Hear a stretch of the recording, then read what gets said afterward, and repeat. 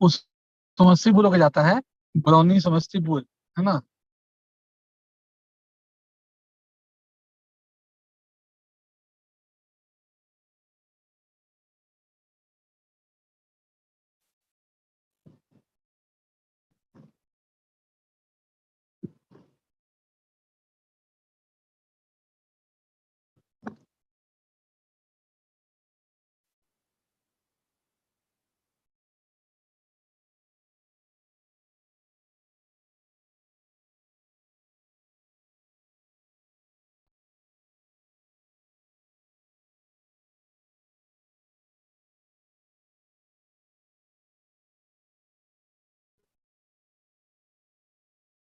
सुबह 5 बजे यदि छोड़ें तो पहुंच जाएंगे 9 बजे। नहीं, फिर उधर से 5 बजे चलेंगे तो 9 बजे आ जाएंगे। नहीं, 9 10 हैं।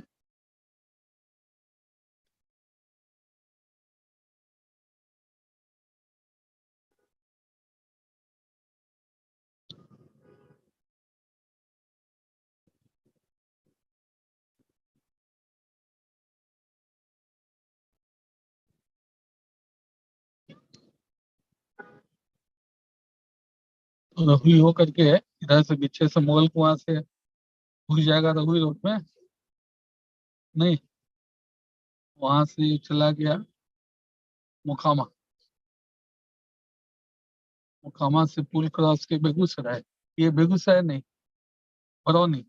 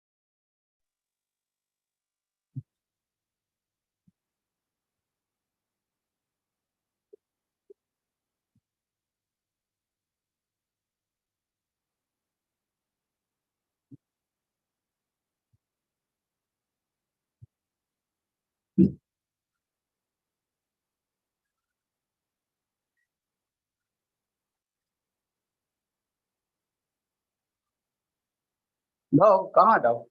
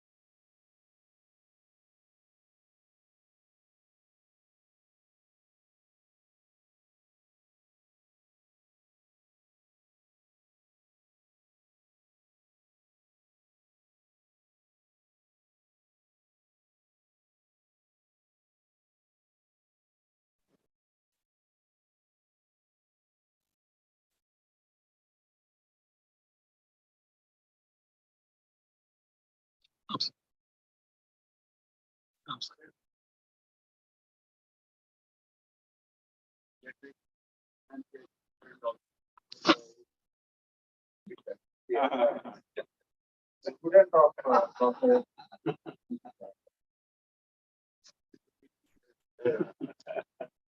No, but they have done so well in I think conference. Both of them have been my students. Sure also. But they have done actually. Yesterday, in fact, Dr. V.K. Paul himself gave at least 45 minutes. No? 45 minutes. Like, actually, he spread out each and every situation of what they are in the ये बढ़िया है sir.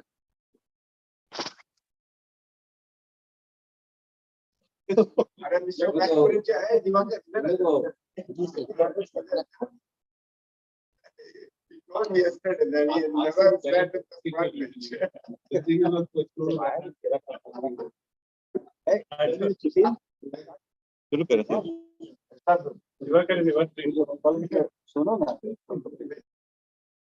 और जो target छुपा हुआ है ना पहले तब उसको सर हाँ कोई है सर फ्लाइट है राकेश को तो बोला नहीं है, वो तो बोला है गिरीश सर वाला जो ऑनलाइन है उसमें बोला हुआ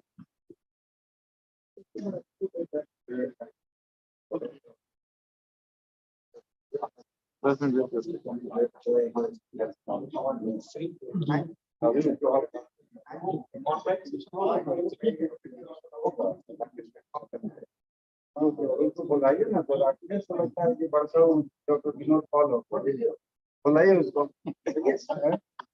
सब अपने हिसाब ले आता है अपने हिसाब से चल रहे हैं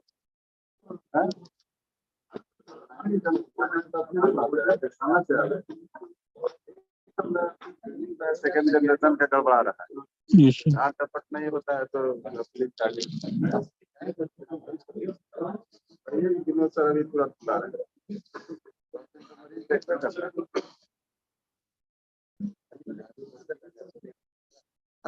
लोकल लोगों को ज्यादा देर होती है सर.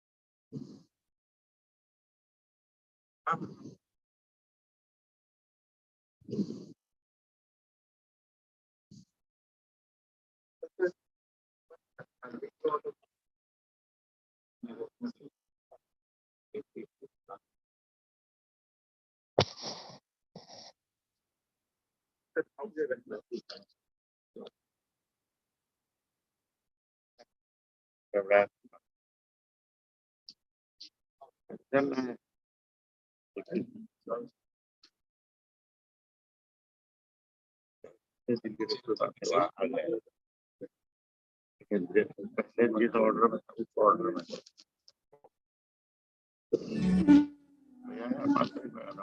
क्या को देना पड़ रहा है तो नहीं उससे ये भी वो लोग खाली मेरा अच्छी वाला ठीक कर देगा गूगल पे वाला से ठीक कराएगी छोड़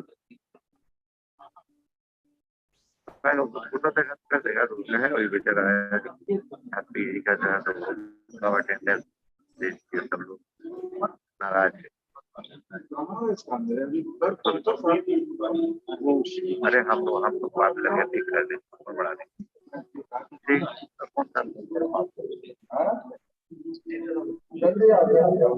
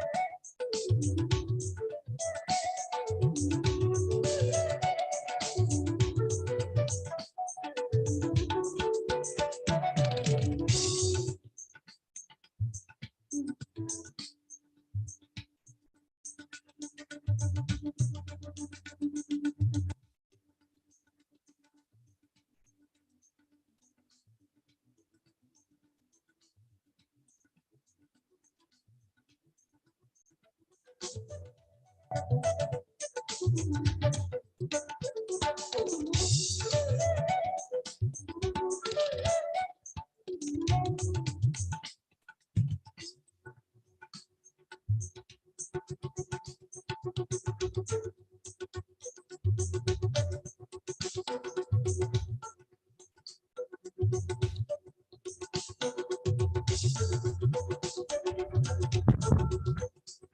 good morning to all of you.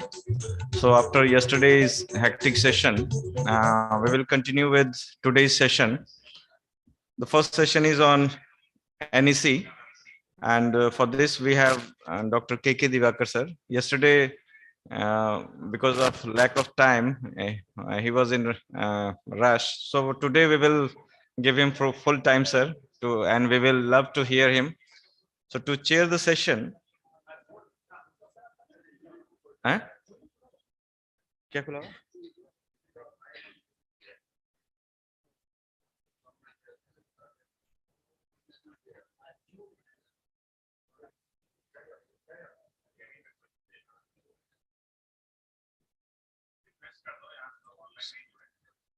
Okay, sir.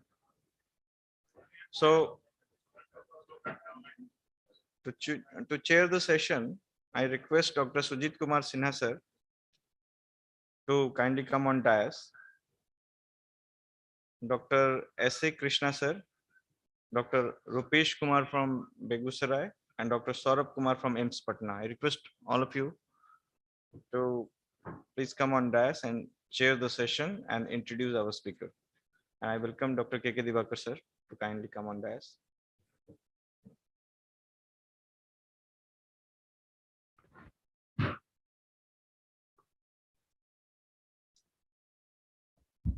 It's nice to have so many people here. But then this is, I think, slightly better than 2008 National Neocon at Calcutta, when I had 3 people. And one of them was with our great Dr. Siddharth Ramji himself. So when I asked him, he said, "Don't worry, Krishna, I'm the chair for the next session." So I think I've become an expert at this sort of a session. Anyway, it's nice. Perhaps it's a basic trend of what is to be expected in academics. I don't blame people at all, because there's been such a bombardment of online education that everybody is an expert and everybody is a teacher, and there's nobody who's a learner. So I been telling this all the time, that my introduction to myself is I'm a student of neonatology, because what I knew 30 years back, I realize is all wrong, and today is entirely new. So thank you, Amit, thank you for giving me a lot of time today, but I think we'll finish within 20 minutes. So I should not torture the nice people who decided to come a bit early.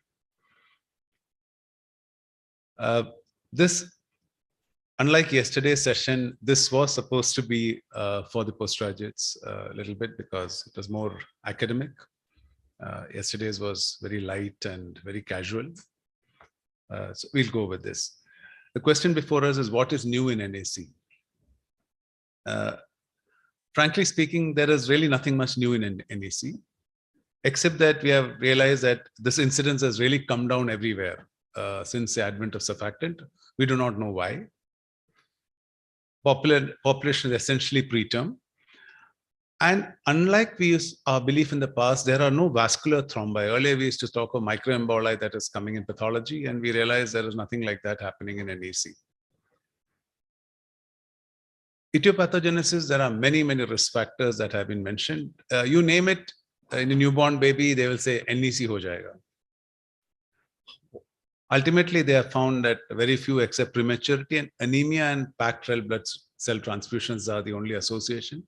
But here again, there's a big question, because are we dealing with anemia, which is giving right to vascular compromise and hypoxemia at the mucosal level, or is it the packed cell transfusion and that's interactions that is the cause? We are not sure about that. Again, it's a chicken and egg story. Clinical features are straightforward in preterm infants. Initial signs are very subtle: feed intolerance, vomiting, bilious or greenish aspirate, or blood in stools. I always say, if there is blood in stools, then it's quite bad, because it's basically mucosal gangrene that you're seeing. Early stages are something that we are all concerned about. Most of the images are of our own unit. General examination, decrease activity, increase apnea.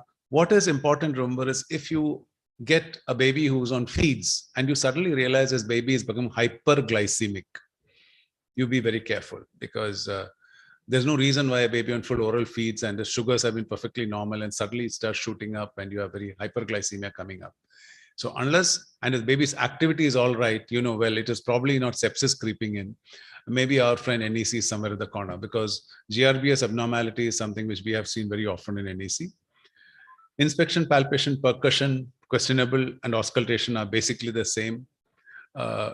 Bowel sounds depend on who's a senior person who's auscultated. If I auscultate and say, I don't think there are much bowel sounds, is sluggish, everybody will agree that the bowel sounds are sluggish. But if I auscultate and say, I think there are bowel sounds, everybody will agree there are bowel sounds. So there are only two. Either there are no bowel sounds or there are bowel sounds. The sluggish bowel sounds, some bowel sounds present, is a very vague thing. Abdominal distension. Yesterday, we had a very detailed presentation about abdominal distension. All these things can produce abdominal, the CPAP belly and immature motility, which is very, very common, because it is uncommon for, or illogical for us to expect a 28-week baby is going to have its gut motility as mature as a 31-week baby, or the same is to have a 33-week baby. So applying the same yardstick for all these babies are a bit difficult. Dyselectrolytemia is something we all miss out, a bit of hypokalemia. Now, you need not literally get a patient who is having abnormalities in potassium per se, because ionic potassium drop is good enough. Sepsis or even meningitis can look with some abnormal distension. An interesting component is viral enteritis. This has even pneumatosis intestinalis. And if you find babies are in a nursery, sometimes you say every baby is getting NEC, and we start looking at what are the feeds that we are giving it.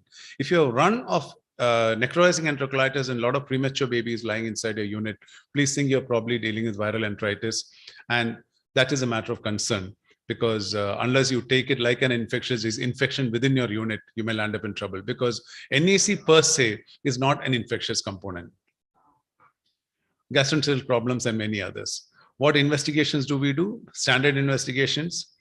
And of course, the age-old pneumatosis intestinal is much easier to say. Nothing new to tell in any of these things. Ultrasound is again the person around the corner.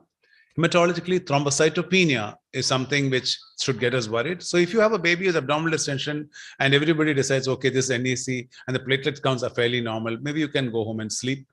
But if you find the platelet counts are serially coming down, you notice the drops have something about 2 lakhs, it's come down to about 75,000, and then you're getting worried, you're in trouble. Low sodium is another factor which gives a very bad prognosis as far as necrotizing enterocolitis is concerned. So hyponatremia and thrombocytopenia are two components that give us worry in the prognosis of NEC. Straightforward, pneumatosis intestinalis, very similar. Another X-ray which comes like this, which everybody would like to say it's NEC, abdominal distension. This interestingly was a spontaneous intestinal perforation. And when it was opened up, there was nothing. That particular area, very healthy intestines, there was a small perforation, seal treated, and patient came out and did wonderfully. So that again tells us how we jump and look at any finding. And we have had occasions when many, many years back, when the entire large gut had been opened up and there was no perforation X-ray or anything like that. So this NEC is a very vague diagnosis to make out in any way. Of course, Bell stages, which has been, crucified by many, commented by many, but we still use it. Basically, it is to tell when the surgeon should open and surgeon should not open. Rest is all probably pre-NEC, medical NEC, so on and so forth.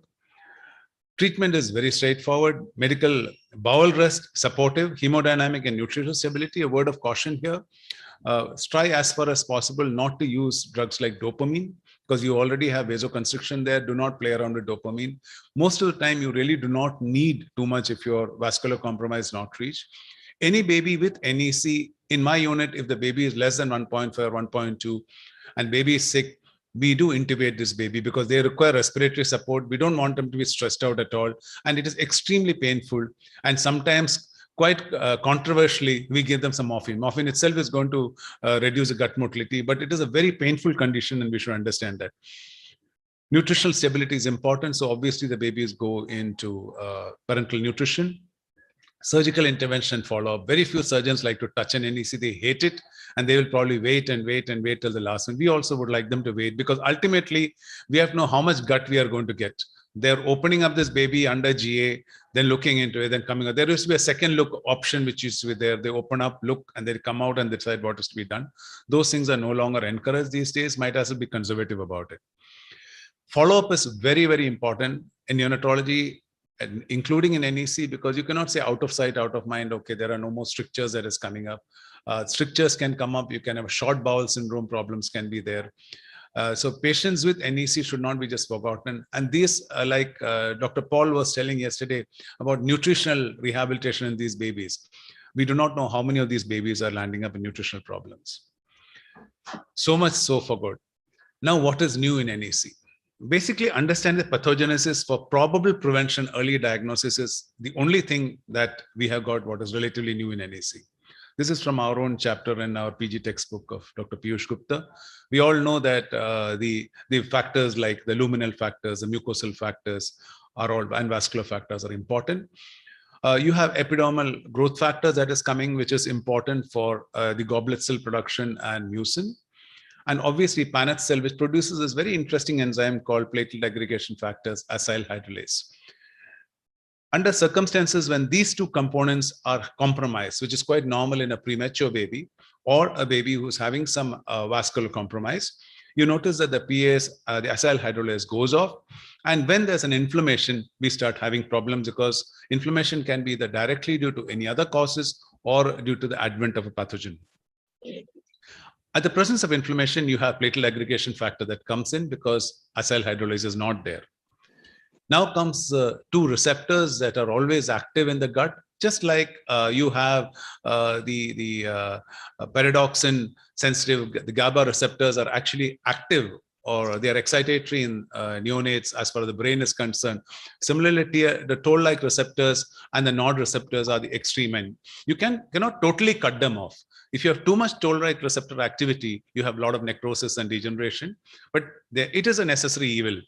But this controlled balance is what is actually producing how the mucosa is going to change in these patients. So anything that increases the TLR4 activity destroys the intestinal mucosa, and we have the NOD2 activity coming up. When the pathogen is there, obviously you have more TLR4 activity that's going up. So the treatment is very simple, at least on paper. You reduce a pathogen, you reduce the inflammation. And when you do both these things, you have the TLR4 activity will start coming down. And when the TLR4 activity comes down, the baby recovers, so it can be prevented. So 1, 2, 3, 4, 5 is so simple. But how to achieve this has been the challenge world over. And that is what we would be dealing in the next few minutes. Modifying the microbiome is the greatest debate going on, and probiotics is something which people talk about. I personally do not come, and we do not use probiotics much because probably we like the Americans a bit more than the Europeans. What is the role of commercial probiotic is the biggest question, because what you do in experiment need not come in commercially, because you cannot get the uniform bacteria that is coming in. You cannot control the count. You do not know the colony count. There are many things we do not know as a probiotic concern. So, but still many people use it and many people swear by it. There are some Cochrane data which says, yes, it could probably reduce NEC, but my experience in this is very limited. Parabiotics are actually deactivated organisms. How important they are, we do not know. Prebiotics, obviously oligosaccharides that are present and may increase the bifidobacterium. But whether this bifidobacterium increase or reduce NEC is a big question. So one is there, bifidobacterium per se is very important in the gut. Increasing it, does it reduce NEC? Multiple questions need to be asked for.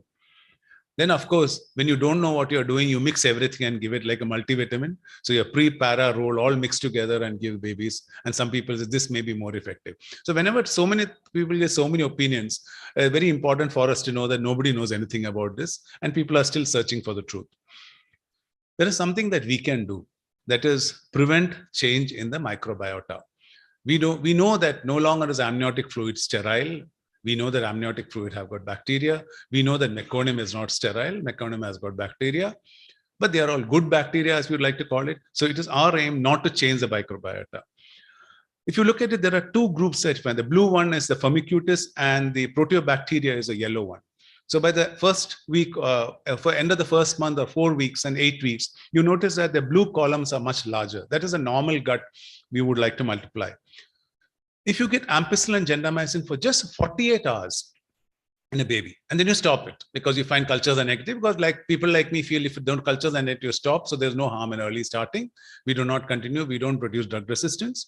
Just 48 hours of ampicillin gentamicin, you can very clearly see, you can clearly see what is happening to the firmicutes and the proteobacteria ratio.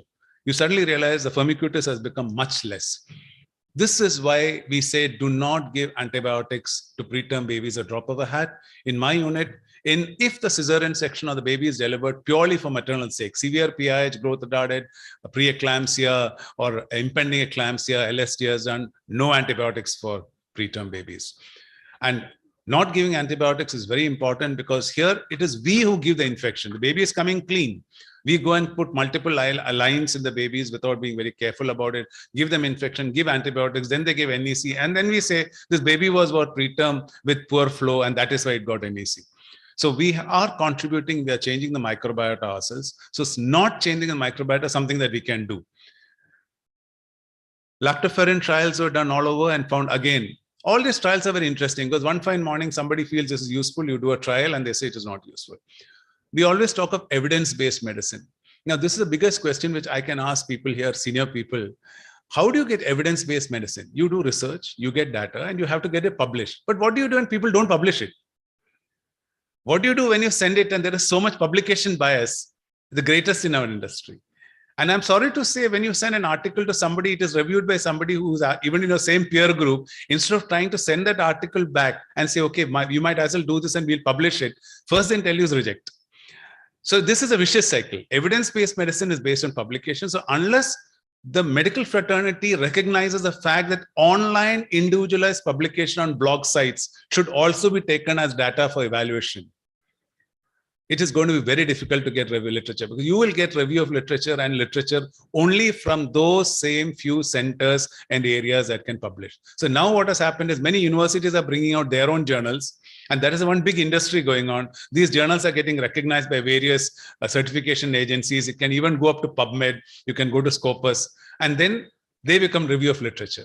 So this evidence-based medicine is, there is no evidence to say that evidence-based medicine is anyway better than practical medicine. So I think this is a view, something away from NEC. I thought I'll just comment about it now.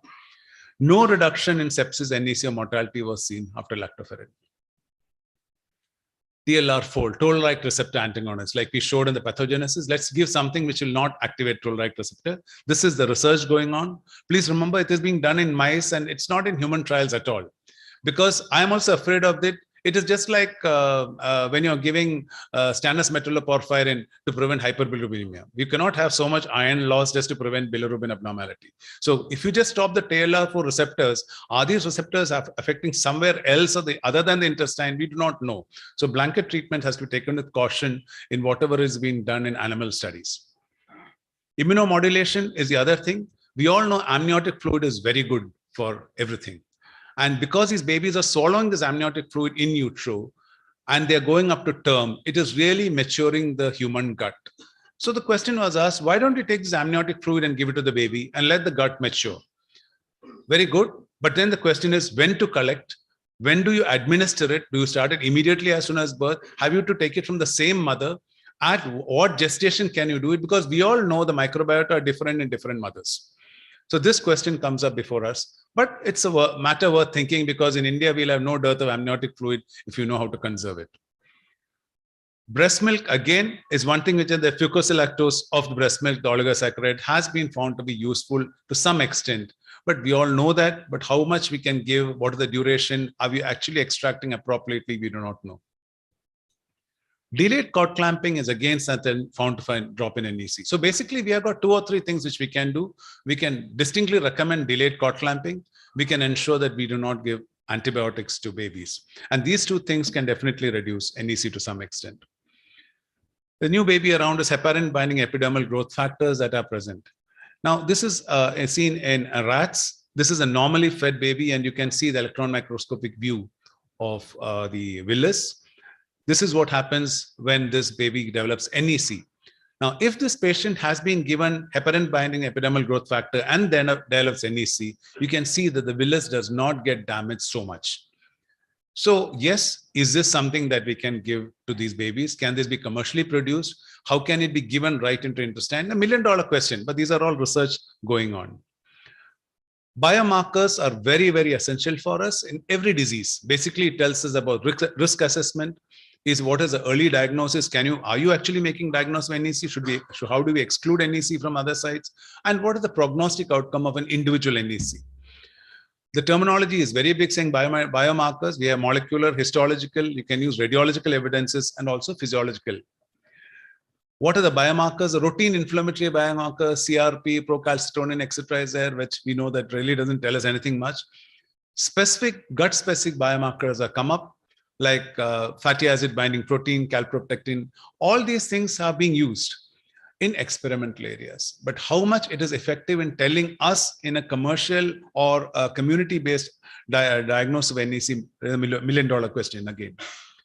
Microbial metabolites. You have volatile organic acids, organic compounds that are there. A certain amount of bacteria multiply. We know the permucutase ratio changes, and at that time, you take the stool and analyze how much volatile abnormal acids or abnormal compounds are there, and you can say a baby who's having this proportion more than that will probably have NEC. So we better be careful. Metabolomics is basically a ratio of alanine, histidine, etc. We know that alanine is higher if the firmicutous population is more. And this ratio changes is again an advanced method of saying, okay, is this patient new for or prone for NEC? And a combination of all the above plus radiological. But what we have to remember, everything is unvalidated. And this is still under research. So many things are saying, okay, something is going on in the gut. Can we make this out faster? But like we know, the gut microbiota also affects the brain. That's a different lecture. So if we play around too much with the gut microbiota, are we going to convert a saint into a terrorist? We do not know. And this goes on later on. So that is a different lecture with some stage we'll discuss. Fecal filtrate transplantation. Very interesting. So they have done in piglet models. They say the feces of a baby who does not have risk for NEC is put in to another baby, and they don't get any. Please don't go around doing it because Dr. Divakar came and said it.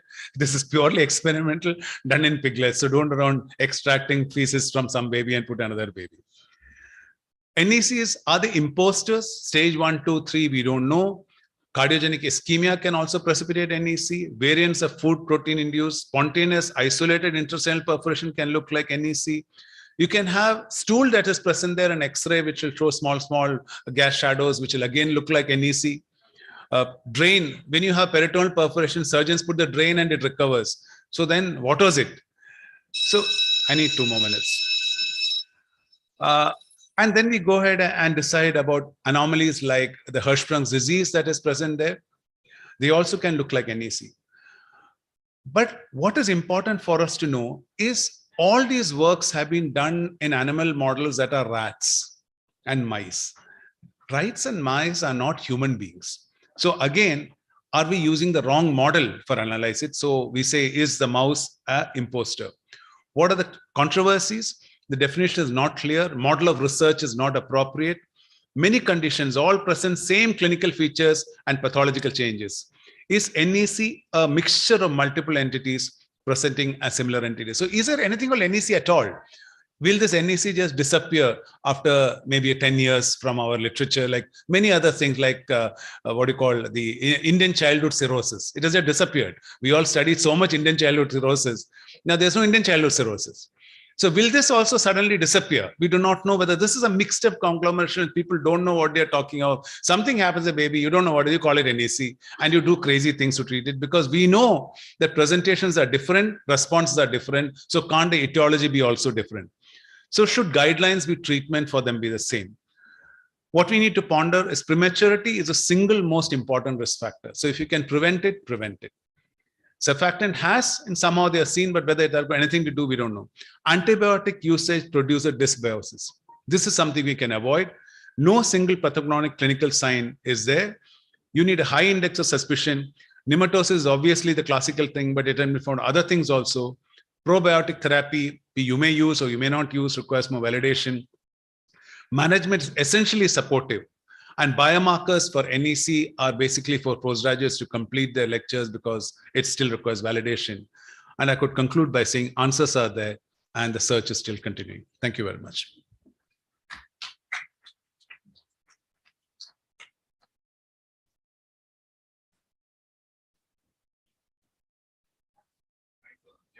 Okay. Then queries, I can take a couple of queries and sorry. I've still got the hangover of yesterday's talk. So I thought finish and get out. Thank you, Dr. Divakar. You have elaborated the practical approach of management of NEC. And I open the house for any queries. If there, it is. I don't. All people sitting here are my colleagues and my friends whom we discuss all these things different ways. I don't think. Sorry, we don't have PCs around over here. No, thank you very much. I'll be. If there are any queries, I'll be happy to answer it. Thank you.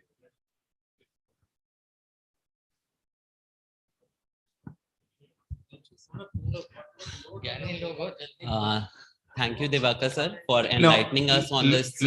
Low dose of dopamine. There's nothing called low dose dopamine, sir. Because it's a very, whatever I tell is my ideas.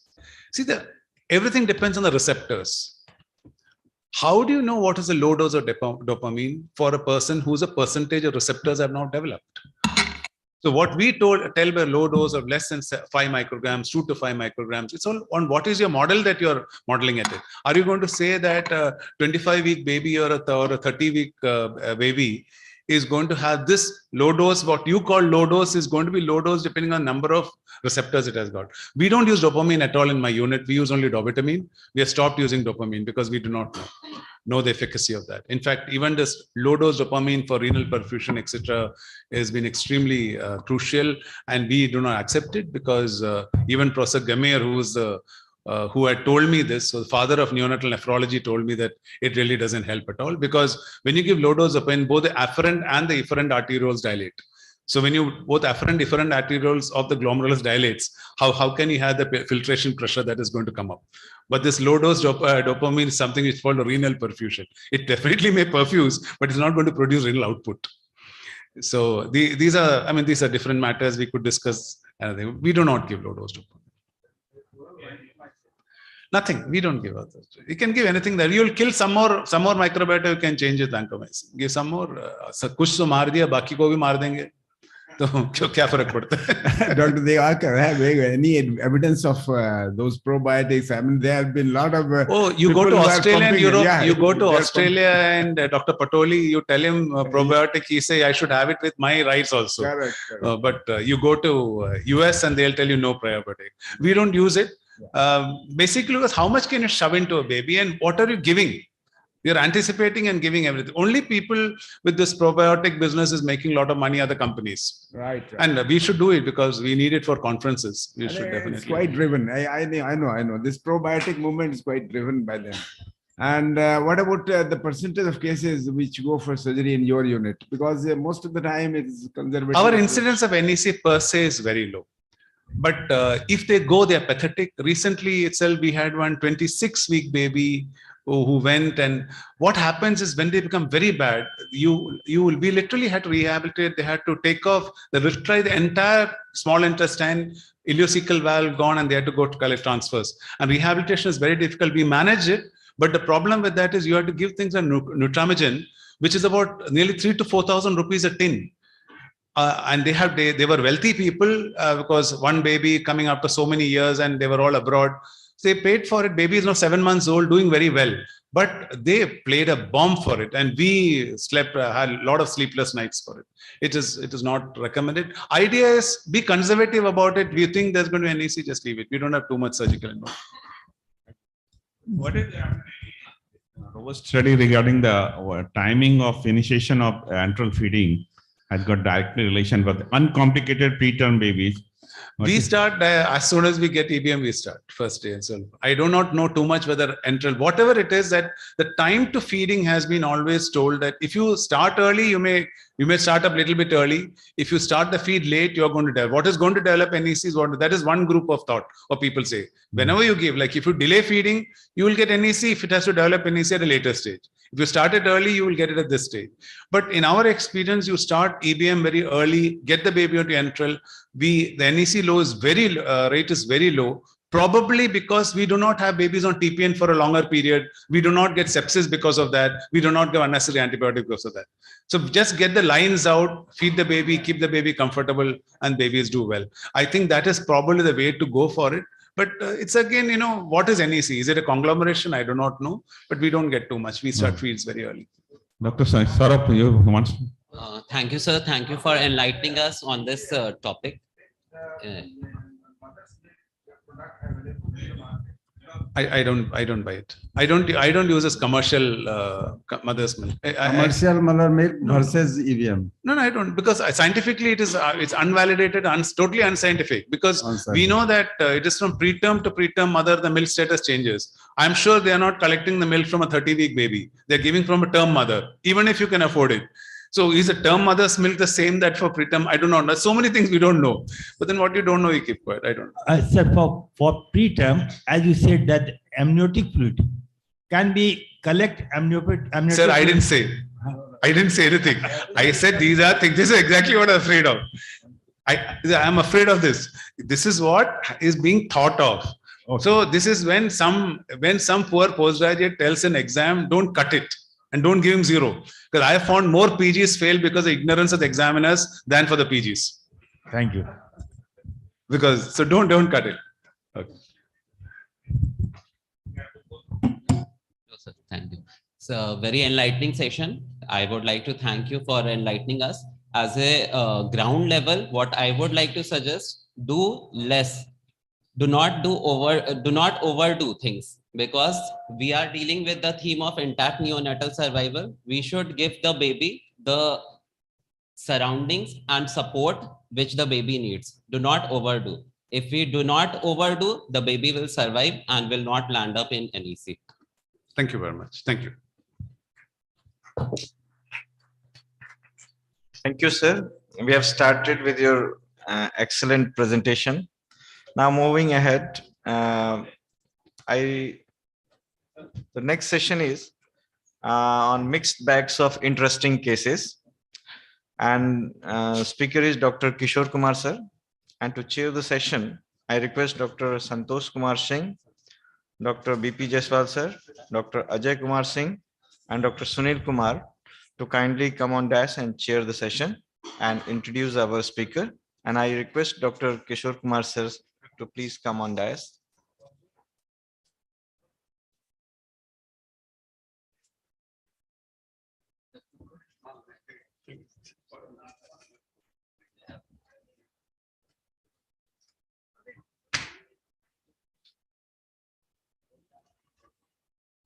Okay. Can I request Dr. Saroj to kindly chair the session?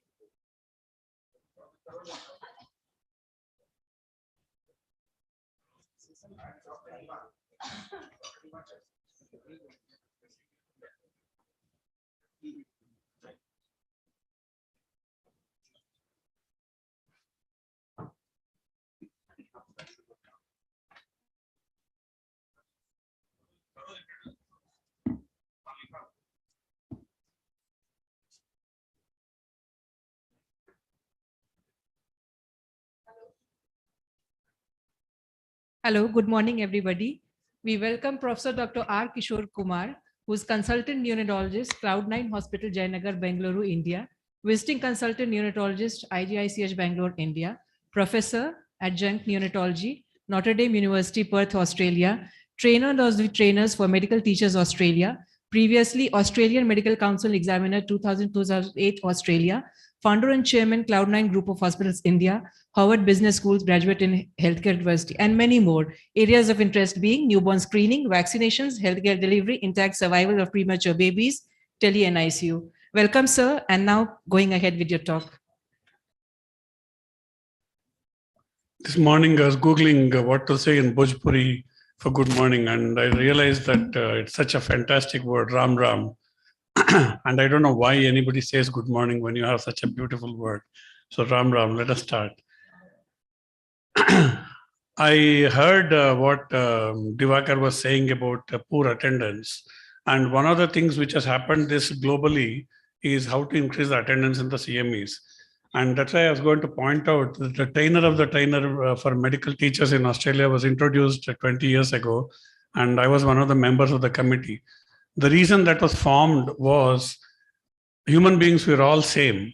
You go to any conference, the same old speakers, because somebody knows somebody, somebody wants to get elected, somebody does what, those are the speakers. So what they introduced was confidential voting or scoring system by the audience, confidential, it was not manipulated. And anybody who gets less than 85% will not be invited for the next conference. And that way, the academicity was maintained. The second thing is, if you look at the definition of conference, we are in a conference now. It's a formal meeting in which many people gather and order to talk about ideas so that you have some take-home message. If you come and repeat everything what is there in Nelson, that's not a conference, because that's medical school and bedside teaching. So what is the take-home message? So every speaker is supposed to give the take-home message at the end of the lecture. If they didn't give the take-home message, then they'd get disqualified for the next conference. So this way, the attendance was improved hugely. So I thought I'll give that tip for the future conferences for all the organizers everywhere. I was very much interested in the intact survival of the babies as the theme of the conference. So when Dr. Nigam Narayan asked me to come, I was initially reluctant because I was in Dharmashala meeting my childhood dream of meeting Dalai Lama finally materialized, and I was meeting him, and I didn't want to jump immediately on the plane and come here, but I couldn't say no to him. So thank you very much, sir, for making me part of this conference, and I hope I will give take-home message today in some sort of things. When you asked me about mixed topics, I was wondering what should I do. So because it's intact survival, I have divided my talk today into 5 categories. So I'm going to talk on these 5 topics so that I give some take-home message. Now, we all talk about research. What is the benefit of research and why should we do local research? The reason it's very, very important is whenever I go to any conference, everybody says, Espagan told me like this, RCOG told me like this. I said, what does Indian research say? And unless you apply Indian research, Espagan research is not applicable to Indian babies. RCOG research is not applicable to Indian babies because Indian babies are so genetically different. I'll give you one example so that it'll lighten up your mind and brighten up your thoughts. Why is it important? If you look at the definition of research, a detailed and careful study of something to find out more information about it. And once you find the more information about it, whether you can imply or apply that to your population to improve the outcome of the babies. That is the most important. So what we did in, I'll give you an practical example of what we have done. In Cloud9 from day one, we had been doing newborn screening. And what we found was suddenly when we started doing newborn screening, 4% of our babies were coming positive for methylmalonic acidemia. So I was surprised, 4% of babies coming positive for methylmalonic acidemia was huge. So I called so-called authorities around India and I asked everybody who was expert in newborn screening, 4%. They said, yeah, there's plenty. Newborn screening, methylmalonic acidemia. So we started treating these babies as if they have the methylmalonic acidemia. Only thing is, the more and more we got cases, we realized that vitamin B12 has a major role to play. So we started looking at maternal B12. And what we found was most of these babies who had methylmalonic acidemia had maternal B12 deficiency. So what we did is we treated maternal B12 levels and we checked the B12 levels and they were subtherapeutic or almost undetectable in these babies. We gave vitamin B12 injections to the baby mothers and 1 injection to the baby if they're very grossly abnormal, and repeated the gut-read newborn screening, and methylmalonic acidemia had disappeared. So when we looked at this and when we interacted with the experts around the world, what we realized is apparently Aboriginal population in Australia had similar sort of thought process or biochemical imbalance. which means that vitamin B12 deficiency was the cause of higher methylmalonic acidemia. And many of these babies were described in the past, as Divakar was saying, Indian childhood cirrhosis. If you look at older textbook of neonatology, you will find infantile tremor syndrome, so many other things which manifest B12 deficiency at a later date. So we actually found out that many of these babies can be prevented by giving B12 injections to the mothers. It's more relevant to Bihar because Bangalore being a cosmopolitan city, when we did this study, we found 4% of our population B12 deficient and affecting the baby with the methylmalonic acidemia. But when we segregated that into states, we actually found 6% of our population from Bihar had methylmalonic acidemia. So you have a higher incidence of methylmalonic acidemia due to B12 deficiency. We actually presented this in ESPGHAN in 2018. We narrowly missed an award, but point is we did publish our important research. Now, since 2018, what we did is, if it is B12 deficiency accounting for 4%, why not educate mothers and imply to consume more B12 related foods? And that's what we did. We started the dietitians to routinely explain and say, you need to definitely encourage mothers to target to increase the B12 levels. And when we explain to mothers, this is the result of your B12 deficiency that is going to affect. Surprising, in the last 2 years, we have not found any methylmalonic acidemia in Cloud9 at all, because the dietitians have been stressing the importance of B12. So the local research is very, very important for the local improvement of the population and the outcome. So that's why I felt this is the best example I can give. I can tell you one more example. Iron deficiency, if it's severe, has been documented now as the cause of autism. If a mother is severely deficient in iron in the first trimester, can lead to 40% increase in risk of autism. So we had 8% of our mothers coming as iron deficient in a gross manner, not mild manner. So we started talking to the mothers about iron-rich foods, and for all practical purposes, in Cloud9, anybody who comes for antenatal care regularly now, we have virtually eliminated iron deficiency. So it's very, very important that you do local research, apply the local practices, improve the outcome, then only you get what we call the intact survival. Now, intact survival, how do you measure? I'm not being political here, and I wanted Sodhar to drive the message. And I'm sure all of you know Rajiv Gandhi and Rahul Gandhi. When I show this slide, everybody laughs, but nobody says anything. But they both are intact survival. So as a pregnant mother, if you aim for Rajiv Gandhi, but if you get Rahul Gandhi, is that intact survival? See, that is a universal answer which I get. The thing is, he's normal, but how do you measure the intact survival?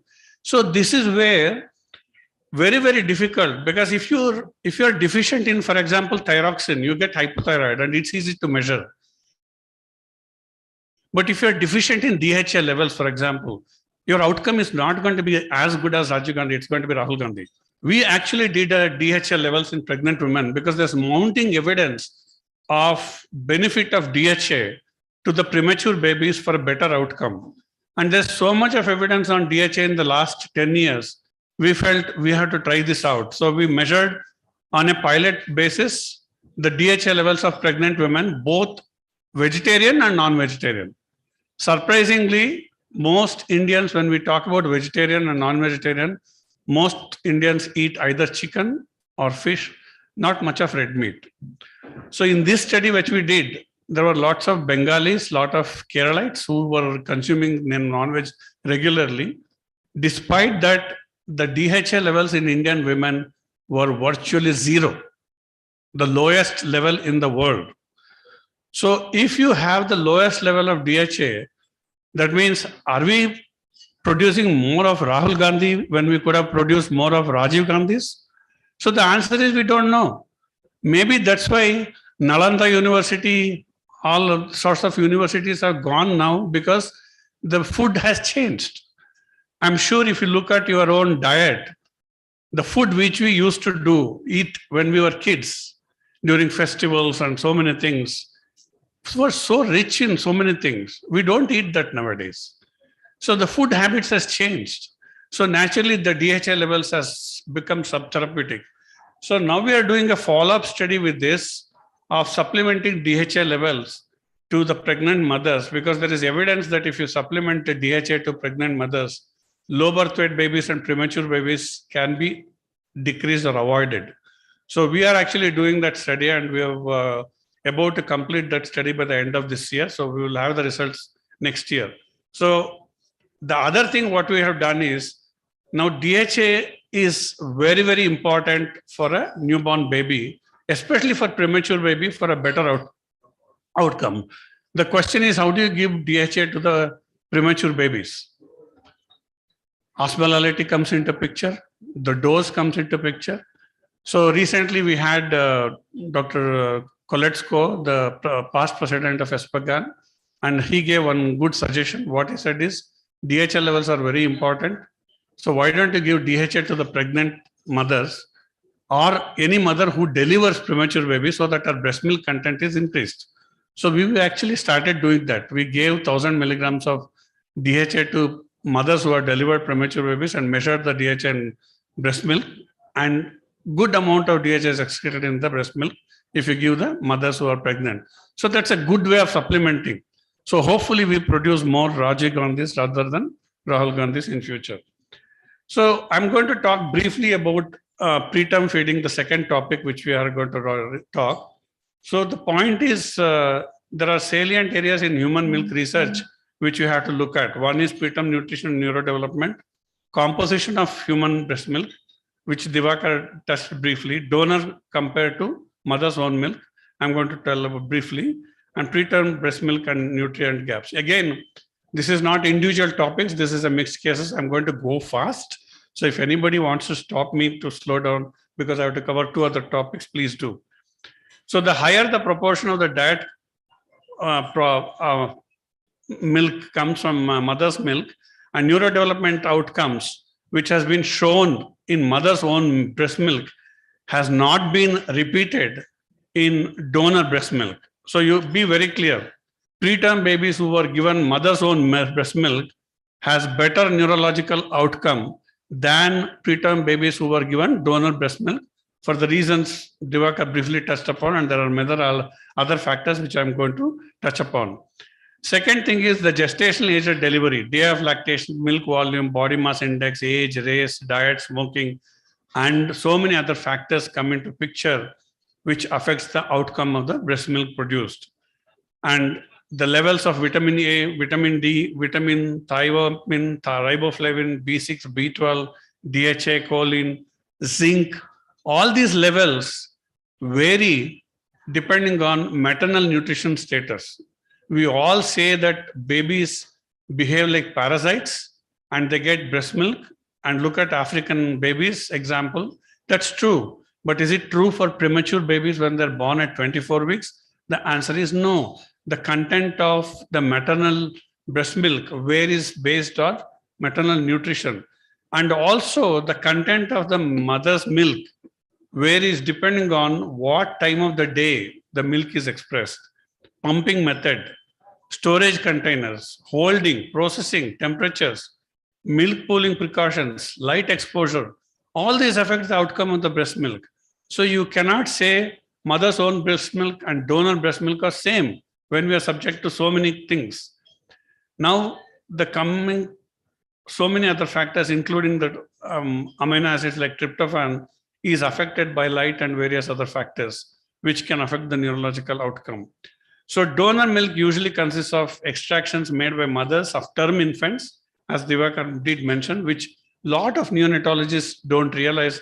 They keep on thinking because there's so much of pressure to use breast milk, and they use the donor breast milk, which is term milk, which is not suitable, especially for extremely low birth weight babies and extremely premature babies.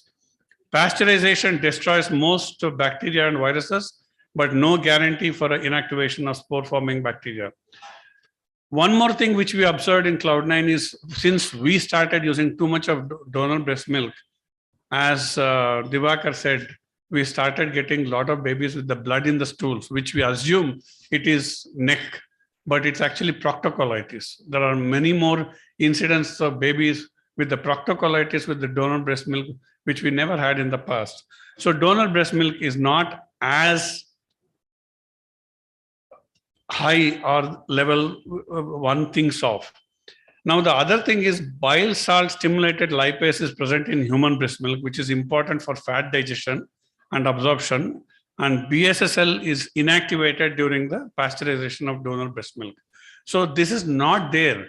So this leads to improper digestion of fat. And there are 27 original articles from 1950 to 2019, which meet the standard criteria of PubMed and various other things, which shows that fat, energy, carbohydrate, copper, phosphorus, sodium, potassium chloride, zinc, all these things were reported to be affected by various methods of expression of breast milk. And milk was expressed between 1 and day 30 of postmortem. And preterm milk definitely protects against the complications of prematurity, such as necrotizing enterocolitis, whereas the term donor milk has no such benefactor effect. And relatively small intake of volume and low nutrient concentrations contributes to the growth.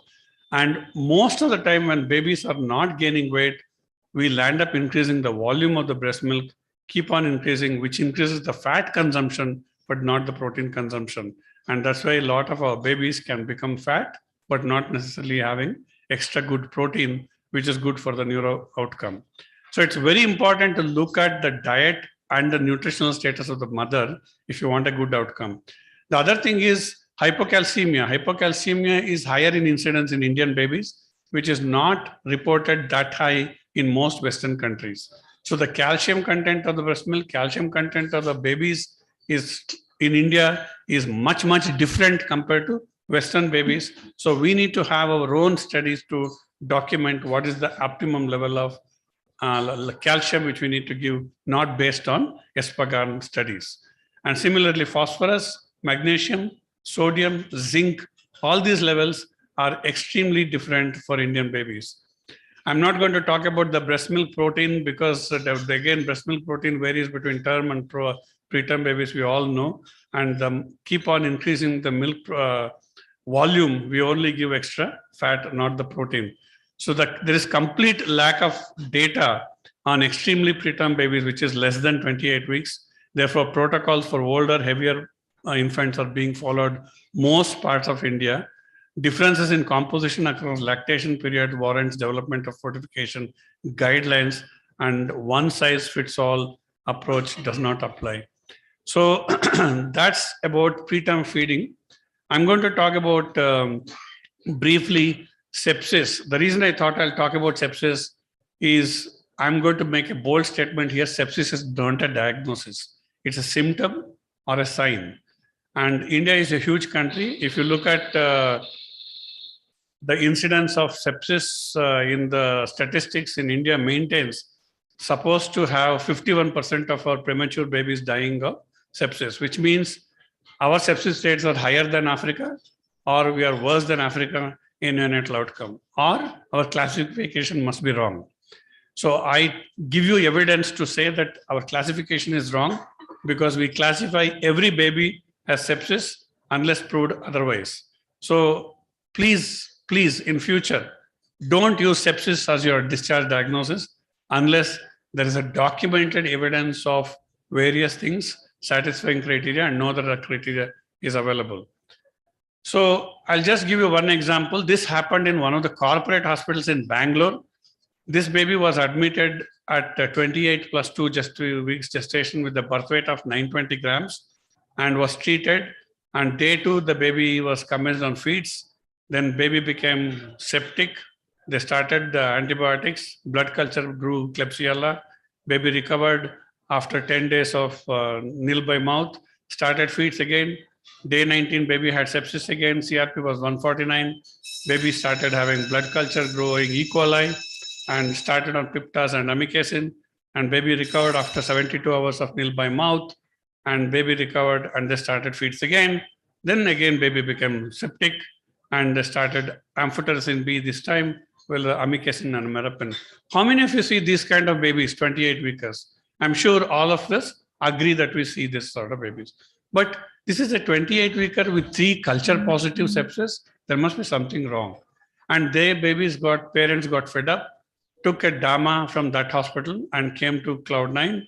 And then we did routine bloods, which we do for all babies, including newborn screening, started meropenem, and the blood culture came positive for Pseudomonas. But unfortunately, baby died 3rd day of admission in Cloud9.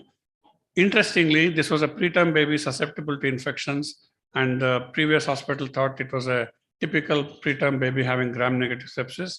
It's actually had a galactosemia. So the parents got so fed up, sued the previous hospital, saying that it's such a simple test, why didn't they do it? And galactosemia was the reason why this baby had 3 gram-negative sepsis, not 1, 3 gram-negative sepsis. Now I'll give you one more scenario. This was a baby who was born in a missionary hospital in Bangalore. Again, well known for various cares. The mother was G4P2L1. She had one previous child who was 7-year-old. In fact, the mother and the father are from Patna, and I still remember them very well. The second pregnancy, they had a full-term baby, normal delivery, good upgas, suddenly deteriorated on day 2, day 3, and died. And the discharge letter they had was HIE with sepsis and DIC. The parents, both being software engineers, did not accept the diagnosis. They did not want to go legal, so they forgot about it, conceived the next pregnancy, came to us, and we did the usual tests, and baby was kept with the mother. Baby started becoming lethargic on day 2. So we took the baby to an ICU and did all the blood tests and ammonia. And we normally do newborn screening at 36 hours. This baby came back positive for citrullinemia. So when we tested the parents, both were heterozygotes. Clearly the baby had a citrullinemia, but never was investigated in this baby. So we had quite a few babies like this who had been wrongly classified as sepsis. I can give you one more example. These parents came from Calcutta. Both mother and father were well educated. Dad was a software engineer. Mother is a biotechnology engineer. The first child delivered in Kolkata by cesarean section for presumed CPD. Typical progression, 3rd day, baby became unwell, died. Parents went to court, got compensation 2 lakhs, and the hospital was penalized. Neonatologists were penalized, saying that this was not sepsis. Baby had a normal cesarean section, could not have birth. So the next pregnancy, when they conceived, no hospital in Calcutta accepted them for registration because they were known in the market, saying that they are going to sue the hospital. So they came to Cloud9. We did the usual test. At 24 hours, baby, we did ammonia lactate, measured newborn screening. The baby had citrullinemia. And the baby went on to get liver transplantation in Medanta Medicity at 10 months. And they were very, very happy. And now the child is 10 years. We wanted to use this for publication and media to explain that sepsis is not a diagnosis. But Medanta Medicity got better than us and got publication for liver transplantation in the media. So point I'm trying to make here is sepsis is not a diagnosis. It's a symptom or a sign. Never label diagnosis as sepsis in babies who die unless you're thoroughly excluded. I hope I have enough time to talk about EUGR because we are talking about intact survival. Extrauterine growth restriction, it can be classified as less than 10 percentile babies. And this has become very important. The reason becoming it's very important is India now is going through explosion of NICUs similar to what US and UK and Europe went through in 1980s. 1980s, there was explosion of NICUs in the whole of Western world, and they started saving smaller and smaller babies. India is now going through explosion of NICUs. The reason I'm saying this, 17 years ago, we started Cloud9 in Bangalore. We had 14 NICUs who could ventilate and look after the babies. In Bangalore, now we have 58 NICUs. So we went from 14 NICUs to 58 NICUs. And that's a dangerous expansion. The reason being, I'll tell you example at the end of this, you will agree.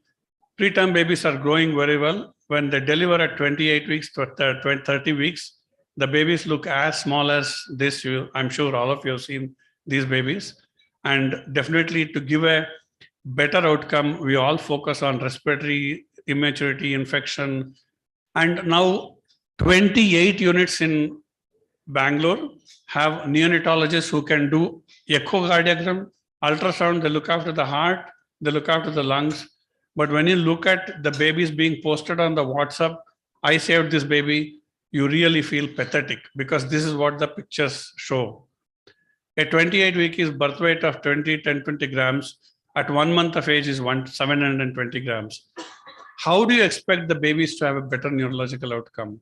You might have done a neonatal cardiac ultrasound, you might have done a respiratory effort, given surfactant, but if your baby is having malnutrition being created in NICU, that is called extrauterine growth restriction or EUGR, opposite of IUGR, not opposite, basically the same as IUGR, but we are causing EUGR outside.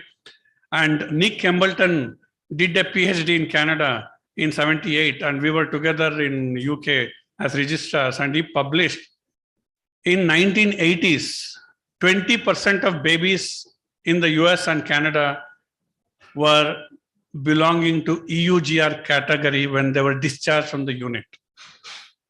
Nowadays, the outcome of EUGR in these centers is less than 5%. That means they have put enough focus on nutrition, enough focus on outcome. So definitely the malnutrition is not allowed to happen.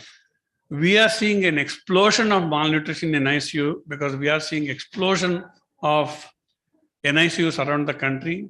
And there is so much of emphasis on donor breast milk. As Divakar says, many neonatologists are focused on using donor breast milk, but they don't realize the protein content of donor breast milk is so low. We are actually getting misguided and we are creating malnutrition in the NICU. When we were postgraduate, we read about kwashiorkor, marasmus. For all practical purposes, I'm sure all of you agree kwashiorkor and marasmus has disappeared, but we are creating marasmus in the NICU. If you create marasmus in the NICU, outcomes are not going to be good. So if you are focusing on intact newborn survival, we have to focus on nutrition of these babies. And that's why weight gain is important of 18 to 20 grams per day. Length growth is important. And so many times, whenever I do rounds, I check to see whether the nurses have plotted the head circumference once a week. And many nurses would have forgotten, registrars don't think about the head. And it's very, very important to plot the head circumference and make sure head is growing at a good rate of 1 centimeter per week. Otherwise, preterm nutrition is not going to be complete. And definitely, we are going to create more malnutrition babies and poor growth in the NICUs. Poor growth in the NICU is going to cause poor outcome and not intact survival. I think I'm run out of time. So the last topic was going to be medical legal issues, how to avoid. I'm going to skip. Medical legal issues, how to avoid is basically, I didn't prepare slides because the important thing is the documentation. If you're not documented, it's as good as said it. You have not said it. I'll just give you one example. We had one pregnant lady who had a cord prolapse presented to Bangalore Hospital. Bangalore Hospital is half a kilometer from Cloud9. And the emergency doctor, 1 o'clock in the morning, told the parent that we don't have obstetricians, better to go to Cloud9. They have 24-hour obstetric cover and you need to deliver immediately. So this lady came at 1:20 into our emergency. 1:35, baby was delivered, severely birth asphyxiated with the cord prolapse. Cord pH was 6.47. So I explained everything to the father and documented saying that outcome is going to be poor, severe birth asphyxia, and baby developed convulsions. And unfortunately, baby died at 8 hours of age. And I told the father that it's a blessing in disguise that your baby has died, because if the baby had survived, would have not been neurologically normal. Wanted to talk to the mother. He said, we are a very conservative family. We will let the mother know. Don't please disturb. Talk to her tomorrow. So I documented that outcome explained. And the dad does not want me to disturb the mother. We will review tomorrow. Later, he takes us to 5 different courts. I don't know how many of you knew. Only doctors can be sued 5 different ways. Nobody else can be sued 5 different ways. Did you all know that? Medical council, consumer court, criminal case, civil case, negligence case.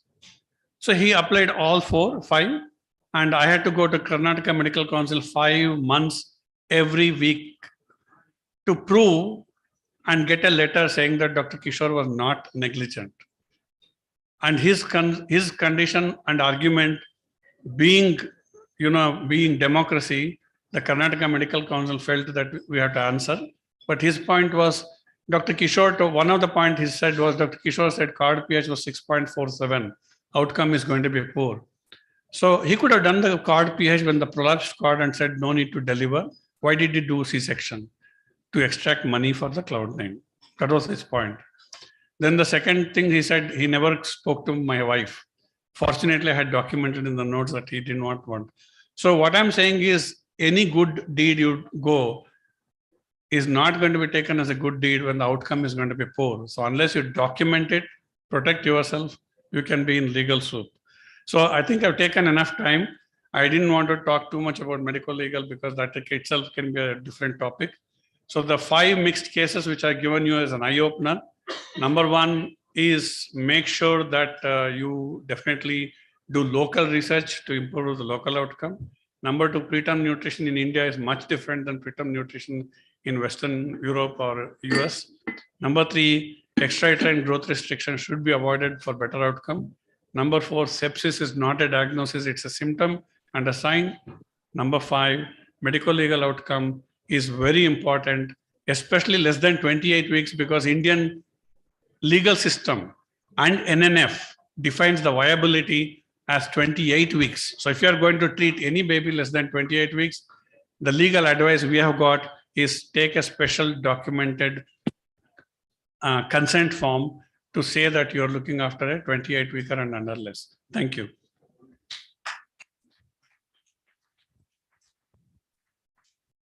Thank you, sir, for such a nice talk. This is interesting, interacting, as well as full of knowledge. Now, audience is open for question and answer.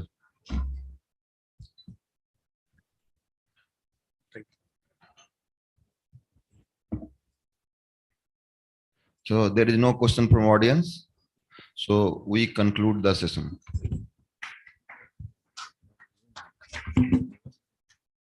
Thank you, sir. I think it was knowledgeable as well as you created awareness regarding medical legal issues. Thank you very much, sir, for a nice presentation. Now, our next session is online session, and we have Dr. Girish Gupta, sir. And to chair the session, I request Dr. Himacharan ma'am, Dr. Anil Kumar Tiwari, sir, Dr. Bhavesh Khan Chaudhary, and Dr. Shyam Bihari, sir, to kindly come on dais and chair the session. And the topic is communication in neonatology.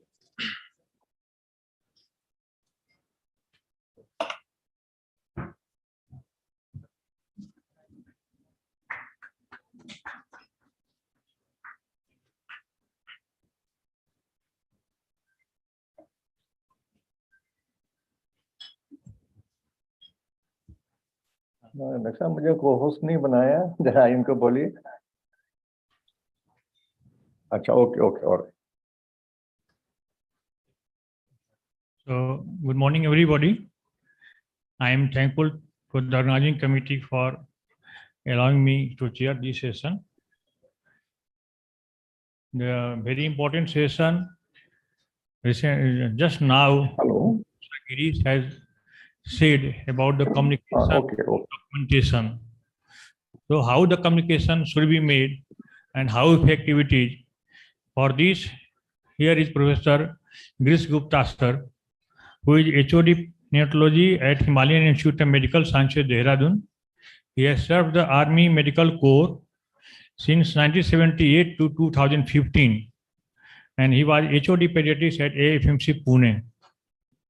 Sir commenced first DM Neonatology course at and PGCC Neonatology in the SGPGI Lucknow. He has more than 45 innovations, authored 4 books at Himalayan Institute. He has postdoctoral neonatology fellowship for 1 year course, neonatal nursing fellowship 1 year course, neonatal transport certificate course for 3 months, and in near future, sir has planned to start the DM neonatology at Himalayan Institute of Medical Sciences and neonatal nutrition certificate course for 2 weeks. So, sir had interest in clinical neonatology, teaching and learning, and HR development and technology. So, sir, request you to start your session, sir, please. Good morning, sir. Am I audible, visible? Are my slides visible? Somebody should respond. Yes, sir. Yes, sir. Oh, thank you. Thank you very much. So, good morning, everyone. I'm sure you must have had a great hospitality of the organizer last night and must be out of it now.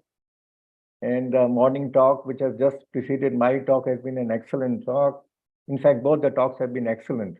And maybe I'll do some continuation of some of the points which have been raised. Now, for a doctor, 2 things are most critical. First is prescription writing, which does good to patient. The second thing is communication, which does good both to the patient as well as to the attendant. And therefore, one must strive maximally to excel in both these components, prescription writing and communication. I am thankful to the organizers that they accepted this suggestion of talking to communication in neonatology. As a doctor, again, our mission must be that any patient who meets you once, if you are a good communicator, he would become yours forever. That's point number 1. And the second point is that in case the outcome is bad, he must attribute this outcome to destiny, not to you. And at the same time, express gratitude to you and your team. So these should be our benchmarks of our communication skills. If we attain it, wonderful. If we do not, we need to grow. Here I put 10 success mantras of communication: use clear language, listen actively, respond to infants' emotional cues and the parental emotional cues, show kindness to families, provide emotional support, address grief and loss with compassion, practice cultural competence, engage in self-care to prevent your own burnout. We normally don't take care of this, which we must, and collaborate with other people and provide support services, means be compassionate. So some of the points which I have mentioned here, remember that. Now, he is my role model. A most desired attribute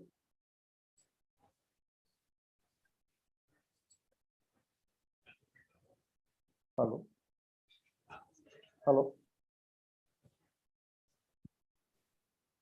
Hello. Yeah. So the most desired attribute of a doctor or a communicator is represented by this animal. He is my role model. I am not physically present in the conference hall. Otherwise, I would have asked everyone sitting in front to please identify the attributes of this creature. Now, see, he has big ears, so he's a great listener.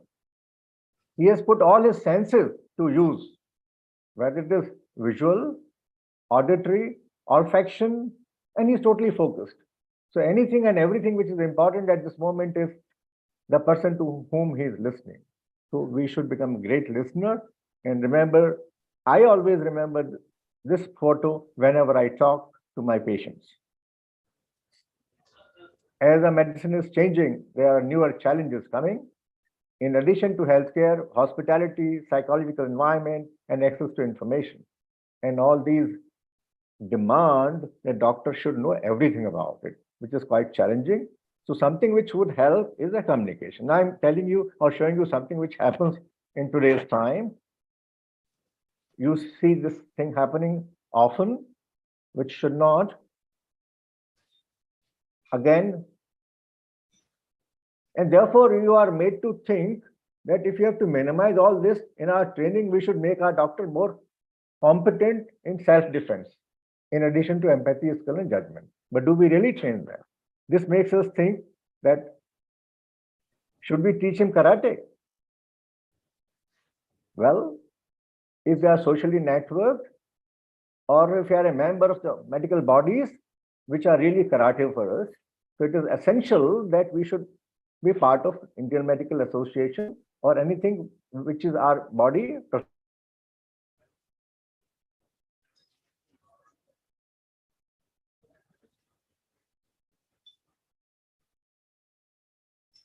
Skillful communication, and that is why I chose talking of this topic. So, something which decides whether you are a good, not good, or bad doctor, it is a communication skills style. And communication is simply means that whatever information you have, you should be able to transfer this information, ideas, and attitude to the person whom you are talking in a language which he understands. So that's a simple communication. Now, my objective of today's talk are that I should be able to answer these questions, which are practical points: why, when, where, how, and by whom, and with some bottom lines. The communication has various ways. It is spoken, visual, written, and body language. Again, the presence there would have seen my non-verbal communication very effectively. So remember that spoken is good, but visual is much better. And non-verbal, especially your body language, is excellent. We should hone those skills. When we talk of effectivity of communication, there are certain things which we keep in mind, whether it is giving patient satisfaction, doctor satisfaction, correct ethical decision making. We would also have, or we are having now in the examination, also the communication coming in a big way. And it was just addressed in the last talk that how consumer courts we are taken into if we do not communicate well. So it is very essential that we must address for all these reasons and many more. Example, whenever there is death after intensive care, well, if you have provided good communication or your approaches, if you are a sympathetic and if you share help in grief and counsel, that could be one approach. You could be indifferent to that death, or you could be not bothered, very casual. You will have a different outcomes if this is your response. Now see what would be the parental reactions to your responses. They could be thankful and satisfied if you have been very concerned, compassionate. They could also be indifferent. But if your response has not been appropriate, they can become aggressive, abusive, and threatening, and any degree of short and long-term harm, including consumer court, even risk to your life. Therefore, it is very essential that we should be doing most appropriate communication. Now, is it only death which requires communication? In fact, every activity in the NICU is 24/7, it needs communication. And here I gave one example of ambiguous genitalia, which is an extremely important medico-social emergency where communication should be done most effectively. In nutshell, every activity in an ICU wants communication, and we should be tailored to do that. Now, coming to the counseling space, what all it should have. Most of the time, you'll find that people are just outside an ICU, they have conveyed to something to the parents or outside OT. That's not the thing. We must have a properly defined counseling room. Wherever, in whichever hospital I worked, I've created a counseling room. All NICUs must have an adjoining counseling room. It should be a dignified, quiet room. There should not be any harsh milieu. There should be proper seating, arrangement for comforts, be water, tea, whatever, some books to read, information material, could have simulators. The important thing is that both parties should sit at the same level. There should not be any gradient or table in between. There should be eye-to-eye contact, and the environment will be such that none of them should feel uncomfortable. There should not be any distraction. And there could be many more attributes. I'm just showing one picture. Though it's not the perfect counseling room, but this is a counseling room which I used to have in Cochin, and then I built it up further. So that is the type of room you should have. Now, who should be doing counseling? What happens normally that whenever the adverse event occurs, the junior most person is present on the at site and he counsels. But that's not the way. We are leaving somebody who's the least experienced, and it could be a very challenging situation. Therefore, the dictum should be the senior most available must do counseling. And if it is more critical situation, even the head could get involved. One should not do a telephonic counseling. One should be physically present. Only then you will be able to understand situation and do effective counseling. Whatever counseling has been done or whatever is to be done, it should be shared in the department so that all are at the same level of understanding.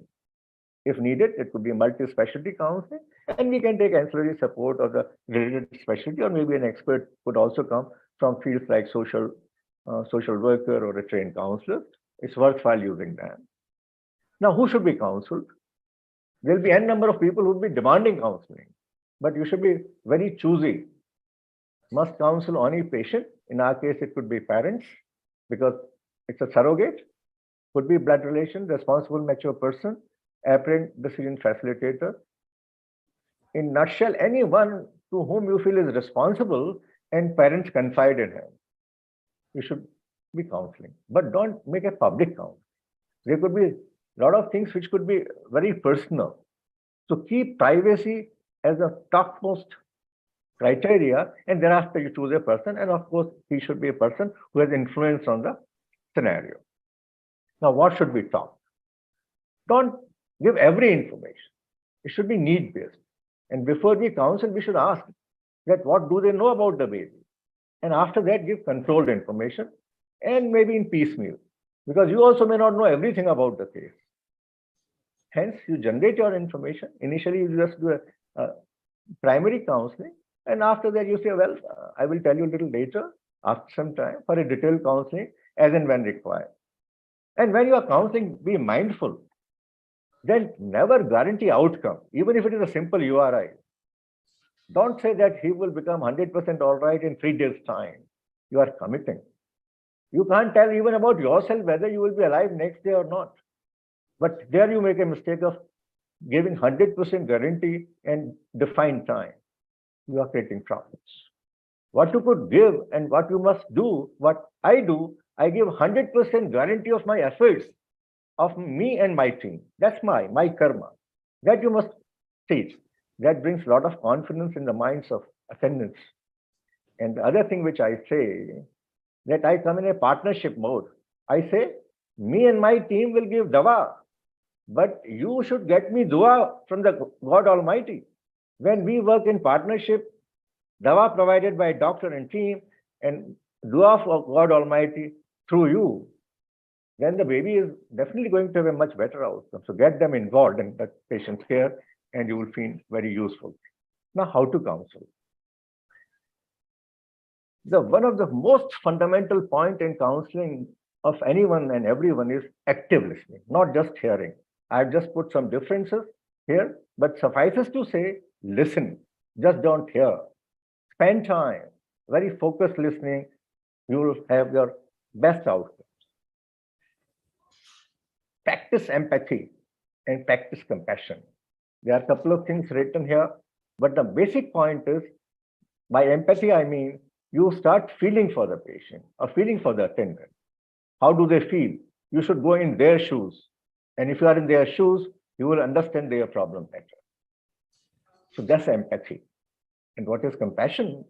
That having understood their problem, think how you can support, how can you help them? So it's an action. Therefore, we must have both empathy and compassion. Display empathy, display compassion. And how would you do that? For displaying empathy, acknowledge their feelings, parents' feelings. Say, yes, your concerns are correct. Even if I was in your position, I had the same feelings. Show the sensitivity. of what needs they have. And this will make a great trust and rapport between the two parties. Display compassion. Ask yourself, how can you support the family and parents? Be it emotional, practical, informational, and many more. So think of how to support. And if you do compassion and empathy, use both of them, you are going to have a much better time with the parents.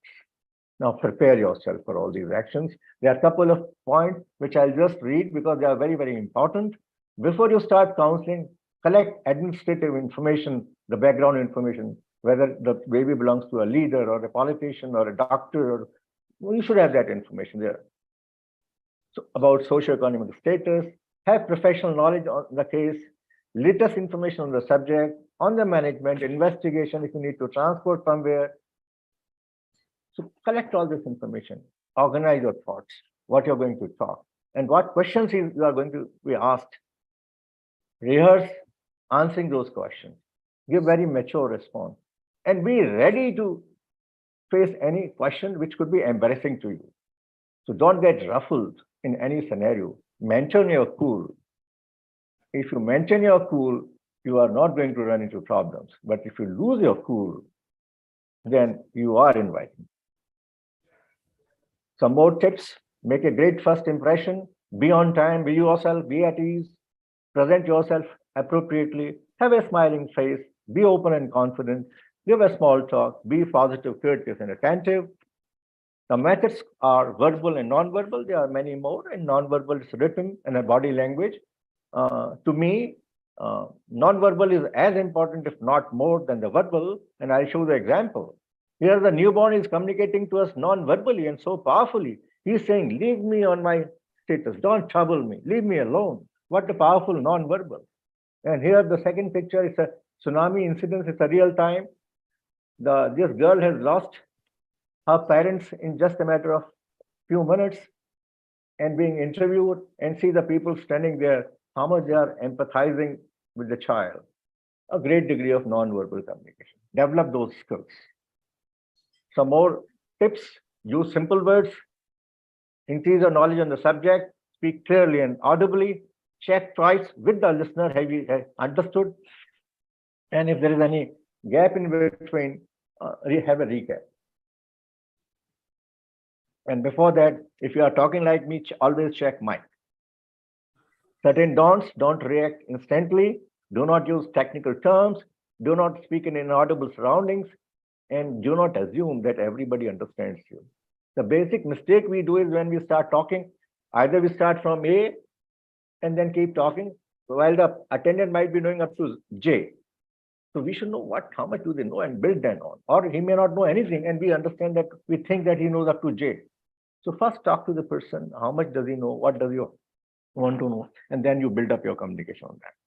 So some dynamics now, specifically, when we meet people, first of all, we greet, connect, have baseline info with parents, what do they know, collate points of concern, write them down, and ensure when you are concluding your communication, all points have been addressed. Provide uninterrupted focused listening, repeat what they know and concerns, write them down, respond to each one, and explain most simply. Provide need-based information on disease management and prognosis. Always keep them giving opportunities. Bhai, samajh mein aaya, do you want to ask anything?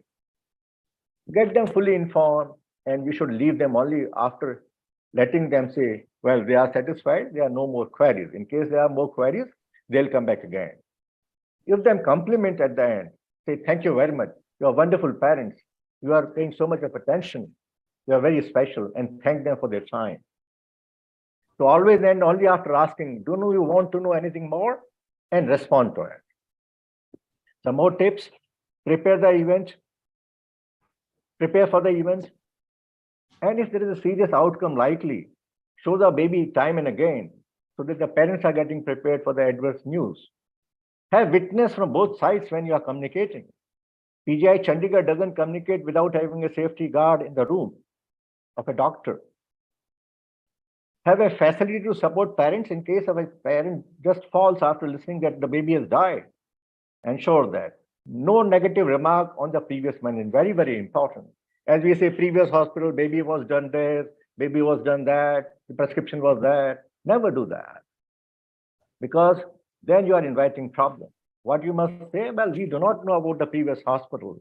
Baby has come now to me. From here on, is my responsibility. Before this, it's my whiteboard to start on a clean slate. Because if you talk about previous hospital, previous doctor, sure enough, that doctor will also talk negative about you. In the court of law, you'll run into difficulties. Don't talk with specific numbers. Prefer words like mostly, likely, possibly. Don't be exact. Have open-ended communication. Acknowledge parents for their involvement. Be truthful and transparent. Don't hesitate for the second opinion, second treatment. Encourage. Involve others. And if there are problems, likely inform seniors or your hospital administration. And never end without one point. You say, well, we will connect again. Anything, you are most welcome. So have a follow-up connect.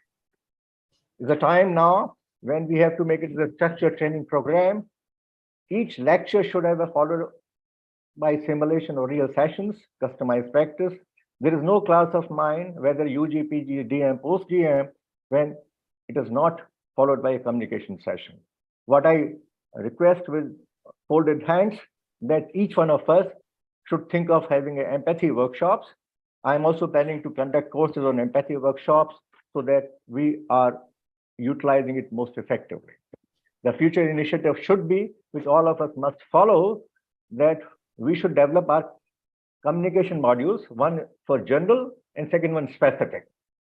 Say general could be general baby care, specific maybe ELBW, RDS, NNEC, so on and so forth. Today, Google Chat has information on everything, whether it's correct or not.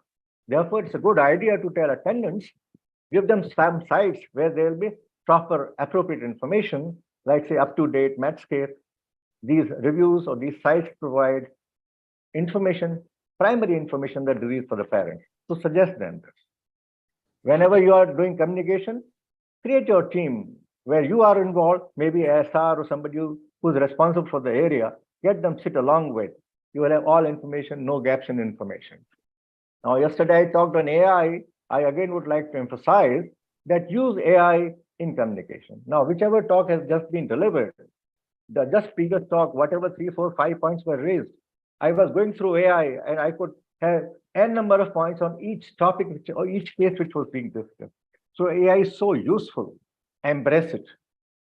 Develop general and specific counseling points using AI. There is an instant generation of key information.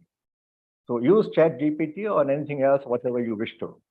Therefore, each NICU must be a compassionate NICU, and it should have effective communication, and that would become a comprehensive communication if you respect dignity of the attendants, practice empathy, practice compassion, be kind, and get parents involved in a partnership. As I said, you get blessings of Almighty. We will give medicine, and the outcomes are going to be great. Therefore, each NICU, each newborn care place, each OPD, wherever you are, use this model. You will always be a much happier person. Here I'm just giving my last few slides. I'm giving a scenario. Here this father has lost a baby, and the doctor he is conducting a communication session. Well, if it was live, I would have asked you that what all wrong is going on.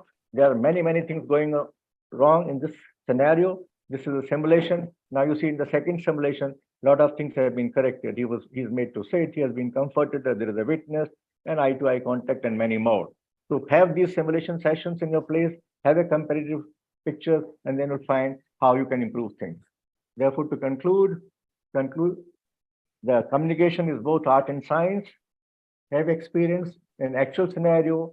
If you do not have such, simulate that. Always in each case, each occasion, bring in communication.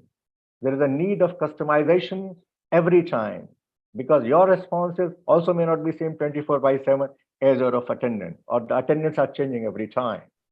Prepare and organize well in advance. You will never run into difficulty. Prepare attendants well before. If there is a bad event happening, show them every half an hour, 1 hour if you feel the baby is going to die. Physical presence is essential. Don't just manage on telephone. You are inviting a problem. You are digging your grave. Have gratitude and thankfulness to counseling, and recording is absolutely essential. of written and signed audiovisual sessions, whatever you are doing. It will be a big help to you in case there is a medical legal activity.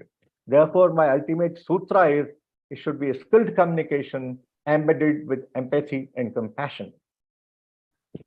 My most desired attribute is this photograph. I wish all of you keep this photo in your heart when you are communicating. With this, my gratitude to all the facilitators. Wish you all happy and effective communication.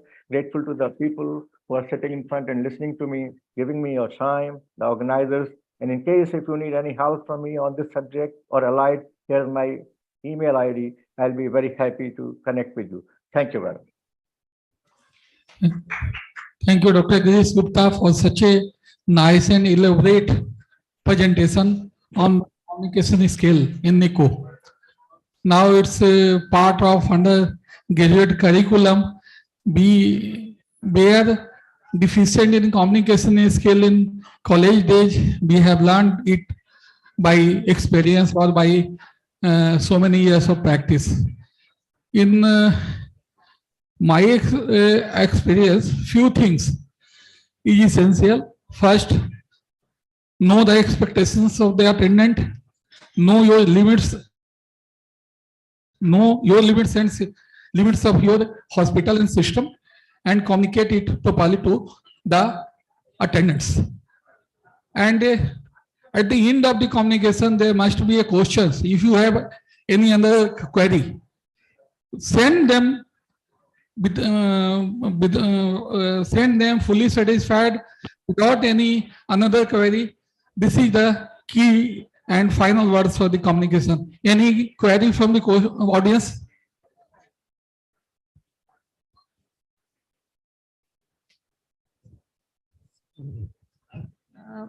Practicing as a neonatologist in Patna, I would like to stress that since the babies are separated from the parents in NICU, the parents are really very enthralled to know what is happening with the baby. They leave the babies totally in our things, thinking that we are doing best for their babies. So we should have a very comforting and compassionate behavior. Our voice, the way we talk to them, should be very friendly, so that they feel that they have left their babies in very good hands. And this will also save us from the medical legal cases in future if the baby deteriorates, since we have been very friendly to them throughout the stays in the NICU of their babies. It will be, maybe they will not be provoked to go for the medical legal cases. And in the end, I would like to say that besides counseling, what we do in our practice, we welcome them with warm greetings, just like we welcome our guests in our house. And after counseling, we write it in paper, make a documentation, and take a signature from them that we have counseled everything about the babies to them, so that in future also we have a record about this to prevent from medical legal issues. Thank you once again. Thank you, sir, for your elaborate talk. Thank you. Thank you. Sir, you want to say something? Yeah. We must express our sense of gratitude to Professor Girish Gupta, sir, for giving such a nice and extensive lecture on this communication skills in the newborn and in the field of neonatology. And we feel that counseling is one of the most important part in the neonatal care once you are dealing with the critical babies. So you must learn, we must learn how to counsel the parents. Otherwise, every day you will be having some litigation. And the most important thing, sir has mentioned that this should be done by the most experienced person of the unit, not by the postgraduates. So we leave the responsibility of counseling to the postgraduates. This third year will say to second year, and second year will say to the first year. He might say it to the intern to counsel the parents. And poor counseling is the most important cause of all litigations and violence in any hospital. So counseling has to be done by the most experienced person of the unit, not by the junior ones. So we should take care of it. And of course, documentation and proper communication. Always be truthful to the the parents. You don't know, even looking like a stabilized septicemic patient today might sink at night and go in shock, and tomorrow he may die. So the course may be very fast and drastic. So never give 100% clearance. नहीं ठीक हो जाएगा, कल ठीक हो जाएगा, ये परसों ठीक हो जाएगा. Don't make such comments. So always be protected. Prognosis should be given to the parents. So that was my point. And again, a lot of thanks and gratitude to Professor Girish Gupta, sir.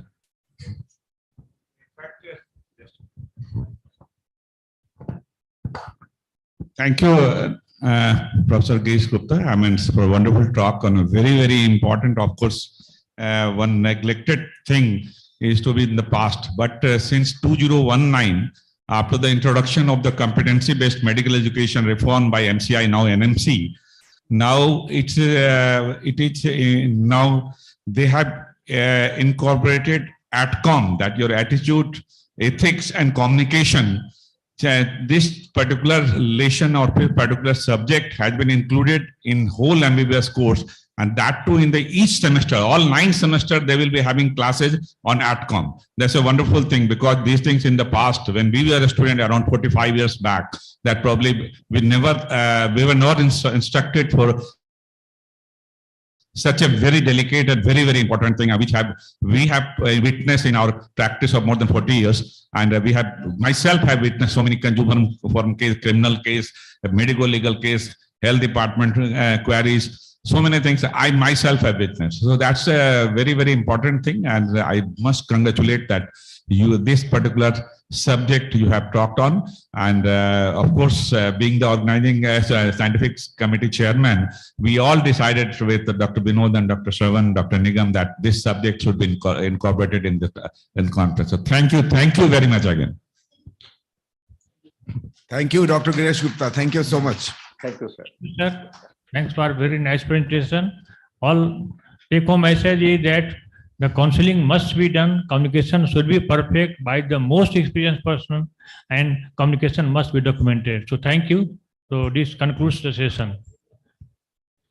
So thank you, Dr. Girish Gupta, sir, and thank you, chairpersons. Now moving to next session is on nasal ventilation. For this, I invite Dr. Saroj, and to chair the session, I request Dr. Professor Sanjata Rai Chaudhary ma'am to kindly come on dais to chair the session.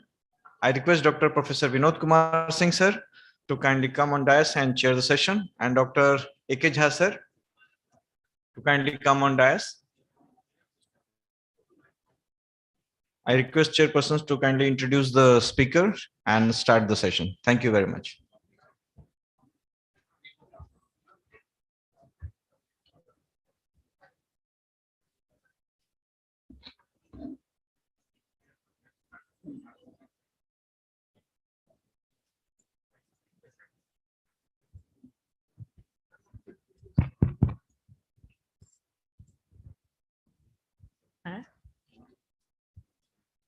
Good morning.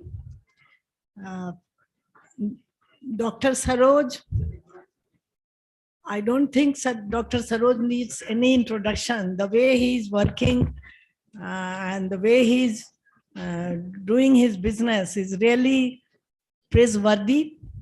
And he has worked with me for so many years, and he's one of the most bright, one of the most talented, communicative, and very, very empathetic personality. And he's very hardworking. So I think he's going to talk on nasal ventilation, and he will do justice to his presentation. So, Dr. Saroj Kumar is Assistant Professor of Pediatrics at Nalanda Medical College. And he is extraordinary in the sense that he is not only a good academician, rather he is an extraordinary gentleman. मैं हमेशा कहता हूँ कि ब्रह्मा जी जब सवेरे नहा धोआ के पूजा पाठ करके बैठे, तो he made him. He is a very, very nice gentleman, a good human with all humility. And I must say that he has written a book on neonatal and pediatric ventilation. And today, this is the highest selling book in pediatrics in India on Amazon. Means more than 10,000 pieces have been sold till date. And he is one of the fittest person to talk about ventilation in newborn. And now the trend of NIV and nasal ventilation is there. Before going for invasive ventilation, we always try non-invasive ventilation and we prefer to do NIV. So this will be of great help to all of us. Most of us, when there is failing of CPAP, we go for invasive ventilation. But before doing so, we should try NIV before starting invasive ventilation. So Dr. Saroj Kumar will just focus on this NIV and will detail about it. So thank you. So thank you, sir. Thank you, ma'am. A very good morning to all of you. I'm going to have a brief presentation on nasal ventilation. But before coming to the topic proper, let us do some literature review. Just to know the latest trend of this respiratory support, what the neonatologist and intensivist are doing for this respiratory support across the world. This is what we often do in our day-to-day practice. Suppose हमें mobile खरीदना होता है तो हम पहले search करते हैं कि कौन सा मॉडल अच्छा है, कौन सा अभी चल रहा है, अच्छा चल रहा है, किसका प्राइस अच्छा है. So in the similar way, we are going to have some literature review. So this is the large cohort study published in JAMA Pediatrics 2021 regarding changes in respiratory support for preterm infants in the United States. And this is the graph from the study. You can see this black line represents non-invasive ventilation, and this red line represents invasive ventilation. So during 2008, most of the baby with respiratory distress was intubated and put on invasive mechanical ventilation. But you can easily appreciate that there is a significant rise in the use of non-invasive ventilation. At the same time, there is significant decline in the use of invasive ventilation. So this is the latest trend all across the globe. Graph from the similar studies. This dotted line represents expected mechanical ventilation, and this solid line represents actual intubated baby. So during initial period, that means during 2008 to 2009, most of the baby with respiratory distress were intubated. But now there is a large gap between the expected and observed mechanical ventilation, and this is due to non-invasive ventilation. Means most of the baby improved on this non-invasive ventilation. So why we are scared of this invasive mechanical ventilation? So this was the study published in Archives Disease Child Fetal Neonatal in 2019. And it was concluded that the duration of mechanical ventilation is strongly associated with neurodevelopmental impairment at 24 months of age. And every additional day of mechanical ventilation is strongly associated with increased risk of neurodevelopmental impairment. Initially, in the previous decades, our focus was just to improve the survival and decrease the mortality. But now, and even in future, our motto should be just to increase the intact survival of the newborn. It means survival of the newborn with minimal or no neurodevelopmental impairments. So limiting invasive mechanical ventilation should be an important focus in the treatment of preterm infants. Now the question arises, which non-invasive ventilation is preferred? Just to know this is a large systemic review and network meta-analysis published in Pediatric Pulmonology 2020. And comparison has been done among HFNC, nasal CPAP, BiPAP, and this nasal ventilation, that is NIPPV. And it was concluded that this nasal intermittent positive pressure ventilation is the most effective modality to prevent mechanical ventilation and respiratory failure. And it is the mode having lowest incidence of this bronchopulmonary dysplasia and the death.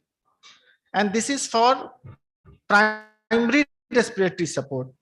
And even for post-extubation support, it has been shown that synchronized NIPPV is the most effective mode of preventing extubation failure, and it is associated with the decreased incidence of this bronchopulmonary dysplasia. So NIV is the latest trend, and out of that, this nasal intermittent positive pressure ventilation is the preferred mode, having lower incidence of this bronchopulmonary dysplasia, extubation failure, and death.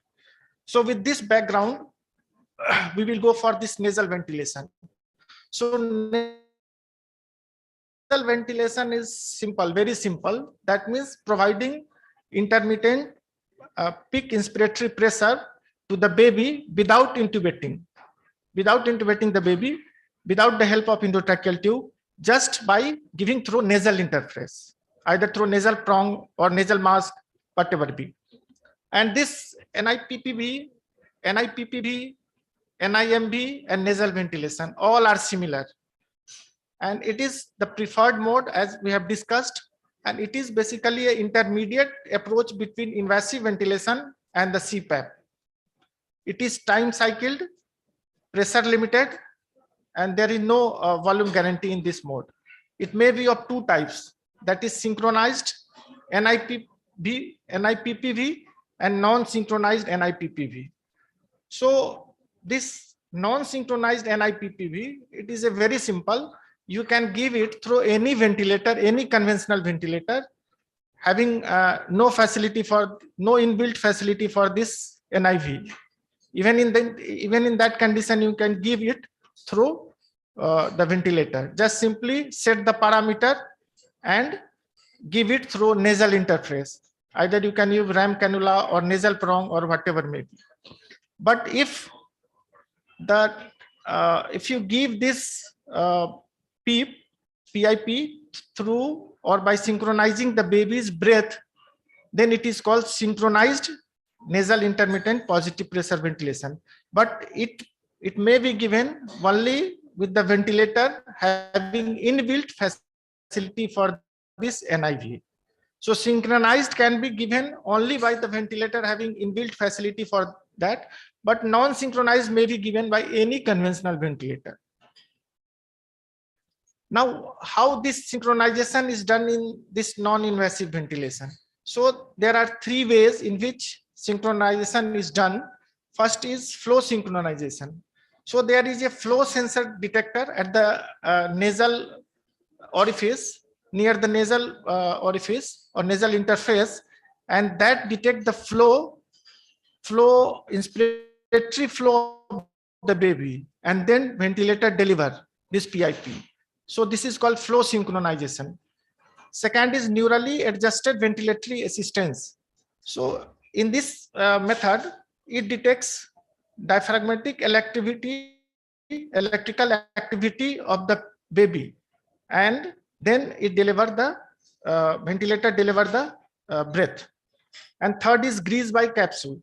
It detects simply the abdominal movement as a respiration, and in synchronization with baby's respiration, ventilator give this PIP. So you can see the first is detecting diaphragmatic electrical activity and giving the breath. Second, by detecting flow in the respiratory tract, this is flow synchronization.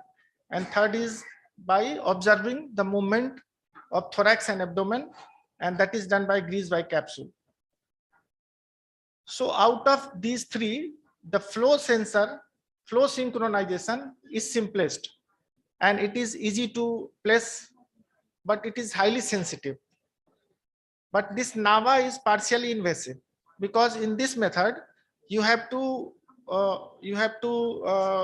put this sensor to detect diaphragmatic electric activity near diaphragm, and this is usually done by going through this nasopharyngeal, this orogastric tube large bore orogastric tube.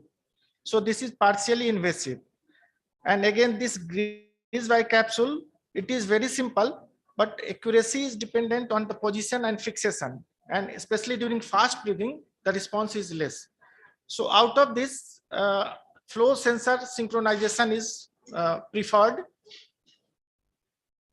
Now, there are many devices in the market having inbuilt this synchronized NIPPV mode. And out of that, this Komen NV8, Gilia V3, Infant Star 950, Servo I, and Sophie ventilator are common.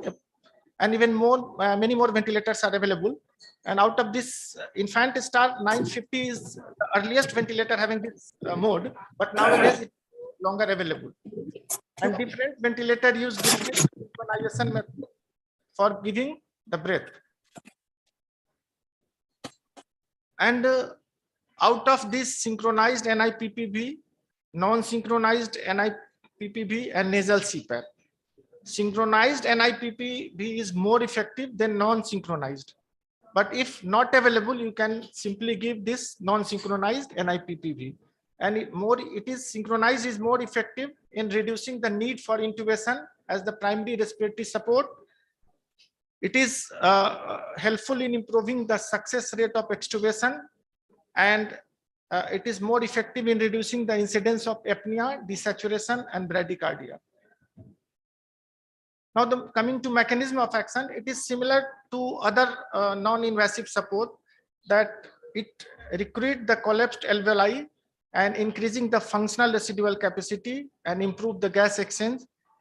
It wash out the nasopharyngeal dead space. Normally, during normal respiration, there is accumulation of CO2-rich gas in the nasopharynx that causes rebreathing of the CO2-rich gases.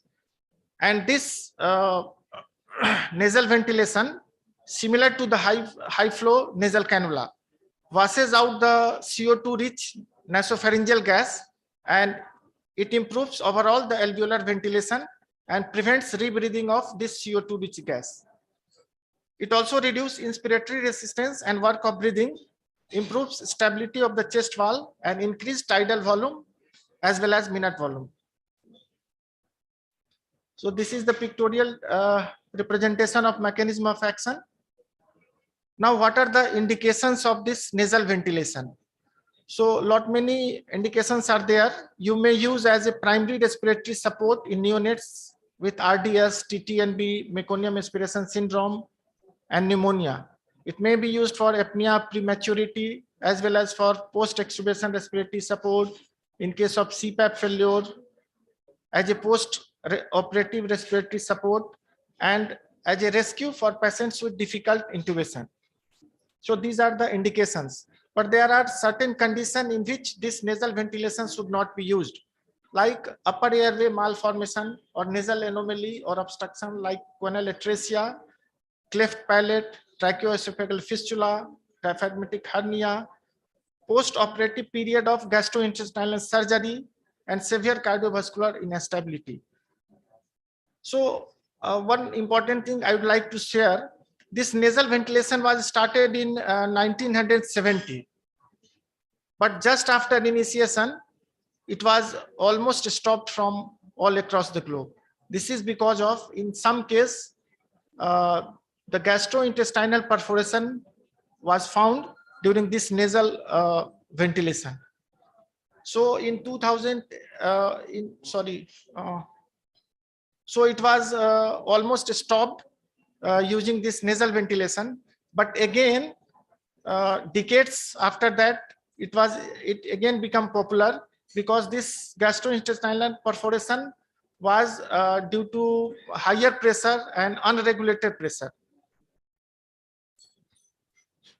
Know how you can use this NIPPV. So guidelines for use of NIPPV.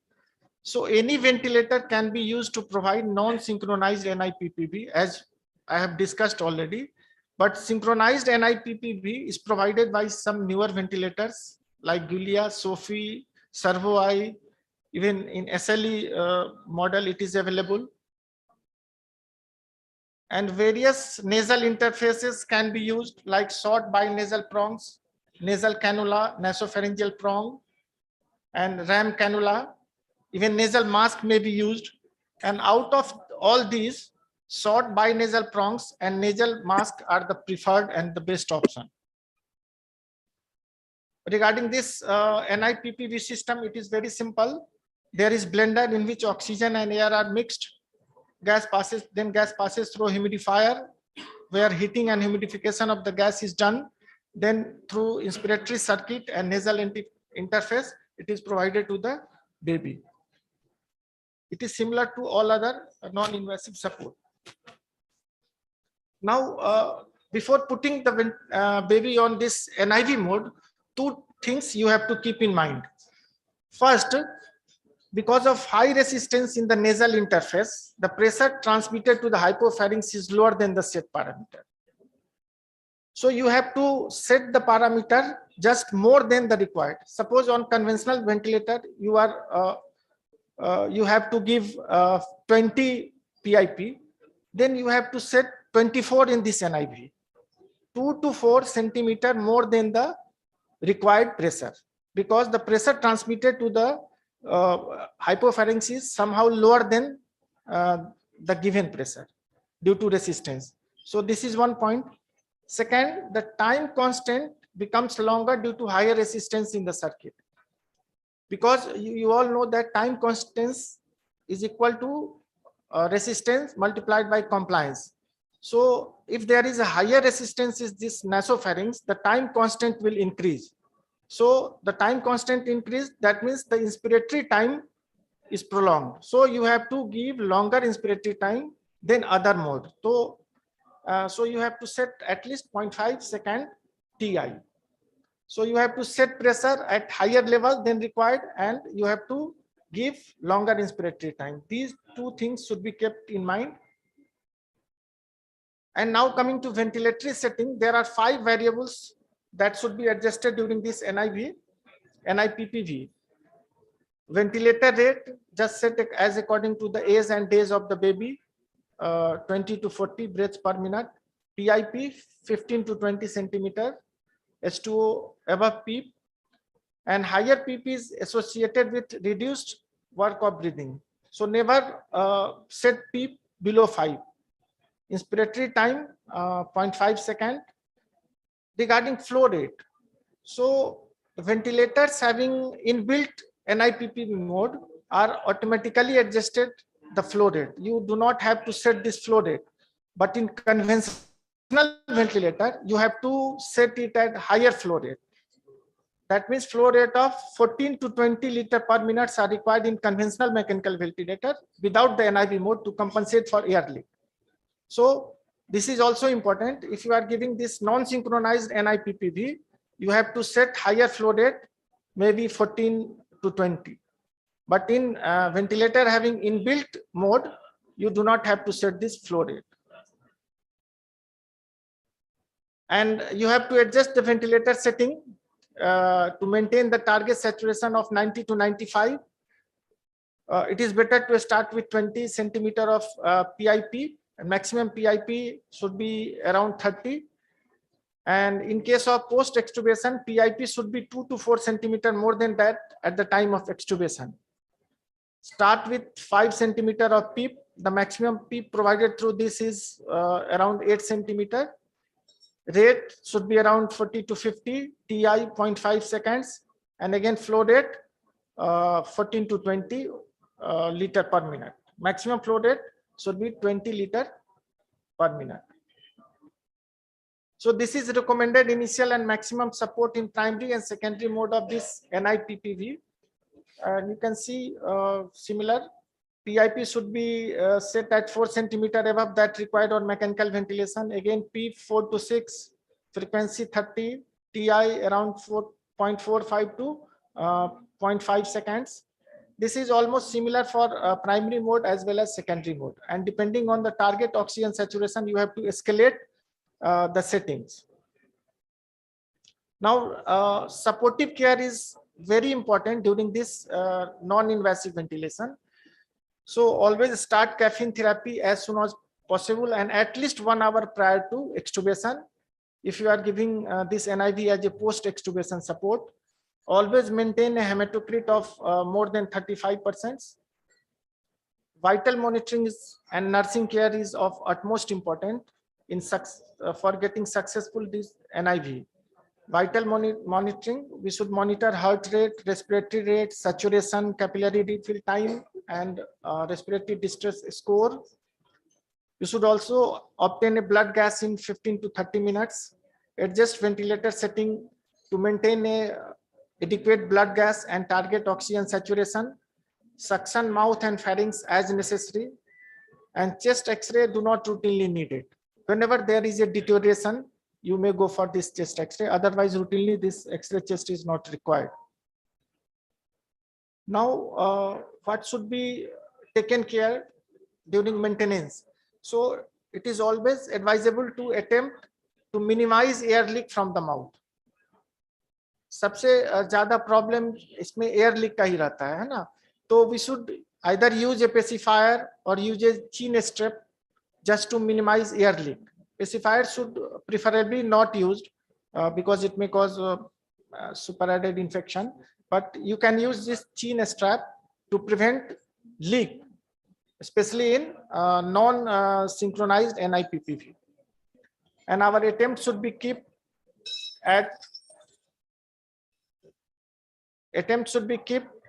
to keep PIP 4 centimeter above the targeted value. And this orogastric decompression tube must be kept while doing this NIV. Feeding tube जरूर डालना है और वो भी large bore feeding tube. And it should be connected to 10 ml of syringe without plunger. And it should be kept the syringe should be kept at higher level, and it may be used just for feeding. Now coming to rules of weaning, this nasopharynx is typically not exposed to higher pressure, so it is better to wean PIP first before weaning the rate.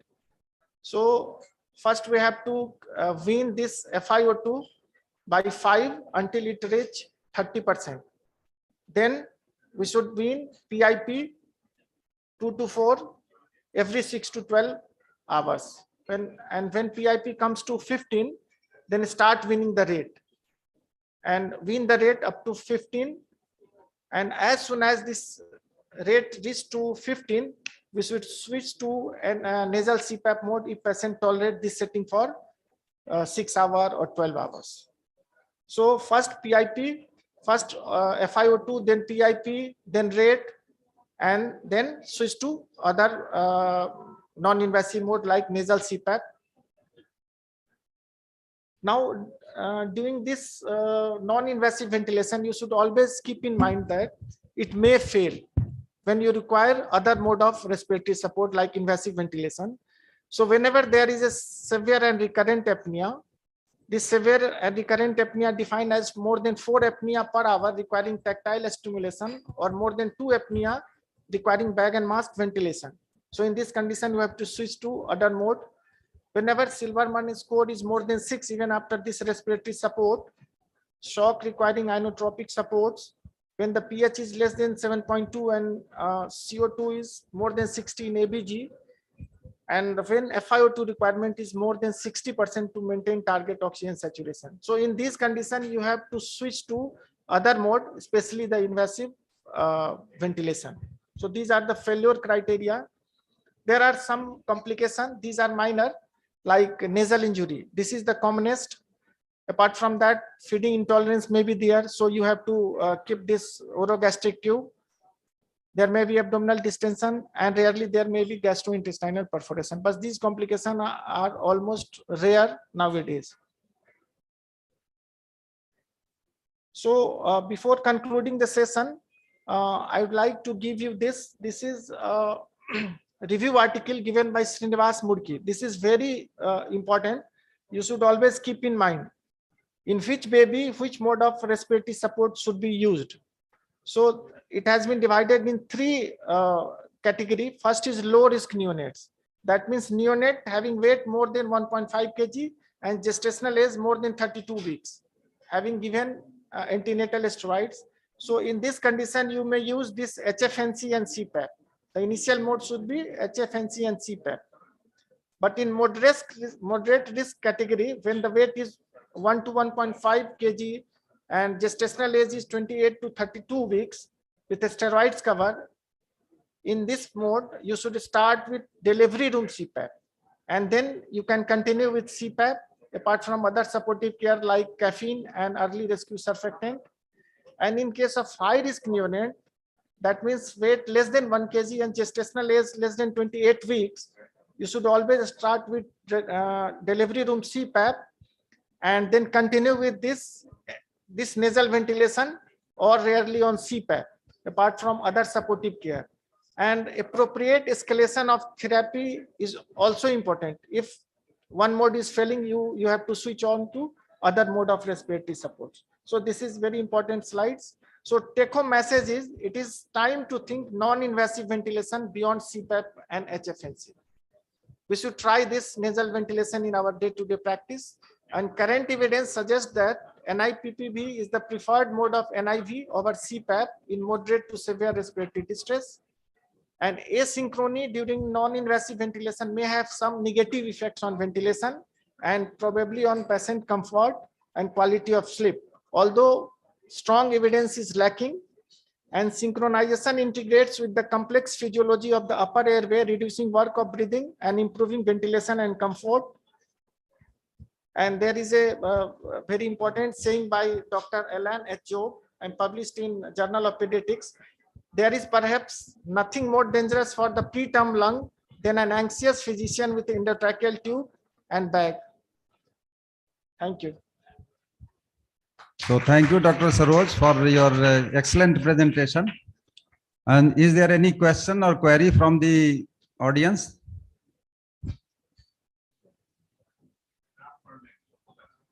Yeah. Say I will be, yes. I will say that at least postgraduates must have this book. That is you can do ventilation by reading the book at the bedside. Number one. Number two, I will request Dr. Saroj sir to give complimentary piece of books to our guest faculties from outside, Dr. Kishore Kumar sir, Dr. K.K. Divakar sir, Dr. Ashok. And this complimentary book must be present in your car. So today only and after this session. Okay, sir. And this will be our suggestion to the young neonatologist and pediatrician that you must try NIV before putting the tube inside the larynx. So before putting the tube in the larynx, you put the tube in the nostrils and you try NIV. Even if you don't have a synchronized ventilator, you start this non-invasive ventilation, you try it. So many of your patients will be better on NIV, unless the contraindications are there, of course. So madam is willing to ask something. Yeah. If in a preterm, if it is less than 1.5 kg, if only mild RD is present, the respiratory rate is 65, and no retractions are there, FiO2 is maintained between 92 to 95 on CPAP, and FiO2 of 60%, then whether to give surfactant or not. So X-ray is not suggestive of RDS. No. First, there are 2 to 3 points. If FiO2 requirement is around 60%, that means the respiratory support is not appropriate. First, you have to either increase the CPAP or you have to switch to other mode of respiratory support.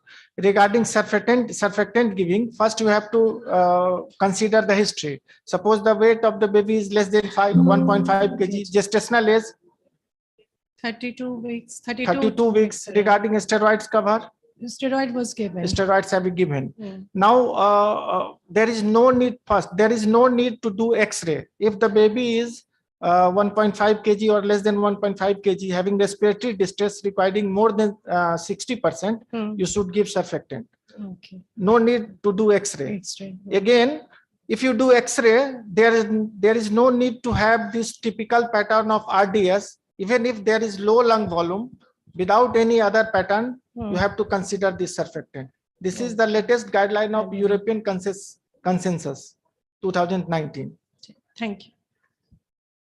In your second column, you had said high-risk neonates, 1 to 1.5 kg. The last slide in the second column, high-risk neonates, 1 to 1.5 kg, not exhibiting RD at birth, not maintained on oxygen, maybe 0.5 liters per minute by nasal prongs.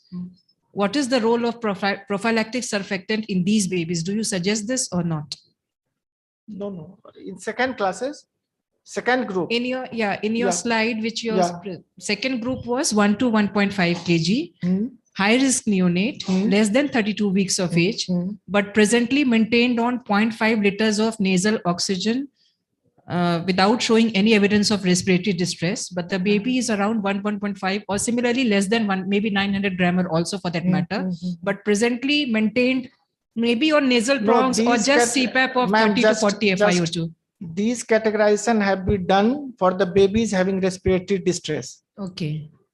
Not without respiratory distress. If there is no respiratory distress, no oxygen requirement. No role of prophylactic surfactant. No, nothing. Okay, thank you. In fact, prophylactic surfactant is not recommended nowadays. Okay, thank you. Yes. So, thank you, Saroj, for as expected. You have depicted the most complicated and technical subject in a very, very simple way, as you have written in the book also. Thank you. so thank you, sir. Thank you, Dr. Saroj, and thank you, Dr. Professor Sanjata ma'am and Dr. Professor Vinod Kumar Singh sir for chairing the session. Now, moving ahead, now we have a topic, immediate KMC, and for this I request Dr. Sugandha Arya ma'am to kindly come on dais, and to chair the session I request Professor Dr. N.P. Narayan sir to kindly come on dais to chair the session. Dr. Professor Ashok sir to kindly come on dais.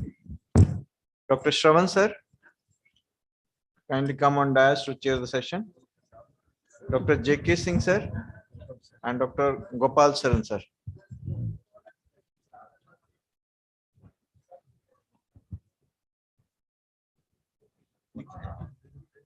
There is an announcement. Those postgraduate students who have their posters, kindly be there at their site, and there will be it will be evaluated by the judges. Thank you. I have a great pleasure in welcoming Dr. Sugandha Arya, and the profile of whom I'm just reading out, but most of the doctors in this part of the world and internationally also, because he is collaborating with a WHO group also about this subject. So she is an MBBS and MD and professor of Vardhman Mahavir Medical College and Safdarjung Hospital, New Delhi. And she has been working as faculty in newborn unit of Safdarjung for last 22 years now. She is a clinical investigator in WHO, ICMS study projects, including Dennis study, immediate KMC, as I was mentioning, Action 3 trial, and author of original articles in national and international journals and chapters in books. And today's subject is very, very interesting. As you know, this kangaroo mother care is now a reality across the world. And I think we need it most. As far as India is concerned, I think we are the country who need it most, because this is, I think it will go a long way as a cost-effective intervention after ORS, I'm sure, because this can reduce mortality and morbidity, everything, so easily without any effective, expenditure. So I think it's a wonderful way of treating the preterm who need it most, and especially in our country. So with these words, I think I'll give some mic to Dr. Ashok, who has got a special interest in this subject also. So good morning. Thank you, Dr. Nigam. Welcome, Dr. Sugandha. I think this is a very, very important topic. Immediate KMC, as Dr. Nigam has mentioned, this is a one intervention whose potential has not yet been realized fully. So we need to scale it up. Very landmark paper came out from Safdarjung Hospital, which was published in NEJM, which showed the power and potential of immediate KMC in improving the survival of newborn babies. So it's extremely powerful intervention. And it is a step towards humanizing neonatal care. So newborn care का मानवीयकरण करने का एक ये कदम है, right? So we are very eager to hear from Sugandha about how to implement it and how to upscale it. So Sugandha, the floor is yours. Thank you very much. Thank you, sir, for your kind words. And at the outset, I want to thank organizers for giving me this opportunity to share this important topic. But before we go, so today I'm going to discuss immediate kangaroo mother care, since it is new to most of us, that how it came into picture, what is the evidence, how the study happened in Safdarjung Hospital, because we face a lot of challenges and probably this cross learning will help us to in the solving the challenges in the implementation phase. So, but before going to immediate KMC, I want to run video which Dr. Shravan Kumar made 7 years back on KMC, where he even said this line that actually, I saw this video just few days back when I talked to Dr. Shravan Kumar.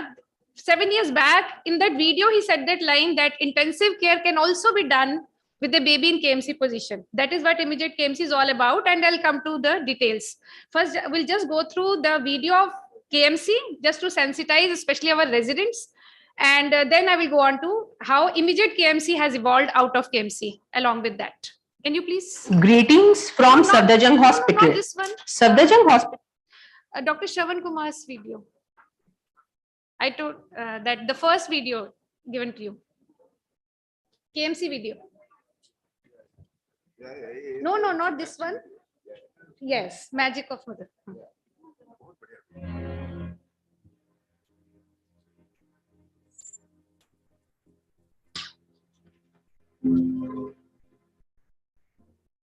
Kangaroo mother care यानी kangaroo मातृ सुरक्षा, यह एक ऐसी विधि है जिसमें बिना खर्च के नवजात शिशु का इंटेंसिव केयर कर सकते हैं, गहन चिकित्सा कर सकते हैं।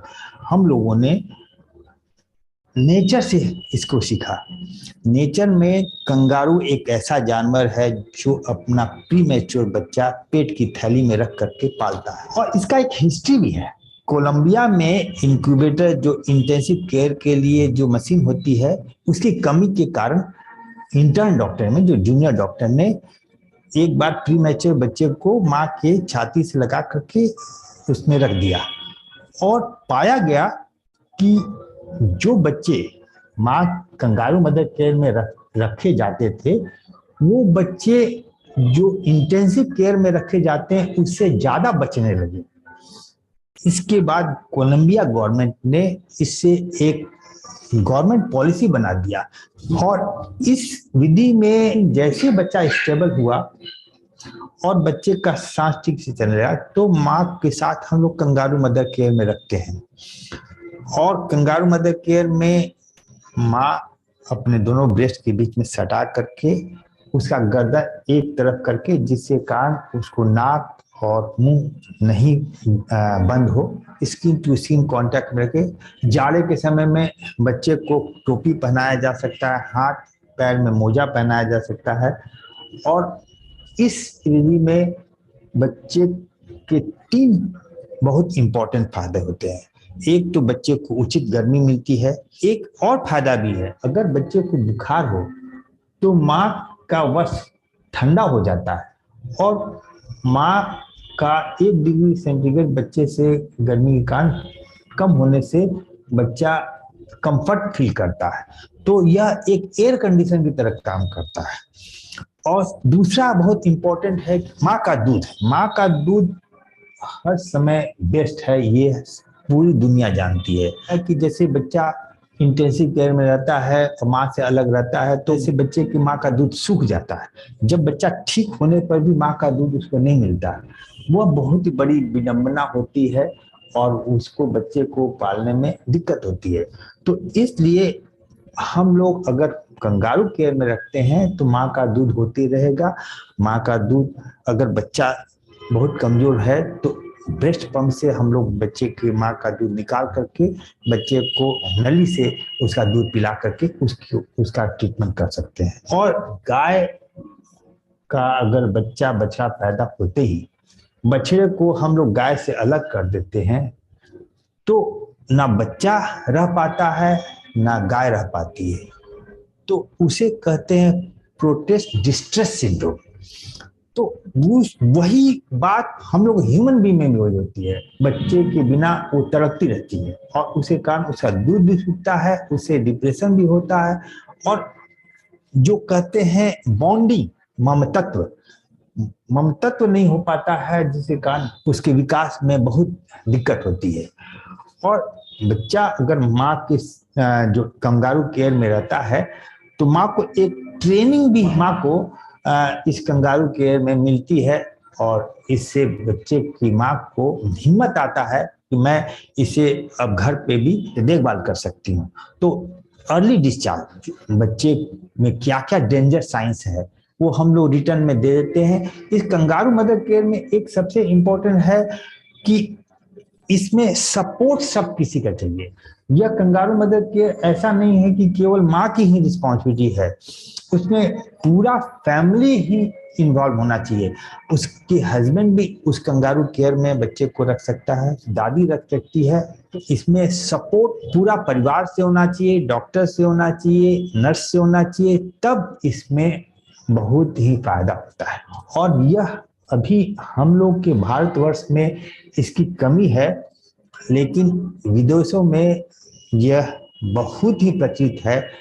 यह मिलिंडा गेट फाउंडेशन है, इसमें वो बहुत सपोर्ट कर रहा है कि kangaroo mother care all over world में इसको बहुत अच्छी तरह से इसका प्रचार और प्रसार हो।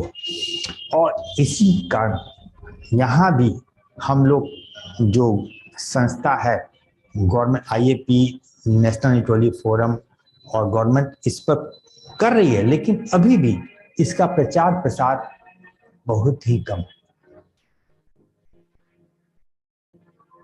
Thank you.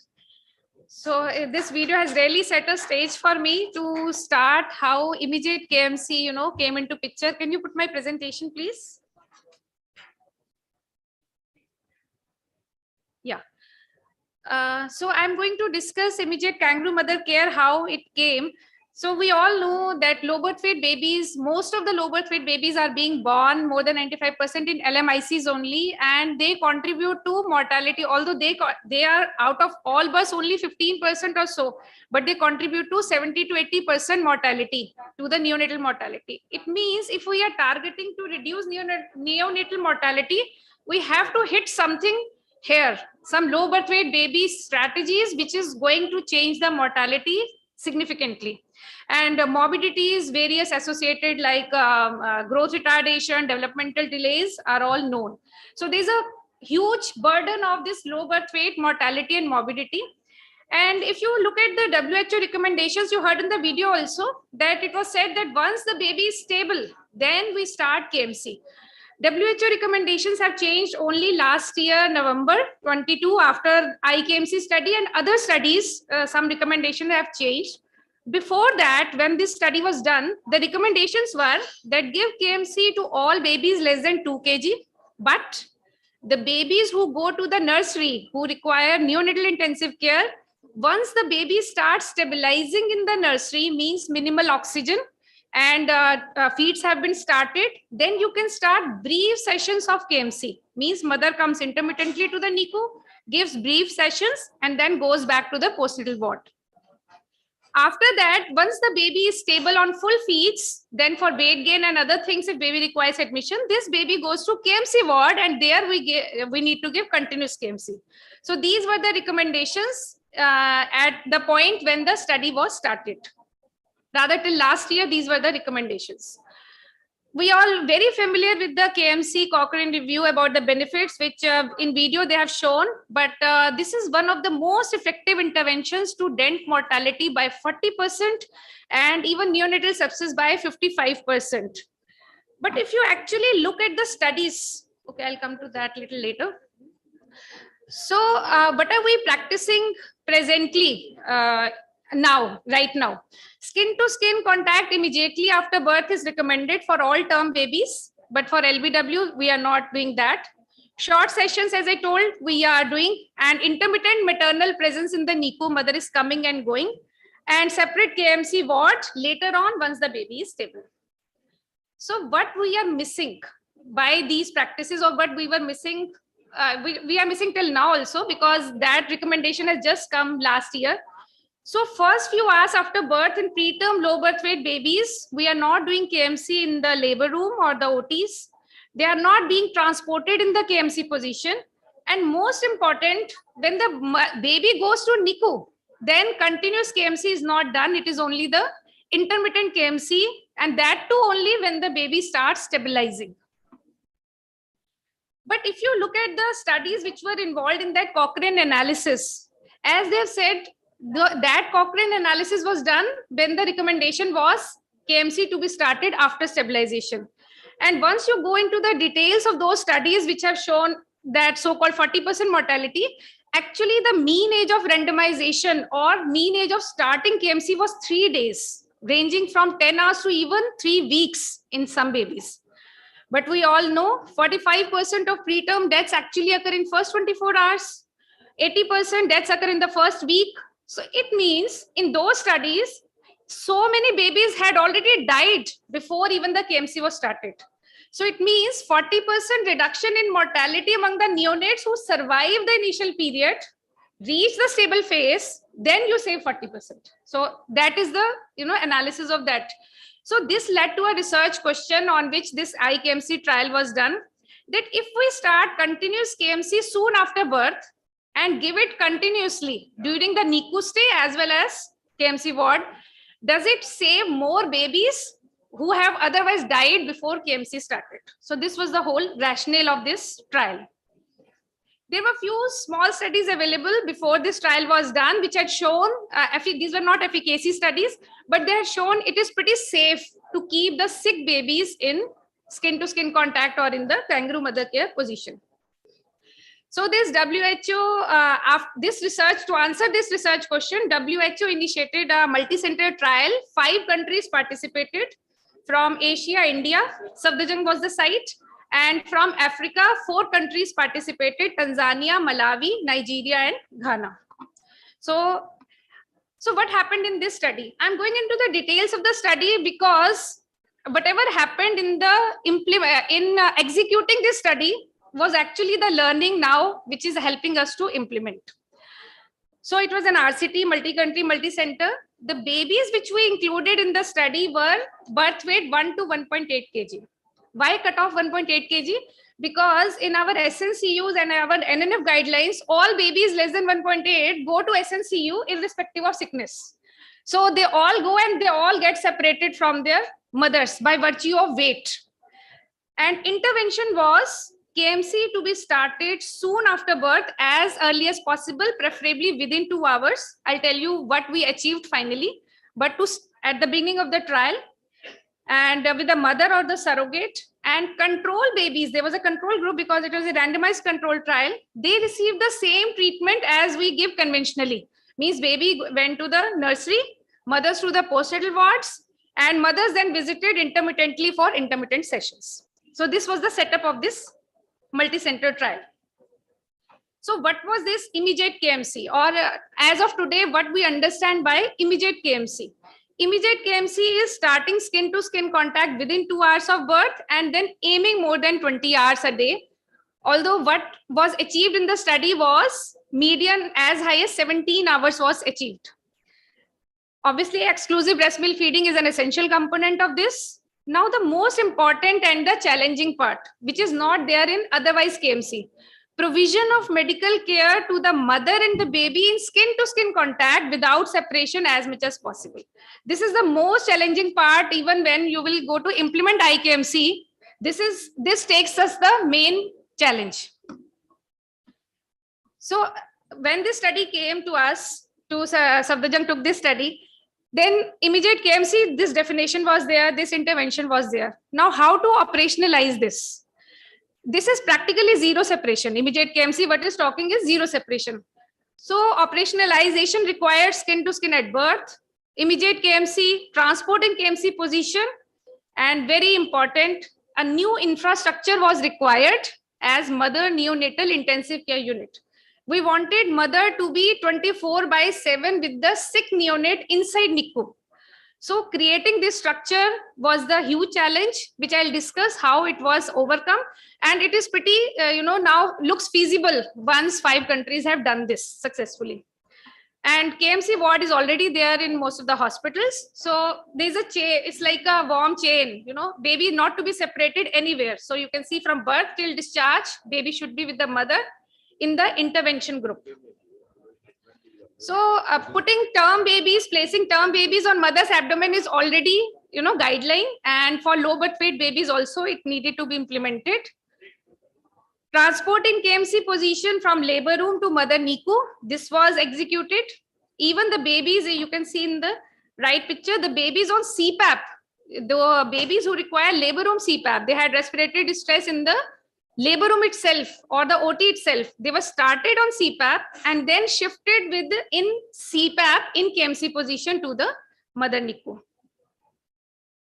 Now, how this challenge was, tackled by these 5 different countries. I don't know how many of you have seen our Safdarjung NICU, and most of the NICUs are like this in India, where warmers are like this, warmer.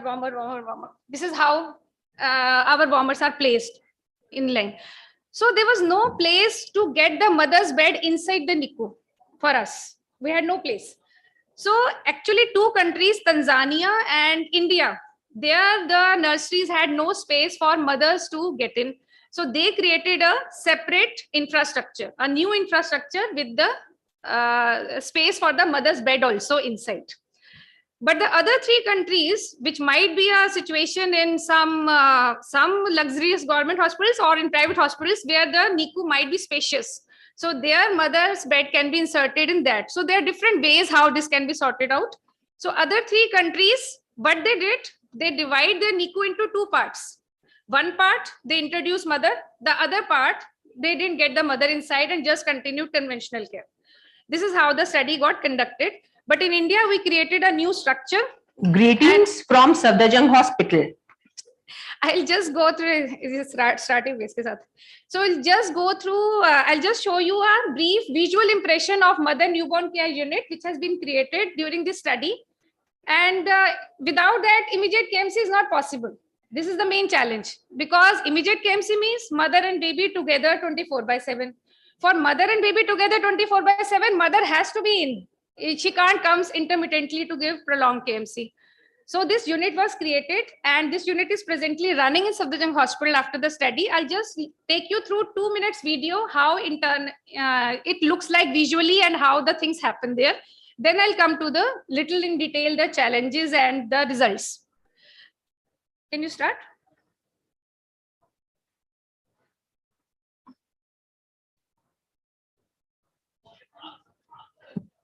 Greetings from Safdarjung Hospital. Safdarjung Hospital is one of the sites for multi-center, multi-country immediate kangaroo mother care study.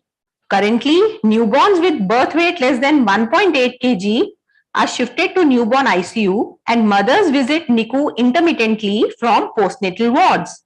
For the immediate KMC study, the mother newborn ICU was created so that small and sick neonates and their mothers are cared together 24/7 from birth till discharge to achieve zero separation. As soon as the baby is born, he or she is placed on mother's abdomen. After initial care at birth, baby is put in kangaroo mother care position with mother or surrogate and transferred to MNICU in KMC position, thus providing immediate kangaroo mother care. If required, CPAP is also given in KMC position. Each mother-baby diet cubicle has all provisions for level 2 ICU care of baby. It has radiant warmer, CPAP machine, oxygen, suction facility, vital monitors, phototherapy, and adult bed with adjustable back support for mother. In MNICU, there is hand washing station for mother and healthcare worker, nursing station and counseling area. Apart from this, it has a kitchen, dining area, bathroom, and toilet for mother and surrogate to use, and mother's examination room. In mother NICU, mother is the caregiver, changes the diaper, she feeds the baby, and continuously monitors the baby, thus providing developmentally supportive care. Here, mother is able to provide prolonged, continuous, effective KMC as long as 17 to 20 hours per day. The babies who require CPAP are also cared in KMC position, and even tube feeding is given while in KMC position. Since these mothers have just delivered, obstetric team cares for mothers in MNICU itself. Thus, in MNICU, couplet care is provided. MNICU empowers mothers to take care of their small and preterm newborns. IKMC study results shows that newborns cared for in MNICU have 25% lesser mortality at 28 days of age and less chances of infection than those cared for in NICU. Thus, MNICU is a facility where mother is a care provider and not a mere visitor. So this has made things simpler because I had shortage of time.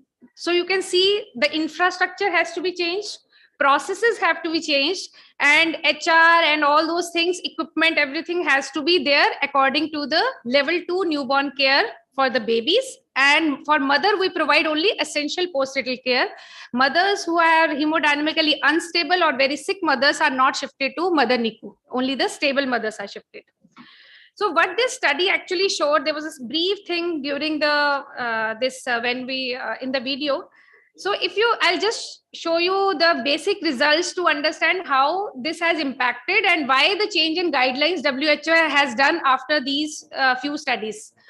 So baseline characteristics during the study, the babies who were enrolled had a mean birth weight of 1.5 kg and mean gestational age of 32 weeks in both the groups, intervention group where this intervention was given and control group, that conventional NICU babies. And now if you see median time to initiation of skin to skin contact, it was, effort was made to start kangaroo mother care within 2 hours after birth. That is why kangaroo mother care was started either in the labor room or OT itself to start within 2 hours. And median time of starting in intervention group in this study was 1.3 hours. But in the control group, as the WHO recommendations were there at that time, we waited for babies to stabilize. Once they stabilized, we started KMC, and median time of initiation was 53 hours in the control neonates. If you see the duration of STS, then in intervention group was 16.9 or 17 hours was the median time, because mother and baby were together the whole day and night. So MNICU is required to achieve this if you want such long hours. And in control group, mothers were visiting intermittently, and median KMC was 1.5 hours per day only. And once both these two groups got shifted to KMC ward, then it was continuous KMC 19 to 20 hours in both the groups, because those NICU babies also reached KMC ward. Primary outcome was mortality. Mortality in first 28 days and mortality in first 72 hours. First 28-day mortality reduced by 25% in this study by immediate kangaroo mother care. And then coming to the secondary outcomes, there was a lot of apprehension when this study started that infections may go up. ICU is supposed to be a very sterile area, and everybody was very apprehensive, including administrators and policymakers. When this study, when MNCU was inaugurated, then additional secretary had come, Mr. Jhalani. He was a non-medico, but his first reaction was, won't infections go up if you let the mothers in all the time? This was the first reaction, which was a genuine, concern for all. But later on, we found that actually infections reduced by 18% in the IKMC group and not increased. This is coming on its own again and again, this front, I think. And regarding the secondary outcomes, one was infection, as I told, 18% reduction, hypothermia reduced by 35%. And why it reduced? In India, our control babies were in radiant warmers. So we did not face much problem in the hypothermia in the control group also. But in the African countries, who participated in the study, their conventional care is in the wooden cots. They have very limited warmers. So they take care in the cots, and their hypothermia has a high incidence as compared to KMC. There was a very interesting finding which I found in his video also. He said if a baby has fever, then mother helps to decrease that also. But there was another finding in Safdarjung which we saw later on when we were looking at the data. There was risk of hyperthermia in the control neonates. It was not our outcome. So we did not. And why? The reason was that in the radiant warmers, many times you must have observed all those working in the NICU, the probe they forget to put the probe, mother took out the baby, or probe got disconnected and the temperature goes up and baby is in skin mode. This problem is not there in KMC position. So that was another thing besides that. And so these were the main secondary outcomes. Additional breastfeeding indicators were also analyzed. And this was very expected.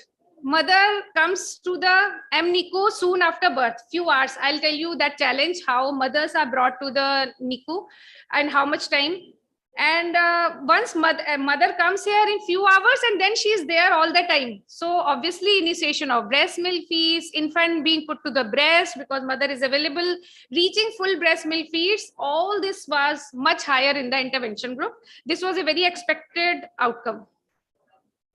So what immediate kangaroo mother care, concluded that if we practice, if globally this practice is made globally feasible, then if you provide IKMC to 27 babies and then one life is saved, it means 25% reduction in mortality will save 150,000 newborns globally every year if this strategy becomes universal.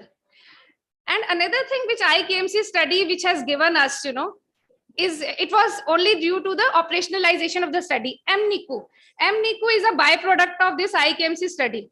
To implement IKMC, it had to be created. Once created, it was found that it is very, very useful to have all these objectives achieved if you have mother inside. So the answer remains operationalization of mother newborn care unit. Without that, IKMC is not possible. So overall, as I said, IKMC is nothing. All these are different terminologies. IKMC is nothing but zero separation. Do not separate mother and the baby irrespective of the sickness, weight, or anything. Just keep them together. And what this study has shown that zero separation is quite feasible. These babies in study received KMC of skin to skin of 17 hours per day. Efficacious because the results were all in favor of IKMC. There is no safety issue, no risk of sepsis, hypothermia, or hypoglycemia we have found. And very important, zero separation is acceptable from this study. It was not acceptable from the beginning. Let me come to that. From parents, no resistance anytime during the study, never. But from health personnel, initially, lot of apprehensions, lot of resistance. But once it came into practice, now, if you talk to our nurses, our residents, one of our residents is sitting here who enrolled the first baby in this study, Saurabh. And after it came into practice, now it is acceptable to health personnel also, once it has come into practice. Then another challenge came, COVID pandemic. We completed this study in 2020, January. And the study was stopped early. Actually, the study was supposed to enroll 4,200 neonates, but we stopped at 3,211 neonates because results had shown clear benefit. So WHO Data Safety Monitoring Board directed to stop the study because of clear benefit. January we stopped. March, COVID came. And COVID created a lot of apprehension. You all know our KMC wards got shut down, but to talk about this mother NICU. And we were also scared that if something happens inside, and it was a new disease. So for few months, actually, NICU was shut down, like other KMC wards. Then later on, WHO guidelines came in few months that it is pretty safe to do KMC, and cost-effective analysis came up that putting in KMC is much better than not taking risk for COVID, if you balance that risk. And with those guidelines, this mother NICU was restarted in late 20s. And after that, we have been running throughout the second wave, third wave, we have been running and no problems, but you have to be strict protocol when COVID wave picks up, that you should not let the mothers in who are symptomatic. Anytime she develops fever inside NICU, she is transferred to the suspected area.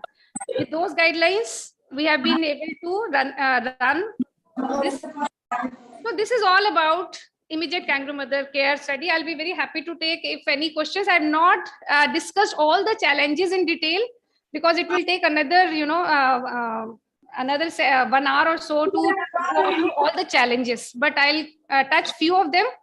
But before that, now the study is there, results have come up. We know it is effective. Now how to go forward in implementing it? First step was required. It has to come from the guidelines. Only then people will accept this. Now WHO guidelines have come on 17th November 2022, where there are few major changes have happened to the previous guidelines which we discussed. Earlier it was less than 2 kg. Now it is less than 2.5 kg, the KMC. And now they have said don't wait for stabilization. It can be started as early as possible. If your infrastructure processes, everything is in place, you can start IKMC. Guideline is there. IKMC, this has come from another study which was done by Society for Applied Studies.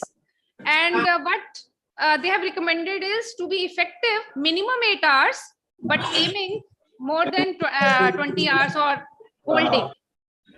And there are a lot of implementation support materials. Besides that, we have created a toolkit also for mother newborn care unit, that if you want to implement mother newborn care unit, what is the infrastructure, what are the designs of MNICU, their floor designs, equipment required, HR and processes, most important processes. And that toolkit we can share if anybody is going through that process. So with 2030 SDG targets, WHO guidelines already are there, 2022, but now these to be incorporated in our national guidelines. WHO has given. So first step will be to get it in our national guidelines. If any new NICU is being opened, then we should aim at opening an MNICU only now, from now onwards. But the NICUs which are already functional, and I have talked to so many people and everybody says space is a problem. Main thing is space, because actually you need 100 square feet per neonate in a NICU, 50 for the bed area, 50 for the ancillary area. But in MNICU, you need 100 extra for the mother also. So space is a problem where you can find solutions locally adaptable. Means you can ask your obstetricians, that's why I was asking an obstetrician sitting here, their mothers are already in the post-natal wards. You are going to take them in their beds. So it is a reorganization of the already existing structure. You are already taking the 12 mothers also in. So if they can provide you half of the post-natal ward or some area where you are in any case accommodating their mothers and then renovate it to make it a MNICU. So with all of us, for years together, we have been separating. This was a norm all over the world. This happens, that we separate the babies whenever they are sick. But now with this evidence which has come into place, now we should aim at zero separation as early as possible when it is feasible. Thank you, Dr. Sugandha. Yeah, just one or two slides. But it is not going to be an easy path. There has to be some changes, as we are discussing. We need to create a policy to have mother and surrogate inside NICU 24/7. That policy has to come up. MNICU we have been discussing. MNICU structure has to be created. But if we are able to do it over next few years, it will revolutionize the way neonatal care is being practiced. As somebody said, it will humanize the way. Keeping the babies in warmers 1, 2, 3, 4. This is not a human way of keeping or caring for them.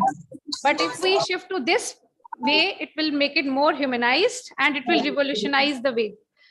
And to make zero separation a reality, you need changes in policy, infrastructure, processes, but most important, mindset of health professionals. Somebody told me space is a big problem.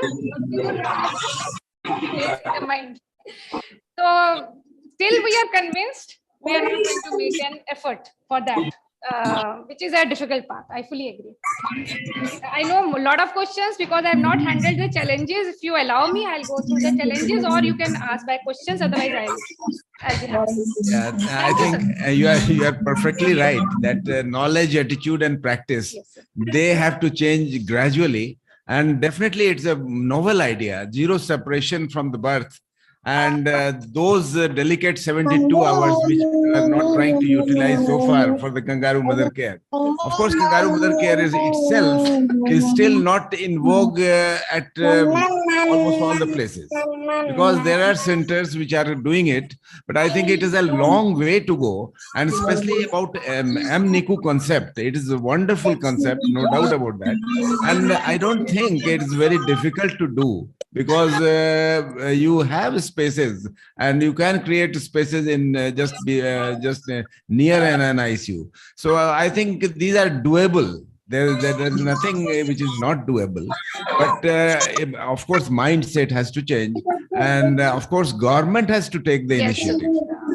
Thank you very much, and Dr. Shravan and Dr. Ashok will now add. Thank you. Thank you, Sugandha, that you have shown my video. And I should say that separation, but you have said that within 2 hours, but I am differing that why 2 hours? Just before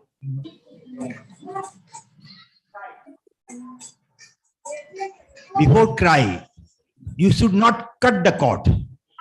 Put the baby on the breast of the mother. Sir, I'll clarify. There are two different things. One is skin to skin at birth and one is KMC.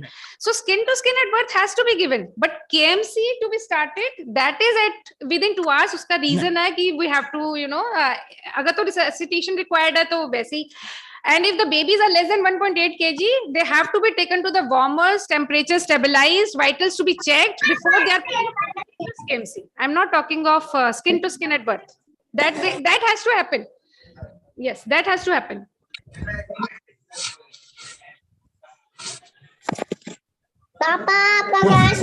You are right. Yeah.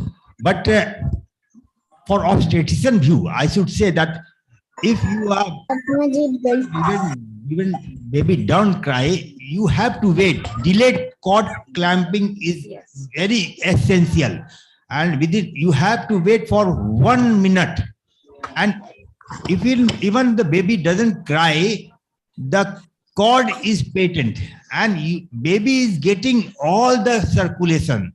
You have not to worry. Even the baby is saturation is 60%, 30%, 70%. You have not to worry. And gradually, baby will, the lungs will be perfused and baby will be all right. So we have, I should say that obstetricians should support the kangaroo mother right from the birth, because we are not, we cannot force we neonatologists or pediatrician. The immediate kangaroo care domain of obstetrician, and they have to do as soon as possible. And for the mother NICU, it is very useful, but because our staff problem will decrease. If mother is coming in NICU, the mother will be, our staff or nursing will be done by mothers, and that will be burden will be decreased. So it is very, very win-win situation in NICU. So it is very good. Thank you. Okay, so thank you, Dr. Sugandha. I think I must congratulate the Safdarjung team for doing such a mega trial. And this evidence was generated in our country, in a very, very busy hospital. And I understand to carry out successfully a study of such magnitude and to get it published in New England Journal of Medicine is a huge, huge task. So it's a wonderful idea. And you mentioned, you alluded to many barriers. And I think the biggest barrier would be the mindset. If we quantify the barriers to IKMC, probably the health professionals would be the biggest threat, a challenge to change themselves. But I think when we present the evidence, sometimes the changes come slowly, but they do come. Only thing is we should have a patience. So I have one question to you. I think in one of the meetings, I also asked that question. Like in Delhi, you have so many other hospitals. Has this idea been implemented by those people like, let's say, Lady Harding or Maulana Azad or UCMS? And again, what are those barriers where they're not able to do it? And so I want answer, and then the audience has any question. Thank you. When this study started, at that time only there was a lot of resistance, from the overall health professionals as well as from the policymakers, that this will increase infections and create more problems. So once the study was over, we were not sure to continue or not, because it was not in the guideline after the study was completed. So when we asked WHO, this whole thing we created, and now what do we do with this? Study is finished. Then they said, once the benefit comes up, the institute who is running the study can continue doing MNCU, no problem. Others can also they can start. But otherwise, there's a process to this implementation. It will be published. After that, guidelines change, then national guidelines change, and then institutions come up with this. So we have not taken an active initiative to do this. So it will come up only once guidelines come up, and slowly this will spread. Rather, I was happy to listen. Dr. Shravan Kumar is practicing so much in private setup. While in private setup, I found even more resistance than even the government setups, because they have a lot of other issues, payment of mother's bed and all. Thank you. Any question for the audience or comments? Dr. Jaiswal, please. Thank you, Dr. Sugandha, for a wonderful deliberation, and of course the mega trial published in one of the most prestigious journal also. So in fact, the KMC, as far as the government sector, because I have been the head of the department, Patna Medical College, for 7.5 years, and what Dr. Nigam has very rightly pointed out, that in so many government public sector hospitals, maybe in district hospital, even in some medical college, the KMC is not being practiced. So in our setup, we started it, and our center is the Center of Excellence for KMC in government of Bihar. And that is supposed to be the resource center for for training for the KMC for different so many paramedics and medical officers coming to our center. And of course, there is we didn't have space, so we started with your reclining chair only, and the TV set is there, and mothers are being educated through TV also, and moreover, we dedicated sisters posted in KMC room itself. So no other work, she has to be posted there only. That I started there. But thing is that when the MNICU concept, that proposal came to me when I was head of the department there, from care people, even Ministry of Society, the NHM people, but it was very difficult due to lack of space. And second, the most important being that our setup is just it's not very close by the obstetrics department. So when the mother, like cesarean section had been done and we wanted to do the KMC, the obstetricians were not eager to come to our ward to examine their own patient like mothers. So that is also a very important hurdle, that collaboration with the obstetric department and the pediatric department, because after, especially after cesarean section, the mother has to be looked after by the surgeon and the obstetrician concerned. So that way, if it is they are not coming and some complication, post-op complication comes to the mother, that will be real problem for any of the treating person nearby. So that's also very important. I want to just comment on this. Actually, we also face this problem, although our obstetrics and neonatal are very close to each other. But the same problem was that obstetrician said vaginal delivery, we will not send mother minimum 2 hours after delivery because of 4th stage, PPH, early PPH. And cesareans, they said we will not shift the mother for 6 to 8 hours minimum, maybe 12 at times. So what we have done in this study, our 85% of the babies were transported with a surrogate, with a female surrogate, some relative of the mother. And then they were shifted because babies were small. Some had respiratory distress. We can't keep them in labor room for 2 hours, 6 hours in OT. So we shifted babies with surrogates to the MNCU. Surrogates continued KMC till mother reached MNCU. And when mother came, then baby shifted to mother side. But you are very right. The collaboration with obstetrics has to be very strong. And that is why I say in such forums, we should have obstetricians with us. Otherwise, you cannot make an MNCU without obstetrician. They have to come and take rounds. Yeah, you can't take risks with the mothers. Yeah. Anyway. That I faced. That's why I gave you my personal experience. That was very there was another thing we did to face this challenge. And what happened? Our obstetricians, they agreed that, okay, you take the baby with the surrogate. We'll send the mother once we give a clearance. But then there was an issue, who will take the round? Now there were mothers from 6 units coming to MNCU. Yeah. And they said every obstetrician will take his own round. Then it was decided it is not good for NICU that 6 units are entering every day. Right. So obstetric HOD decided that they will do MNCU rounds in rotation, monthly rotation. 1 month only 1 unit will come, irrespective of whose unit the patient is. Yeah, that's fantastic. So that cooperation, fortunately, we had, and that will come only once you sensitize them, show them the benefits. I have not presented another presentation how it is useful to mothers, their experiences and how they're liking it.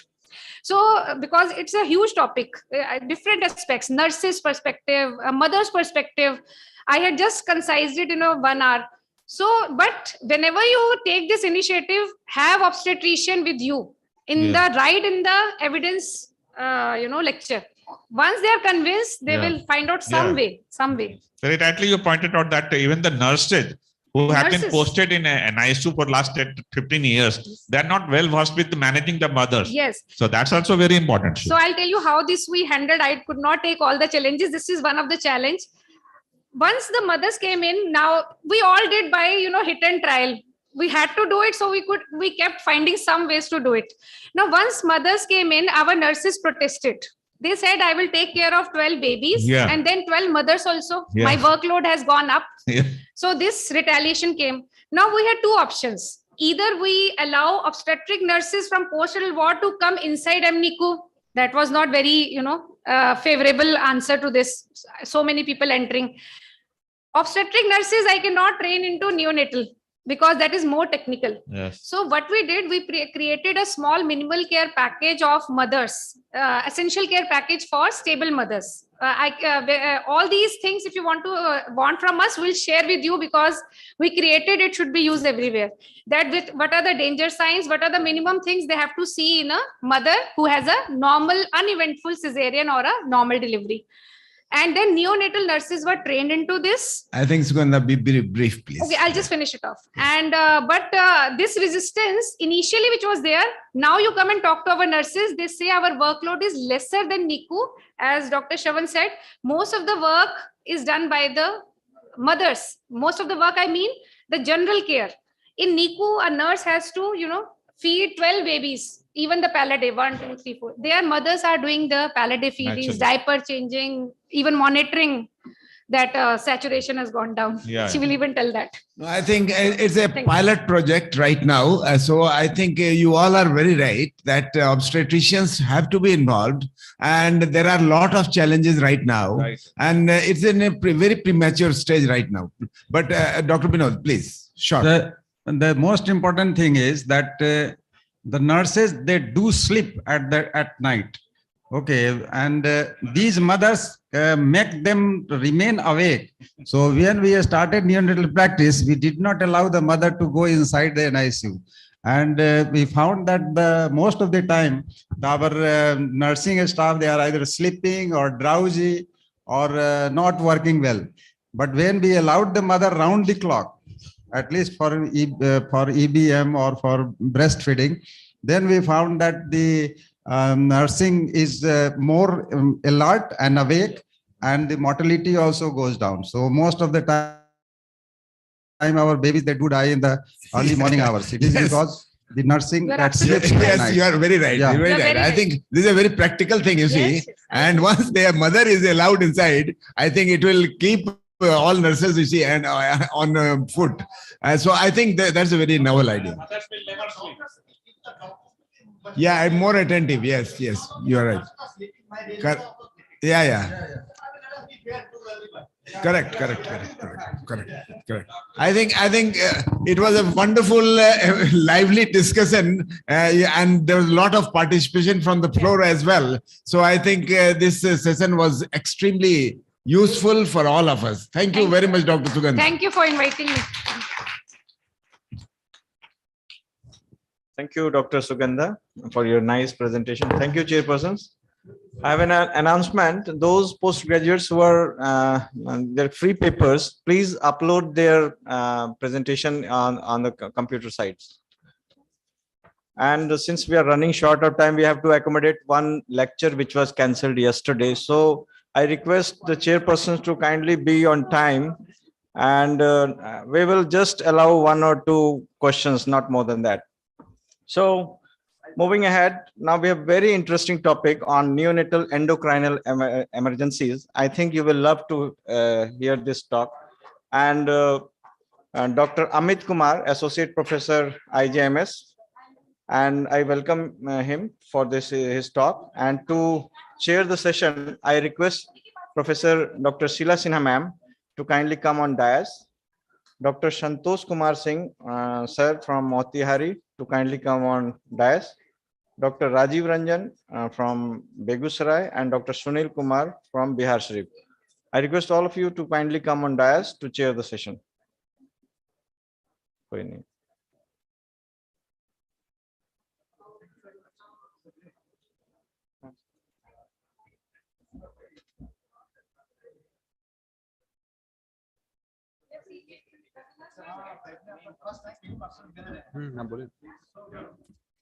Can I request Dr. Tiwari sir to please chair the session?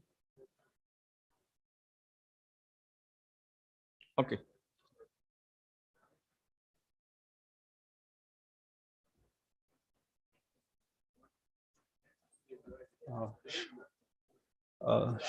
Should I start, ma'am? Should I start, ma'am? Okay.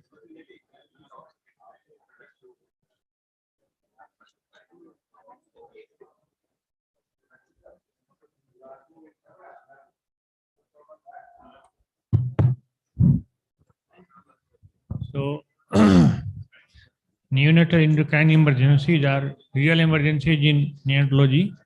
And for this topic, the speaker is Dr. Amit Kumar. He is very close to our heart, not mine, but all of you. All of you know about Dr. Amit Kumar, how sincere he is and how obedient and how trusty he is. He is going to deliver the lecture. So I request Dr. Amit Kumar to start his session. Thank you, chairpersons. At the outset, I must thank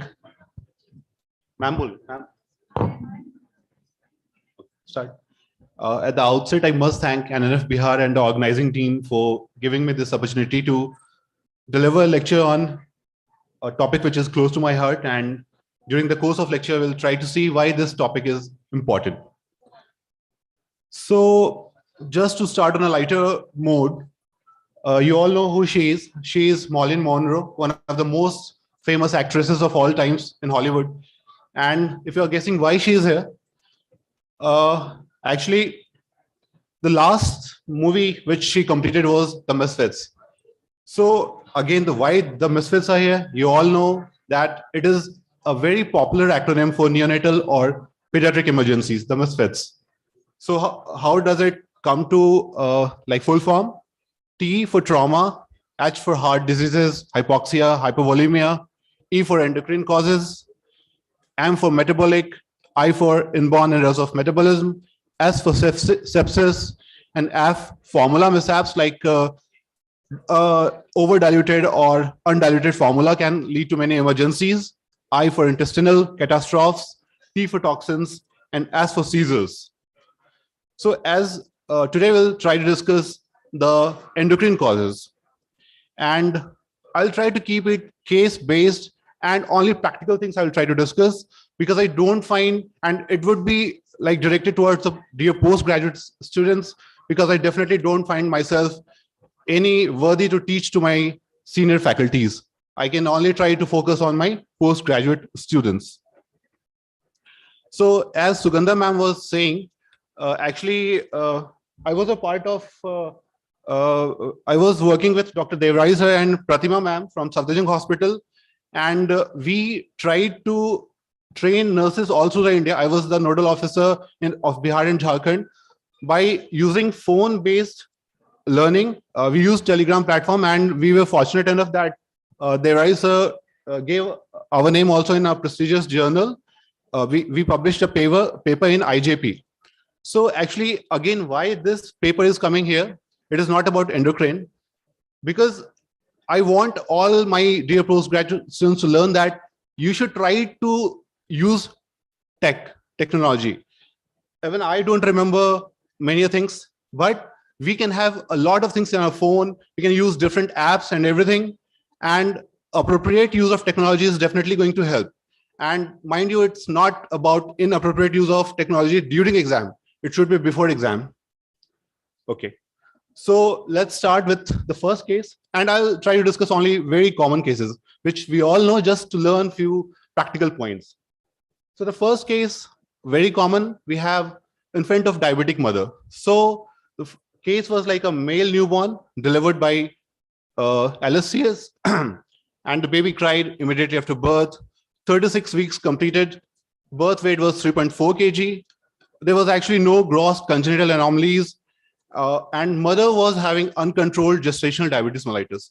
So what you all think? Should we admit the baby? Should we monitor the baby? Or should we just give the baby to mother like any other baby? So how we are going to decide? Does the baby require close monitoring? So the first thing which you all should do, and actually I am sure that you all are doing this, that use a chart, use a appropriate chart. So in this case, we use Fenton chart. And what we found? We found that you can see that 3.4 kg lies above the 90th centile. So what is this? This is a LGA baby, large for gestational age. And we actually should try to monitor, or rather we should definitely monitor these type of babies. And because for some logistics, we admitted the baby for proper monitoring. And what monitoring we advise? We did blood glucose monitoring. We'll see how it's done. We started baby on feeding because baby was perfectly normal, and baby was kept on room air. So we'll try to focus on blood glucose monitoring, because hypoglycemia is a very, or rather one of the most common endocrine problem which we face in day-to-day practice. So just few points of theory. What are the indications of routine blood glucose monitoring? You all know, just to recapitulate, birth weight less than 2 kg, gestational age less than 35 weeks, small for gestational age babies, the definition is less than 10 centile, infant of diabetic mother, large for gestational age baby, birth weight that is more than 90 centile, all sick babies, and if a baby has a family history of hypoglycemia, suppose baby was having another sibling which was suffering from hypoglycemia, if the baby is syndromic, or if the baby is on total or partial parenteral nutrition. But we must remember that we don't need to admit all the babies to NICU for blood glucose monitoring, and it can easily be done at the bedside with mother.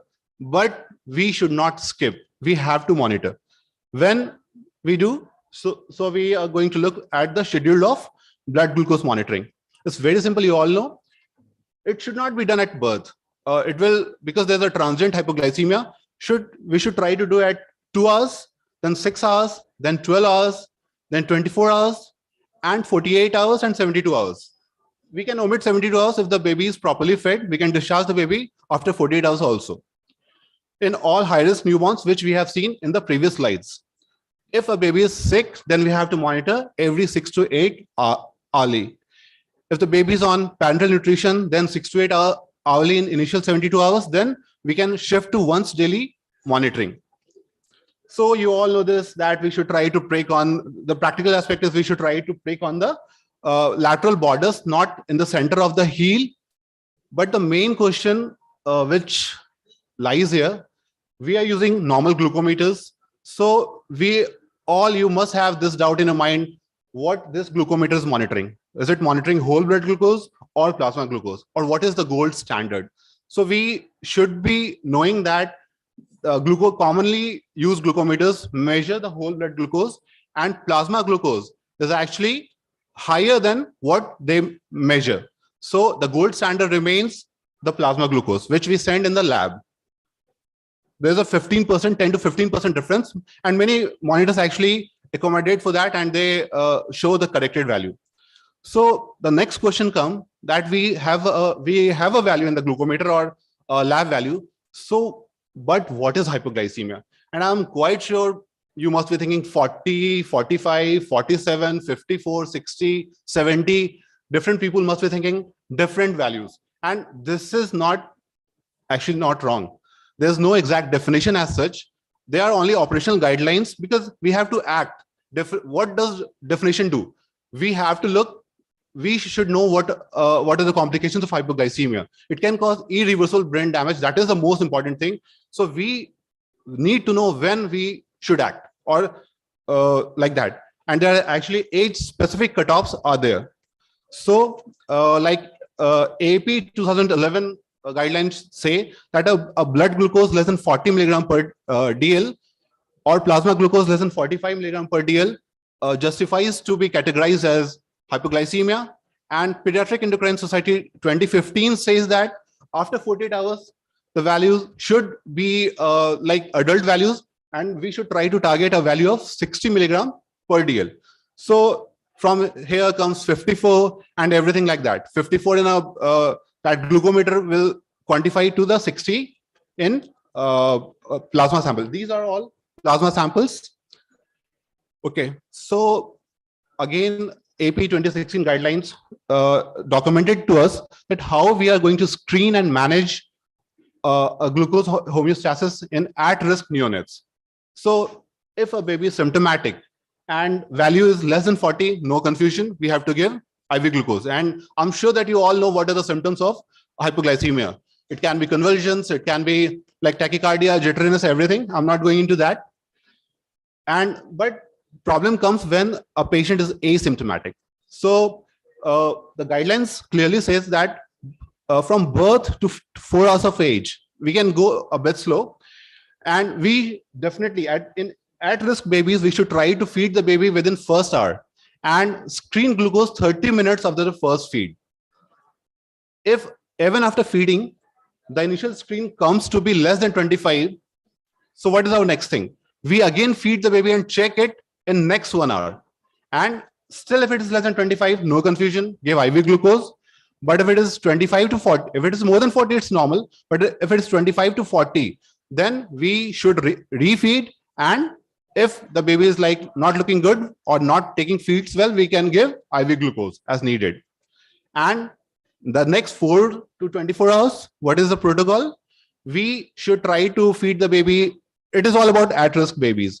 So we should try to feed the baby every 2 to 3 hours, screen glucose prior to each feed. This is important. We should not screen after feeds. We should try to screen prior to feeds and screen if it is less than 35. So feed and check again, like previously. after 1 hour. If it is still less than 35, IV glucose, and if it is more than 35, so it is refeeding or IV glucose as needed. So it's actually age specific. Initially, there's hypoglycemia which adjusts, and by 2 days, the baby should be having blood glucose more than 60. This chart actually I find very useful because such a simple flow chart leads to diagnosis of so many things. So just 2 minutes for this chart. Suppose a baby is having hypoglycemia. So what are the first investigations which we do? We go for blood gas, ketones, lactate, and free fatty acid. What happens? There can be acidemia, no acidosis in the ABG. And what is our diagnosis? It can be hyperinsulinism, that is PHHI, or it can be hypopituitarism, it can be transitional hypoglycemia, or it can be stress. Again, suppose ketones are normal, very easily by just using this flowchart, we can say that the baby is having some sort of fatty acid oxidation defect. Now come to other limb, suppose there is acidosis, and lactate is also increased. So we should doubt gluconeogenesis defects, and ketones are also, or maybe lactate not that much, but ketones are specifically increased. Then we have to think of ketotic hypoglycemia, glycogenosis defect, and cortisol deficiency. Actually, we have diagnosed so many cases of ketotic hypoglycemia, and you all would agree that that is the most common cause of hypoglycemia in larger children. Just by using this flowchart, we have diagnosed many cases of ketotic hypoglycemia. So back to the case which we started discussing, hypoglycemia was documented and managed as some practical things that please don't rely on boluses. Just don't give boluses every time you document a hypoglycemia because it can cause rebound hypoglycemia. And the second point is even more important, that always check blood sugar 30 to 60 minutes after intervention. Anything you have done, please recheck it. Because what happens? You have given a bolus and you, like as sir was saying, no one was thinking about what has happened. So even 30 minutes of hypoglycemia can lead to irreversible brain damage. So we should take it very as a grave emergency. And we should use appropriate GIR, that is glucose infusion rates, and using appropriate route. You all know more than 12% and 10% like that. I'm not going into that. So baby was also monitored for hypocalcemia and polycythemia as we do in IDM babies, but treatment was not required. But what happened? These are not only the complications which we can have on a infant of diabetic mother. Patient was started having respiratory distress on day 2. So what we all think? We think that it can be RDS or something like that. So we did a X-ray, but it was showing huge cardiomegaly. So what is that? As we are also having, as most of the NICUs, a bedside echocardiograph, and what we found that there was hypertrophic cardiomyopathy. Basically, septal thickening was there, and that was causing obstruction, leading to poor circulation, shock, respiratory distress also. So just briefly, we managed with respiratory support, beta blockers, and milrinone was added also. Baby improved on 2 months of life. Baby was discharged on day 10. So like IDM is a prototype of endocrine emergency. It encompasses a lot of things. So coming to the second case, a small case, very common, you all know, a 13-day-old male baby presented with only few episodes of vomiting and loose stools. But disproportionately, baby was having cold peripheries and shock. And actually, I am not sure if it's visible or not. Baby is a male, and actually there's no ambiguity of genitalia. It's normal. You can see better in this image, I think, that there's a normal testis, scrotum, and penis. But I'm sure you can appreciate that there's excessive like pigmentation here. The stretched penile length is 4.3 centimeter, which is quite normal for a newborn baby. And you can see that there's a pigmentation around umbilicus also. So you all know the diagnosis. We thought of CH, that is congenital adrenal hyperplasia. We did some basic investigations. ABG was showing metabolic acidosis. There was base excess was minus 12.6. There was also hyponatremia, hypokalemia, hypoglycemia, and ultrasound showed bilaterally enlarged glands. Serum cortisol was also low. It was 2.3. So based on above mentioned features, patient was suspected of having congenital adrenal hyperplasia. We sent a morning sample for 17 hydroxyprogesterone, and it came out to be increased. So diagnosis was confirmed, just baseline of like basics of management, because it is very important. We should manage first hypoglycemia, we should give fluid correction, and we can take use of normals and boluses, DNS, correction of ongoing fluid losses, and that is very important. Hydrocortisone can be life-saving, and we started at 20 milligram per meter square. So as expected, within a day, patient showed marked improvement. There was no episodes of hypoglycemia, vomiting subsided, and vital parameters improved with no features of dehydration. So what I want to just say, some practical aspects of CH, that just don't rely any value of 17 OHP. It can be very erroneous. Like if you're going to do it on day 1, it can be erroneously high. And even on day 9, day 10, actually, if you're going to take adult cutoffs, then you're going to say that every baby is CH. So we have to take age appropriate cutoffs. And it's actually more difficult to diagnose CH in male babies, because females will have some ambiguity, but males definitely, as you know, are not going to have ambiguity in 21 hydroxylase deficiency. They can have different forms of CH, can have underrealized males also, but that is not the topic of discussion, and it can be life-threatening. You all would agree. I don't know how many babies would have died because they were not thought about having CH and just thought about having sepsis. So that's very important. And lifelong therapy required, life expectancy is actually almost normal. And we have many cases under our follow-up. When I was at AIMS, actually, and even now they call me, they are around 20 years old now, and they are perfectly normal. So stress dosing is very important. We have to tell them how to do stress dosing. So thyroid disorders, actually hyperthyroidism is considered as a endocrine emergency. But I am sure you all would agree that hypothyroidism is no less than an endocrine emergency. It is not going to kill that baby, but it is definitely going to make his brain dysfunctional for whole life. So timing is very important. So I thought of presenting hypothyroidism in next 3 minutes. I am thinking that this is more important than hypothyroidism because it is more commonly we see. So first screening test which we do is TSH. As you all know, if it is more than 20, it is abnormal. TSH, if it is less than 20, it is normal. So there can be 3 things. TSH can be more than 80. 80, more than 80, no confusion, just start the treatment and send a confirmatory sample. Now, confusion arises when it is more than 40, but less than 80. So what we do, we say this is upper line is about DBT, like dried blood spot test. But if TSH is more than 40, we go for confirmatory sample after 72 hours of age. Real confusion is because this is more common, 20 to 40. So what we are going to do?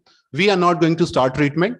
We are going to recall the baby at 7 to 10 days of life for second screen. And we repeat TSH. Now this point is important. If TSH is more than 20 at age of less than 2 weeks, or TSH is more than 10 at more than 2 weeks. So 20 less than 2 and 10 more than 2. So this warrants further investigation. So like now therapeutic part, what is happening? If there's normal T4 but high TSH, so repeat TSH after 2 weeks, and if TSH is less than 10 you should remember it is normal. But if TSH is more than 10, what we're going to do? If simple practical thing, if TSH is more than 10 after 3 weeks of life, whatever T4, free T4, we should try to start the treatment in the benefit of the baby, because the damage which it's going to cause may be irreversible. Low T4, no doubt, start treatment. And we should go for imaging also. If time permits, we can see the slides. So what is the normal? This is important slide here. So just summarizing what we have learned in previous 2 slides. If TSH more than 20 before 2 weeks of age, or more than 10 after 2 weeks of age, abnormal, think about some further investigations. TSH more than 40 with significantly low T4 levels, start immediate treatment.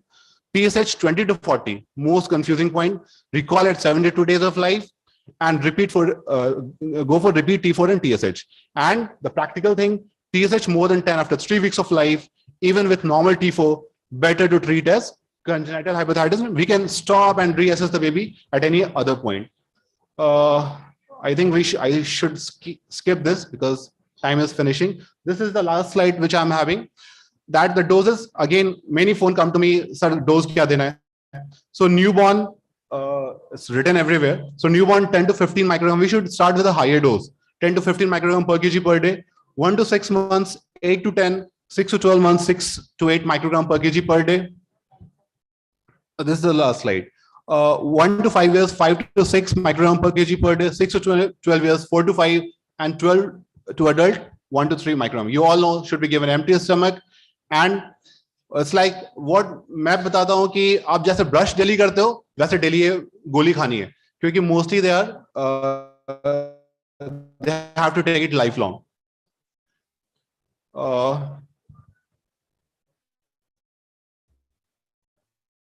Okay. So just take home messages. What I try to show with my slides that you should try to suspect. Everything rest is written in the book. You can see in the book and treat, but we have to suspect. Timely diagnosis and treatment in most endocrine emergencies are very important. Actually, they lead to very normal, very good healthy life. So this is the beauty of endocrinology, that we can have a baby which is almost normal. But opposite is also true. Untimely diagnosis or treatment can kill the baby or make the baby debilitated for life. So thank you.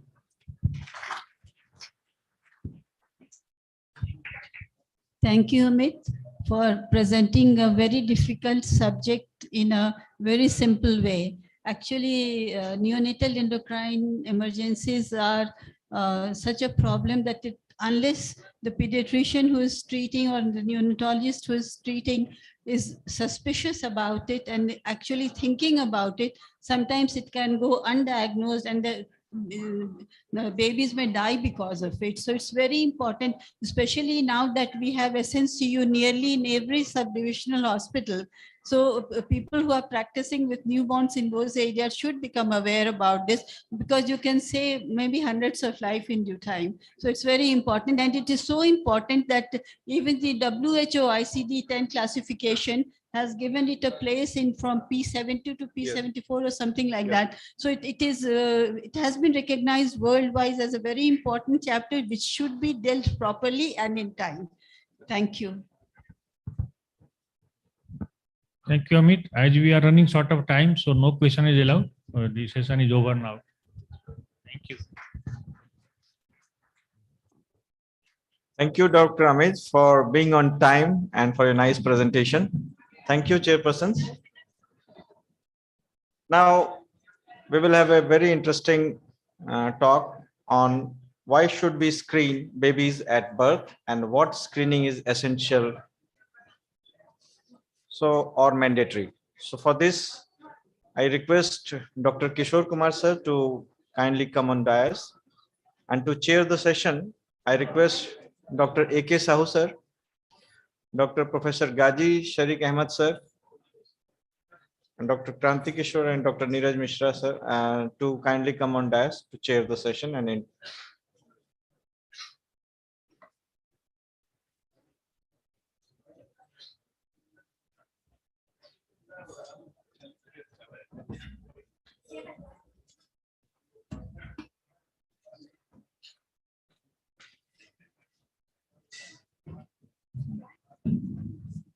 can I request Dr. Professor A.K. Jaswal sir to kindly chair the session.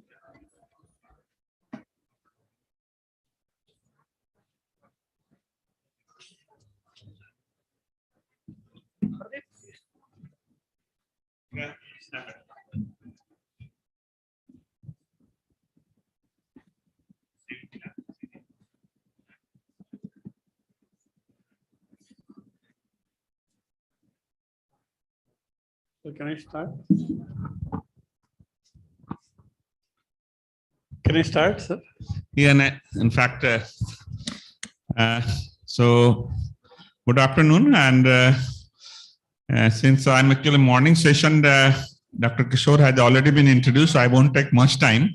But since there are some new people have joined, so brief introduction for him. As you can see here, Dr. R. Kishore Kumar, he the chairman and this thing Cloud9 hospital chain, and that is his, I mean, very important introduction. Apart from all these things you can see. He's a consultant neonatologist, Cloud9 Hospital, Jayanagar, Bangalore. He's visiting consultant neonatologist, IGIC, Bangalore. He's a professor adjunct neonatology, Notre Dame University, Perth, Australia. He's a trainer of trainers for medical teachers, Australia.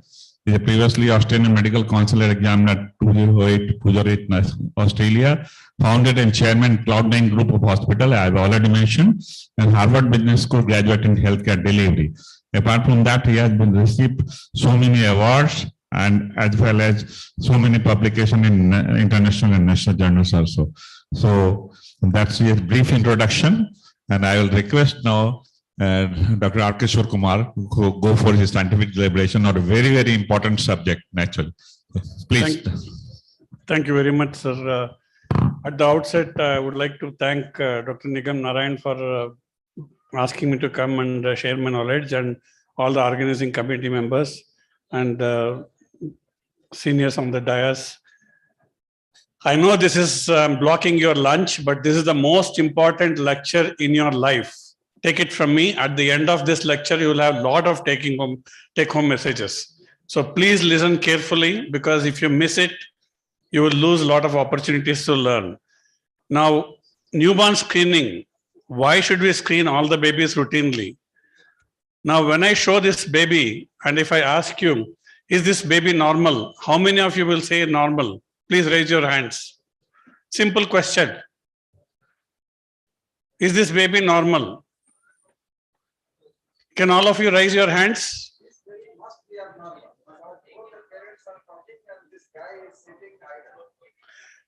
This baby is normal, Dr. Binod says. In abnormal. In what way?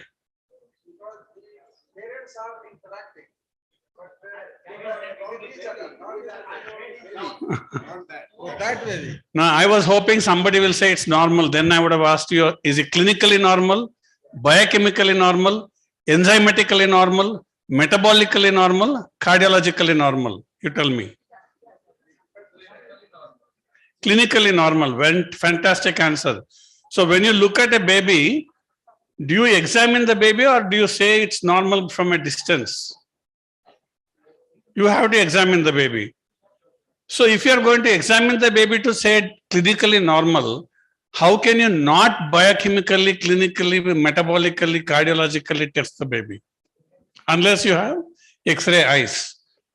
So a screening test is done to detect potential health disorders or diseases which do not have any symptoms of disease. The goal is early detection and lifestyle changes or surveillance. So hypothyroidism is the best example. I left India in 1990. When I went abroad, people were asking questions and I used to ask questions. And I used to think most of these Westerners are dumb, because I used to ask questions to the students as a teacher. What are the signs and symptoms of congenital hypothyroidism? And they used to look at me, am I an idiot? And nobody had the answers because they had never seen that for 40 years. Now, if you ask a question like this, what are the signs and symptoms of congenital hypothyroidism? I'm sure any student in India will answer constipation, overweight, jaundice, prolonged. If anybody answers, that means their teachers are idiots because they have allowed such babies to be seen. Hypothyroidism has been screened for the last 60 years in India and around the world.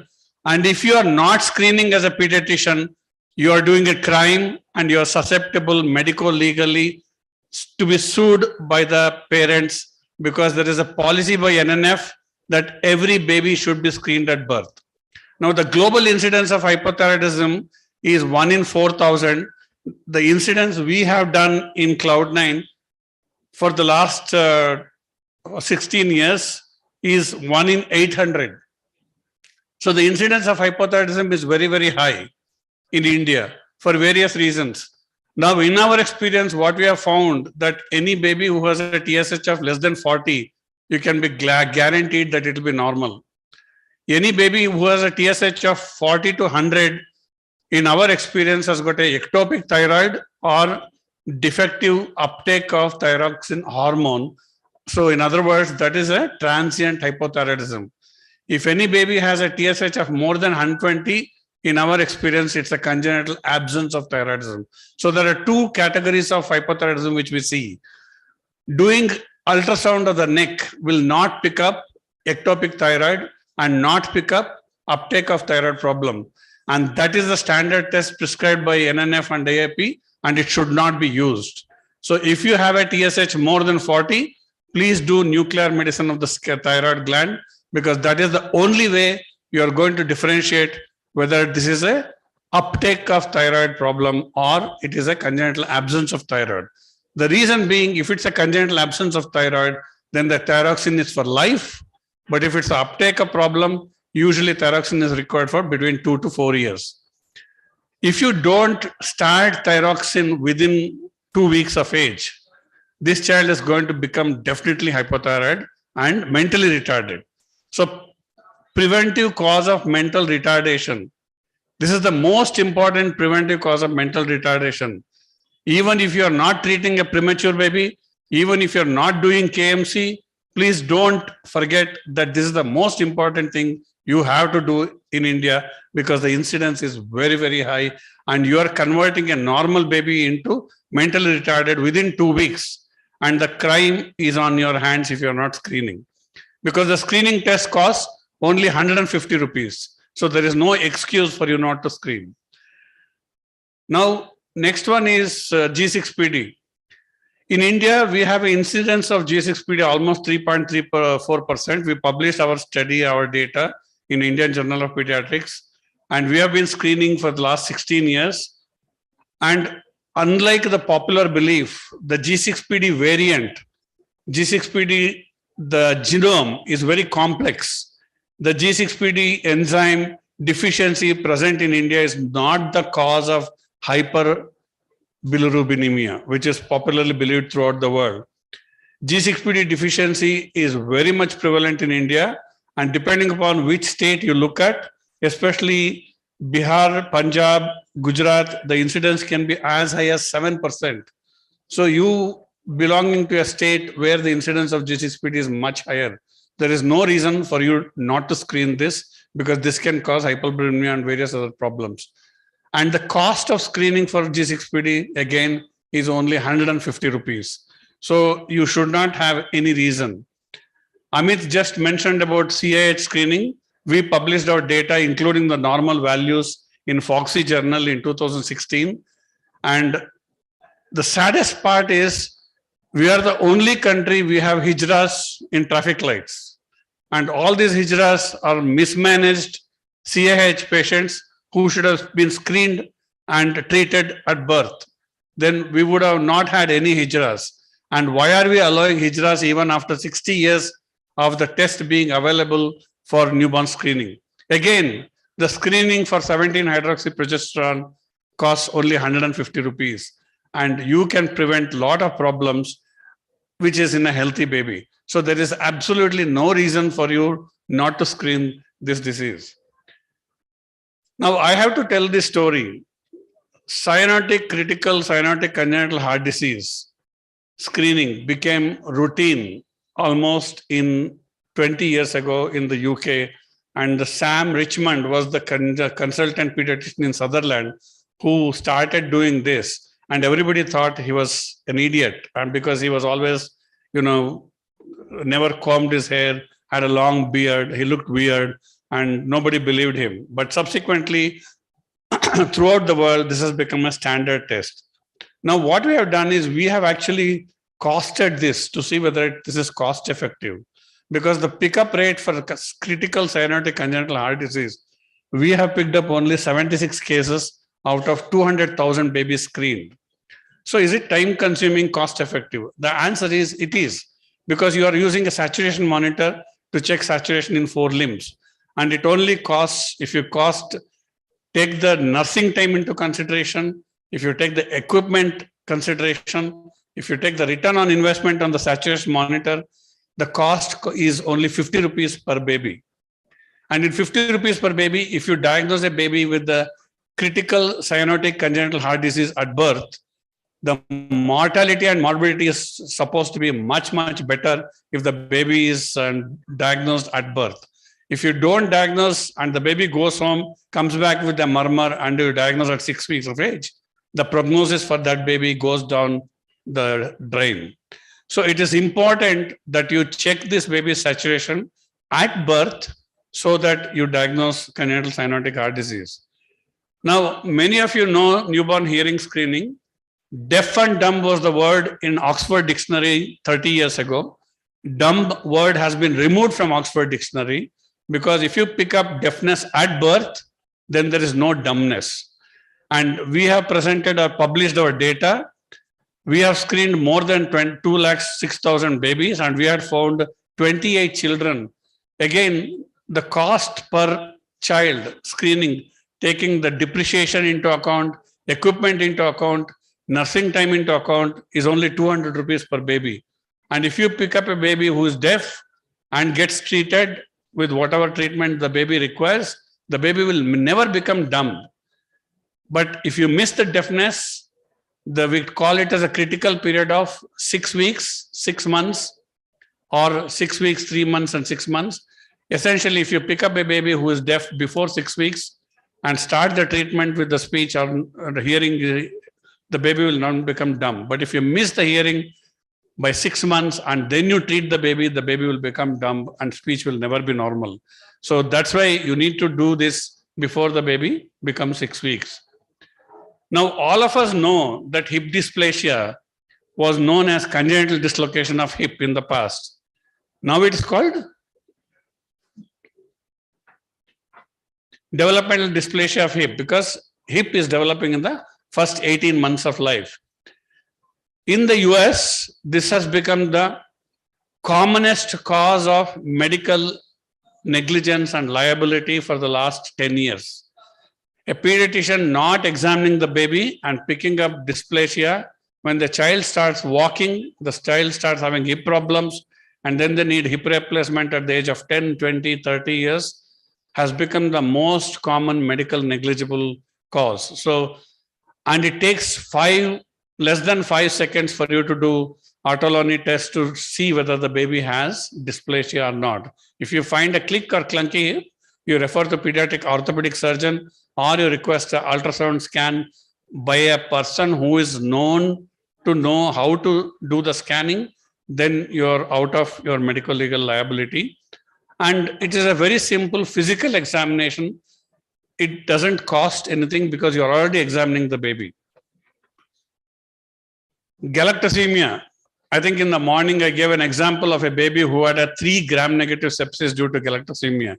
It's not a common disease in India, but it is a common problem if you have babies with a recurrent gram-negative sepsis. You should not ignore it.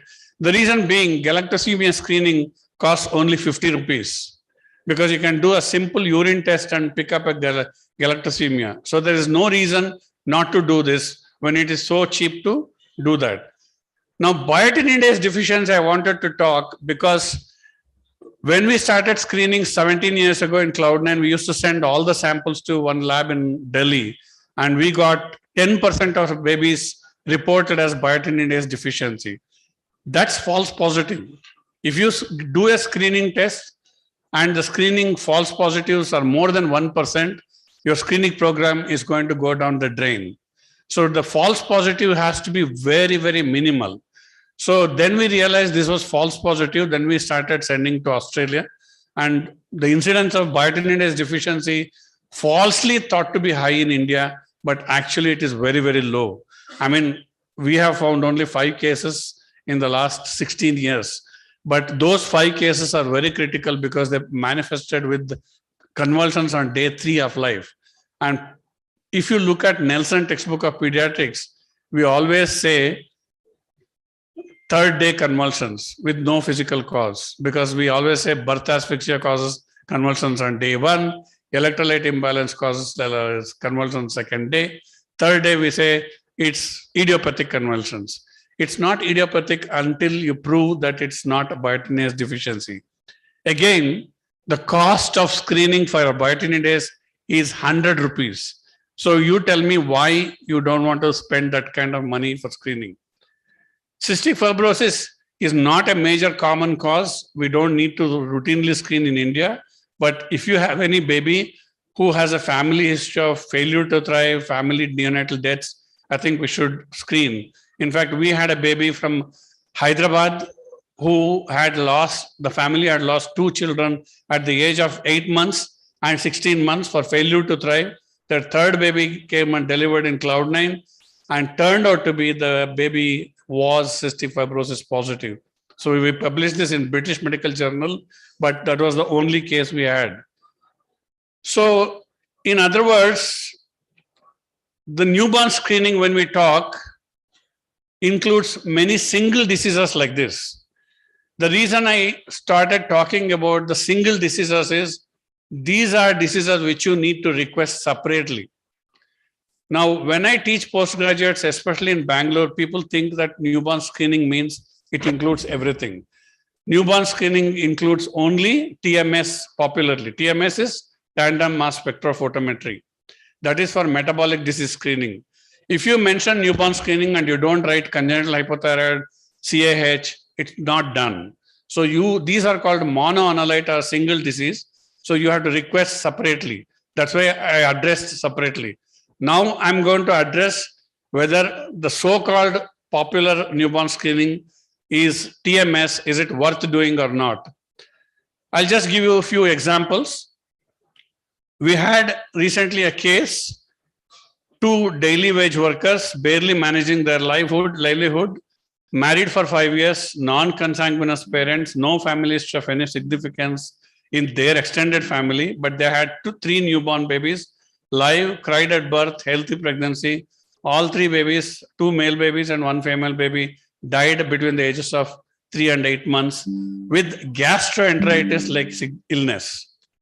4th pregnancy, they delivered a baby girl. Birth weight was 3.3 kgs, came to see me at 2 weeks of age. Now, the tragedy with this family is they had lost 3 babies and they had gone to see in Mysore, in medical college, and also in Mission Hospital and in JSS Medical College, the so-called big academicians.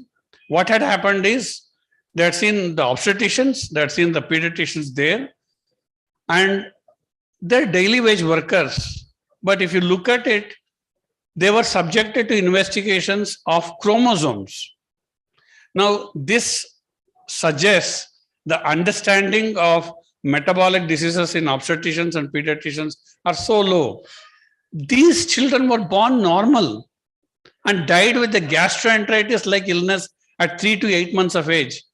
Which chromosome will cause gastroenteritis-like illness?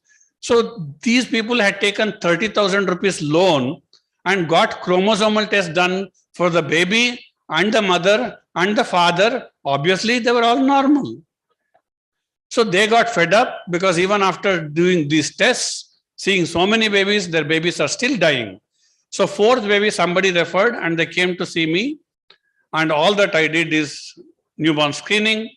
And the baby had definitely, HHH syndrome. We treated the baby with a special diet. Now the child is 5.5 years old and they think I've done the magic. So this is just a best example. And the only reason the parents came to see me is they were from Kollegal, which is about 100 kilometers from Bangalore. And that's my native place. And I heard that a person from this town is running the hospital. Please go and see. And they came and we did all that. And they're definitely now enjoying the happy life. So this is a common error which can happen even in academic institutions.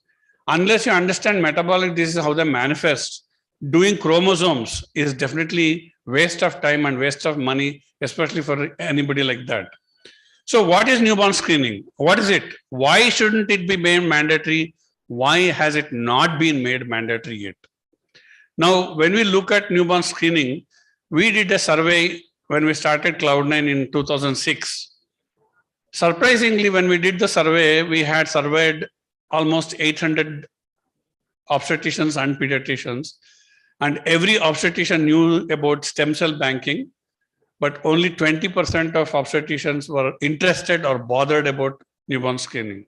So the apathy and loss of awareness on the obstetricians shows the importance of newborn screening we pediatricians are giving ourselves to our babies. So this we published in one of the journals.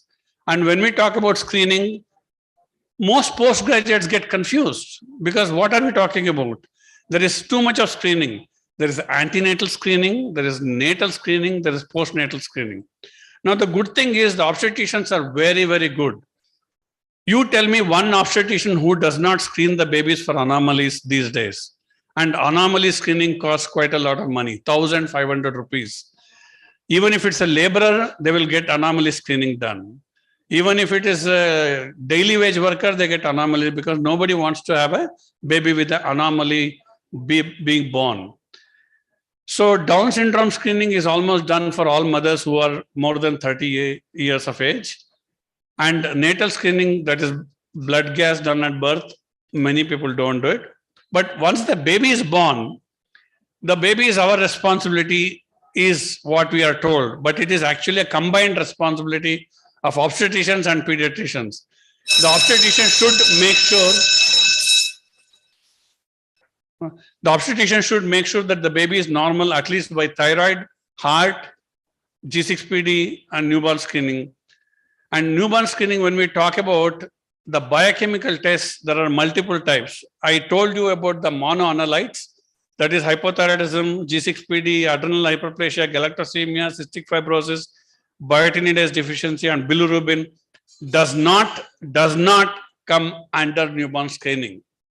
If a postgraduate writes newborn screening in the request form, all that it will be done is TMS, which is tandem mass spectrophotometry for metabolic disease.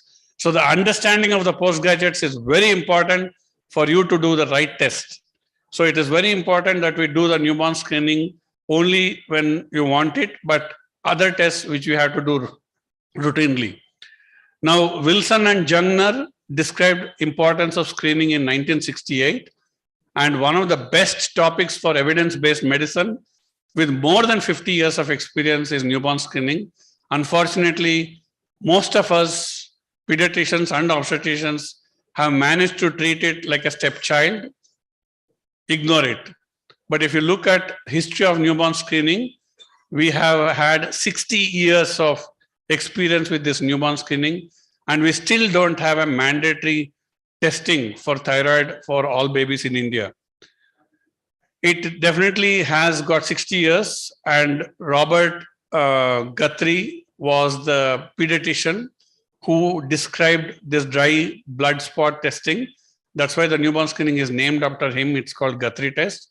And it's a simple test. You collect the blood on a filter paper, and filter paper blood collection is very important, properly done. Otherwise, you get insufficient blood, sweating of blood, and what we call as a double layering of blood. Then we get false positives. So collection of specimen is very, very important. Ideal time for doing newborn screening is 48 hours after birth, which can include all the diseases. And this is where we manage to ignore our babies. Educational material like video leaflets or other things are important. And a good lab is required for reporting proper cases. And definitely we can find the cases and we can treat them if we open our eyes and look for diseases which can be treated. False positives do harm the test if you get too high false positivity. That's why you need to have a proper lab and to do the test. Now, I'm sure all of you are very, very good academicians. You read Indian Pediatrics Journal. Indian Pediatrics, Andrew Morris wrote an editorial in 2000, which literally killed the newborn screening program in India. Because I'm sure all of you know I.C. Verma, Ishwar C. Verma had done tremendous amount of work. He can be, for all practical purposes, called father of newborn screening. He had done so much of work. Indian Pediatrics was almost about to adapt newborn screening mandatorily to India, at least for 3 diseases: hypothyroidism, G6PD, and adrenal hyperplasia, when Andrew Morris wrote an editorial like this, which was interpreted differently by different people, and it killed the program. Basically, he said having the technology to undertake neonatal screening for a range of metabolic diseases does not mean this is the right thing to do. To answer this question, one needs to have local information about incidence, natural history, and effective treatment. And ICMR was told by various people that we don't have the incidence, we don't have the natural history, we don't have the effectiveness of treatment. And that got combined with hypothyroidism, and newborn screening program was killed. It has been 23 years since then, and we all know that hypothyroidism screening is not metabolic screening, and we have to do. I can go through, can I have a few more minutes? I can go through a few examples of cases where we have made a difference. This was a case, morning I briefly mentioned about this lady. They were both software engineers from Patna, Gravida 4. They had booked a delivery in our hospital for being a high-risk perinatal center.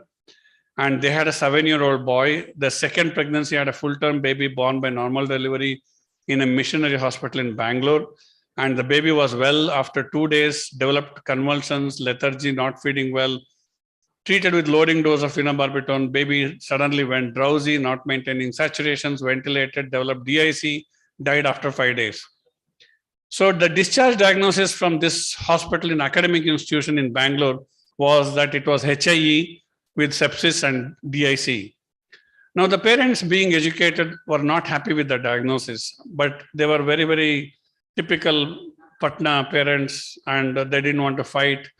They left it. They came to our hospital for the next delivery.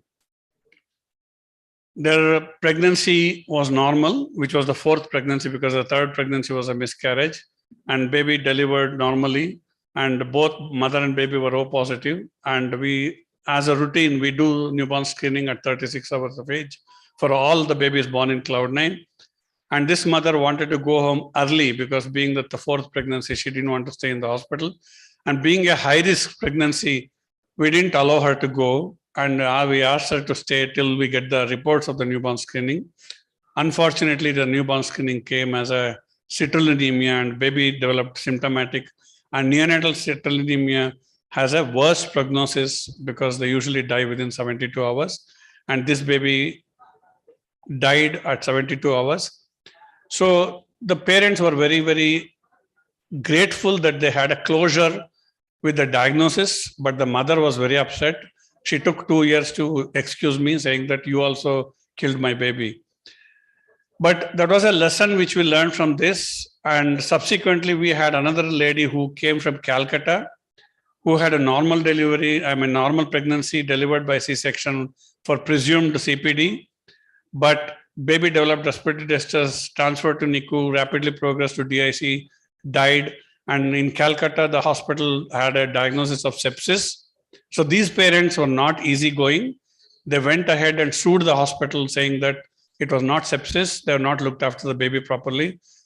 The Calcutta High Court awarded them 2 lakhs compensation. This was in 2012. And so because they got a compensation, second pregnancy, when they got pregnant, no hospital in Calcutta wanted to take them because they may get sued. So they came to Cloud9 in Bangalore. We delivered the baby. Because of the previous experience with the Patna baby, we screened this baby at 24 hours of age. Baby was diagnosed with citrullinemia. So we started appropriate treatment at 24 hours of age. So the baby survived well, went home at 8 months of age, got a liver transplant in Medanta Medicity, and now currently is 10 years old, doing extremely well, standing first in mathematics in the class. We wanted to use this opportunity to educate the public about newborn screening, but Medanta Medicity in Delhi was quick in utilizing the opportunity to publish about liver transplantation. So these sort of stories don't happen in the US and UK and Australia, it happens in India. So we have at least 6 children doing extremely well who had citrullinemia as the diagnosis and having had a liver transplantation in Delhi and now doing extremely well. So bottom of line is, I'm sure all of you know Anupam Sachdev, our past president, tried to do the damage to undamage by writing editorial in 2017 in Indian Pediatrics, saying that 74,000 babies are born every day in India, out of which approximately 74 babies are born every day with inborn errors of metabolism. This equates to more than 27,000 babies born annually in India.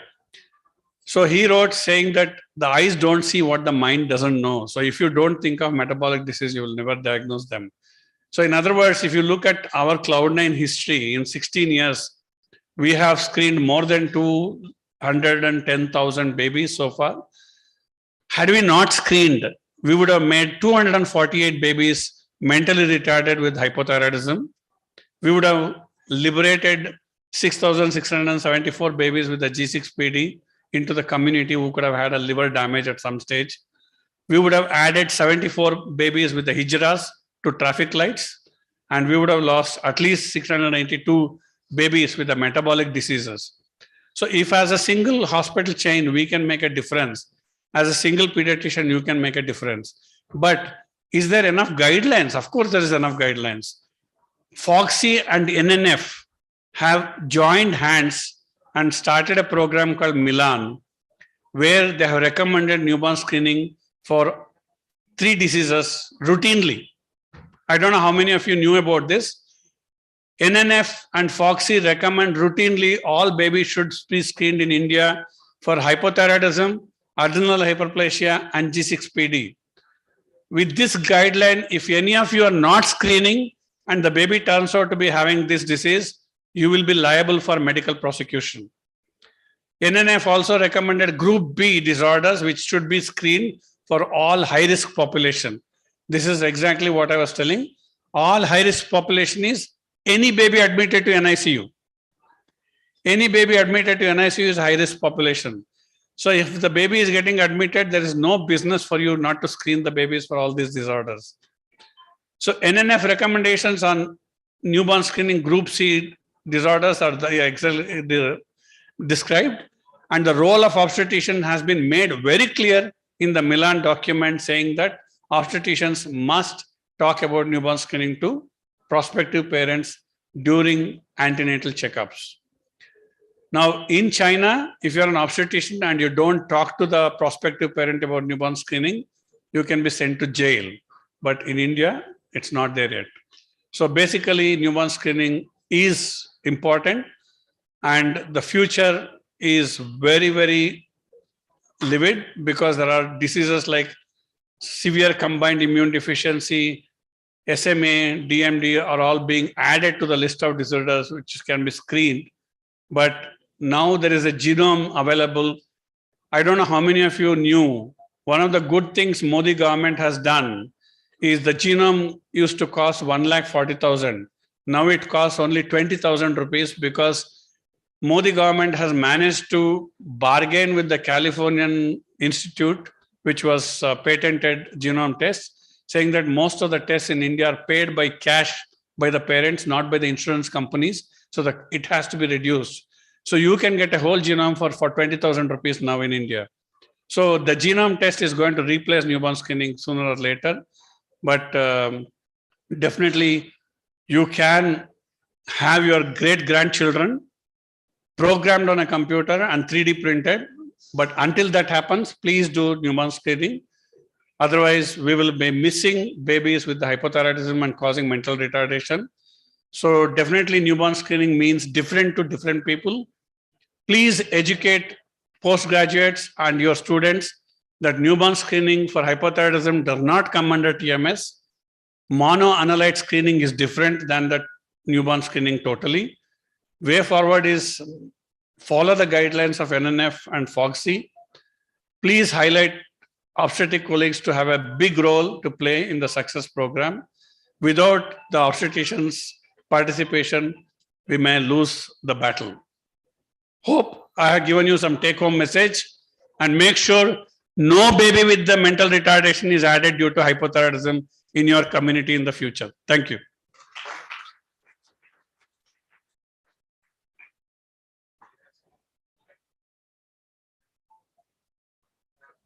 Hello. We have witnessed so many presentations on this topic in so many conferences, but today it was really an eye-opener, sir. Thank you very much for opening the eyes and guiding us. Any question from the audience?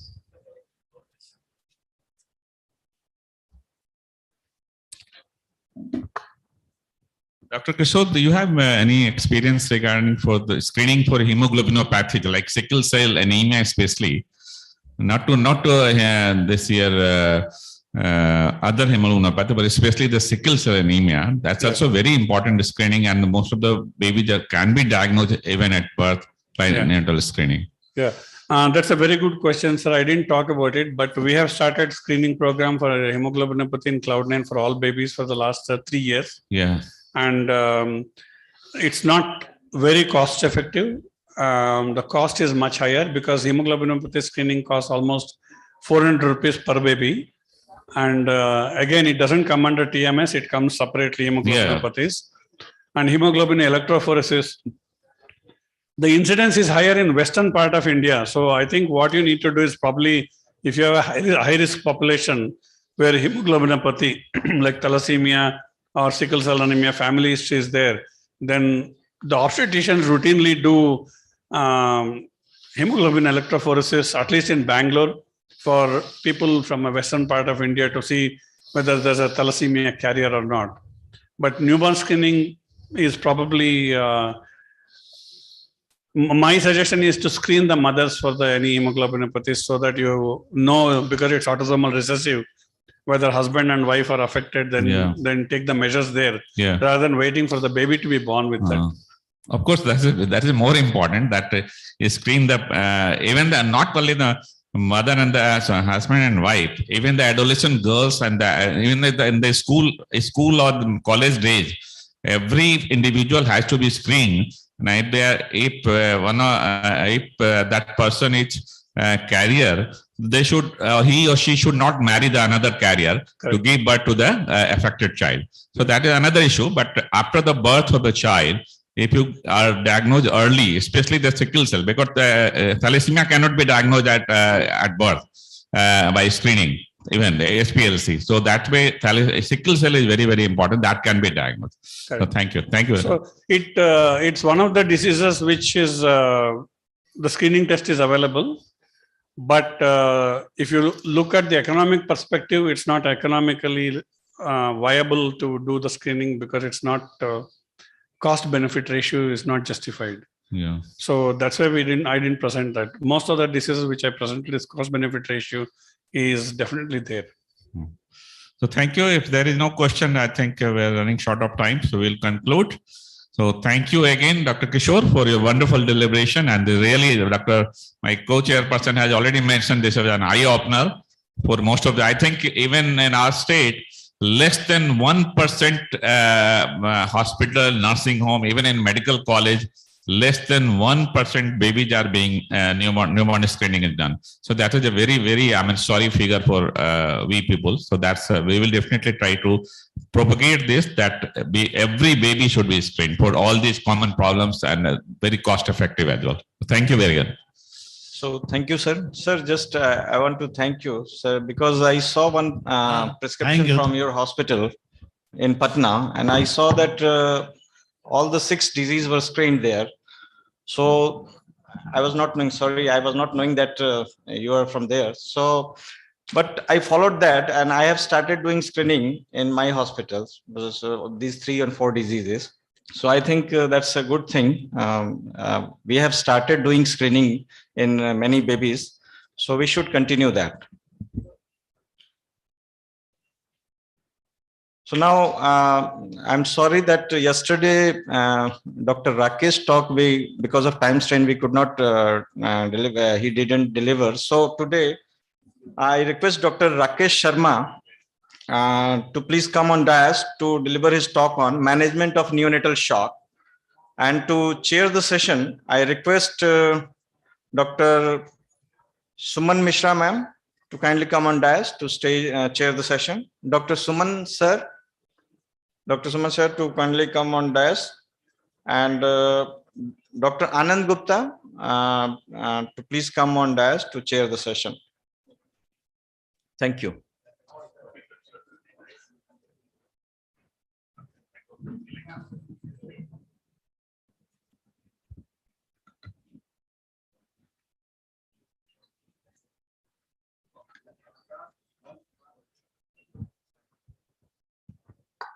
Neonatal shock is very important issue in neonatology. We encounter the neonatal shocks in most of the cases, whatever may be the reason. So with this, I hope the learned speaker Rakesh Sharma to proceed with his deliberation. Thank you, chairpersons, for chairing this session. Before I start, I am very thankful to the members of the organizing committee of this wonderfully organized NNF, who has given me the opportunity to speak in front of this knowledgeable audience. Ladies and gentlemen, this is such a common topic that everybody must be aware of importance of this condition.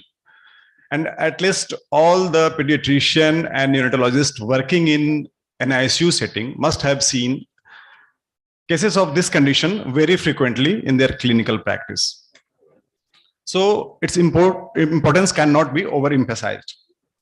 But still, to highlight its importance, I will begin with my definition of this condition.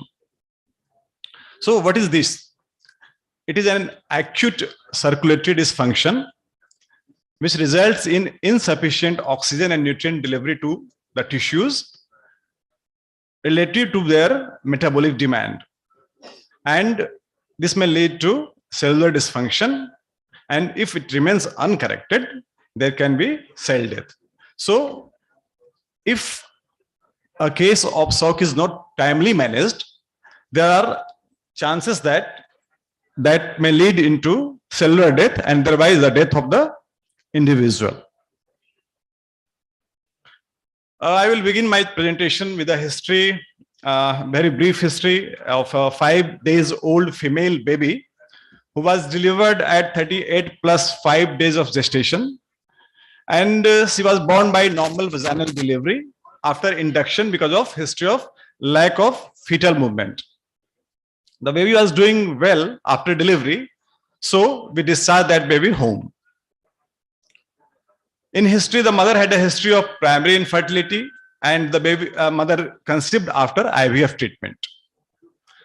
There was no consanguinity and there was no other significant problem during pregnancy or labor. Then why this baby came to us?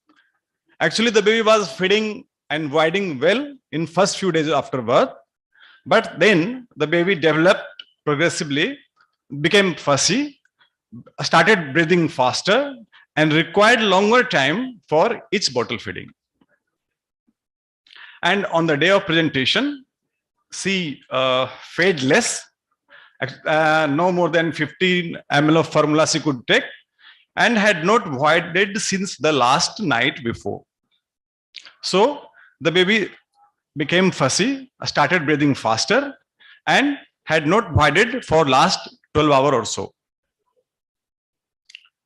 When we monitored the vitals of the baby who is weighing 3.1 kg, we got normal temperature, but the heart rate was faster, CRT was prolonged, respiratory rate was 70, that was well above the normal limit, but the blood pressure was maintained, that was 75 by 50 mm of Hg in right arm, and saturation was 88% at room air.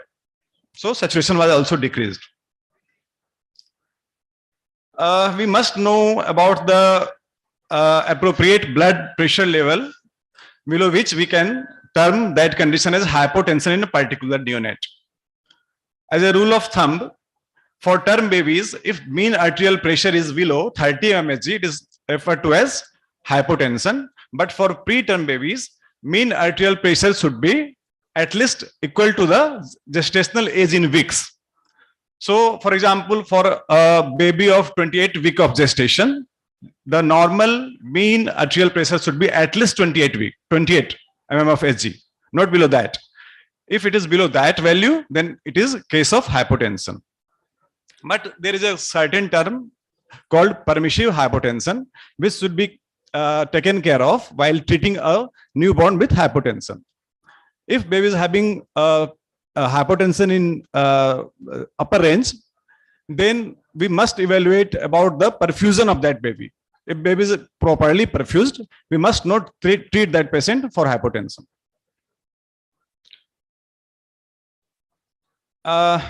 When we examined this patient, the patient was conscious, but was having decreased spontaneous movement and was having weak cry. So some sort of letharginess was there. Precordium was hyperdynamic, and the pulmonary component of S2 sound was loud.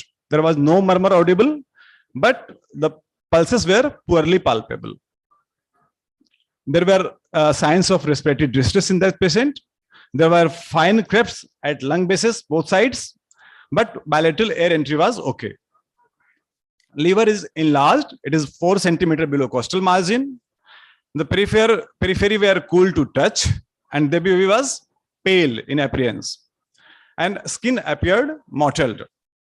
So we can see here that baby is having some sort of perfusion and oxygenation issue in this case. Here we can see the capillary refill time, which is prolonged. This is 5 seconds in this case, and this is the mottled skin of that baby. So we must think, so what is the problem with this baby? We are having increased capillary refill time. The heart rate is also increased, and baby is having tachypnea as well. So in all probability, this baby is having problems with perfusion and oxygenation. So what are the indices of tissue perfusion in a particular unit? If the baby is having pallor and a skin mottling, capillary refill time greater than 3 seconds, if heart rate is more than 170 beats per minute, if skin core temperature is a difference is more than 2 degrees centigrade, if urine output is less than 1 ml per kg per hour, and if blood lactate is measured, it is above 2.5 millimole per liter. All the 4 points which have been highlighted in blue were present in this particular case. So the features of decreased tissue perfusion suggested that this baby is in shock. Regarding the basics of shock, the perfusion and oxygenation depends upon multiple factors. The perfusion depends upon the blood pressure, which in turn depends upon the multiplication of cardiac output and systemic vascular resistance. We all know that cardiac output is influenced by stroke volume and heart rate, and stroke volume in turn is dependent upon preload, the contractility of the cardiac muscles, and afterload. If there is preload is low, the stroke volume will be low. If cardiac contractility is low, the stroke volume will be low. If afterload is increased, then in that case also the stroke volume will be low. And at the same time, we must know about the oxygen delivery, which is dependent upon the cardiac output and arterial oxygen content. And arterial oxygen content in turns depends upon hemoglobin level, oxygen saturation in arterial blood, and partial pressure of oxygen in arterial blood. So all these factors influence tissue perfusion and oxygenation. We must diagnose shock early, because if we delay in do the delay, it will be having a deleterious effect on overall prognosis. We know that for cells to survive and function, they need oxygen, and inadequate tissue perfusion and oxygen delivery to vital organs results in shock. And shock is not the same as hypotension. Shock presents even before hypotension, and hypotension presents uncompensated stage of shock. If we have an idea about the types of shock a particular baby is having, we can that can influence our management of that particular case. For that purpose, we must classify the type of shock a particular baby is in. If baby is having history of feto-maternal or feto-fetal hemorrhage, that is, there is loss of volume, that is hypovolemic shock. If there is a history of post-birth asphyxia, arrhythmia, or baby is having some congenital abnormality, or even extreme prematurity, then there is chances of decreased cardiac function, and that will result in cardiogenic shock.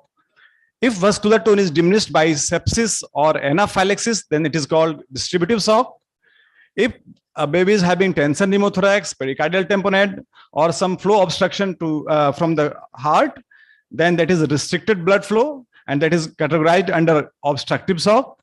If because of methemoglobinemia or severe anemia, there is inadequate oxygen delivery, then it is called as dissociative shock. So we must have an idea about the types of shock so that we can manage those cases in a better way. As far as the stage of shock is concerned, there are 3 stages of shock, that is compensated shock, decompensated shock, and irreversible stage of shock. In compensated shock, there is normal blood pressure, but there is presence of tachycardia. There is a redistribution of blood flow to vital organs, and there is decreased urine output. Whereas in decompensated shock, most important finding will be hypotension, and there is anaerobic energy production. So there is production of less amount of ATP, and at the same time, lactates are also being produced. So there are chances of worsening metabolic acidosis. At this stage, the patient becomes poorly responsive to inotropes.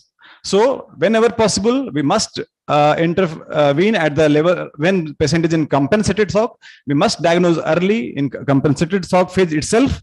Then we can have better prognosis. Another stage is irreversible shock, where there are features of multi-organ dysfunctions. The patient becomes poorly responsive to inotropes, and there is intractable acidosis, which is very difficult to manage.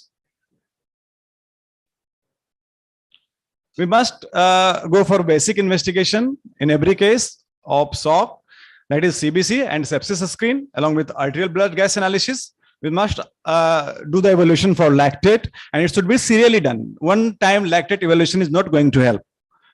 At the same time, we must rule out sepsis. We should go for blood culture investigation, and additional investigation should include KFT, that is kidney function test, liver function test, blood glucose, and serum calcium also. At the same time, we must evaluate heart by ECG and functional echocardiography. And once shock is suspected, we must act fast. We must take care of airway patency. We should start providing oxygen, or if required, positive pressure ventilation. And we must achieve IV access to start fluid therapy, followed by medications in form of inotropes or vasopressors, or in selected cases, hydrocortisone. Plan for management of shock depends upon the underlying etiology. We should start with fluids, then move towards inotropes, vasopressors, and hydrocortisone replacement. So first, the stage will be giving fluids, and fluids should be given in amount of 10 to 20 ml per kg of acetonic saline to correct hypovolemia.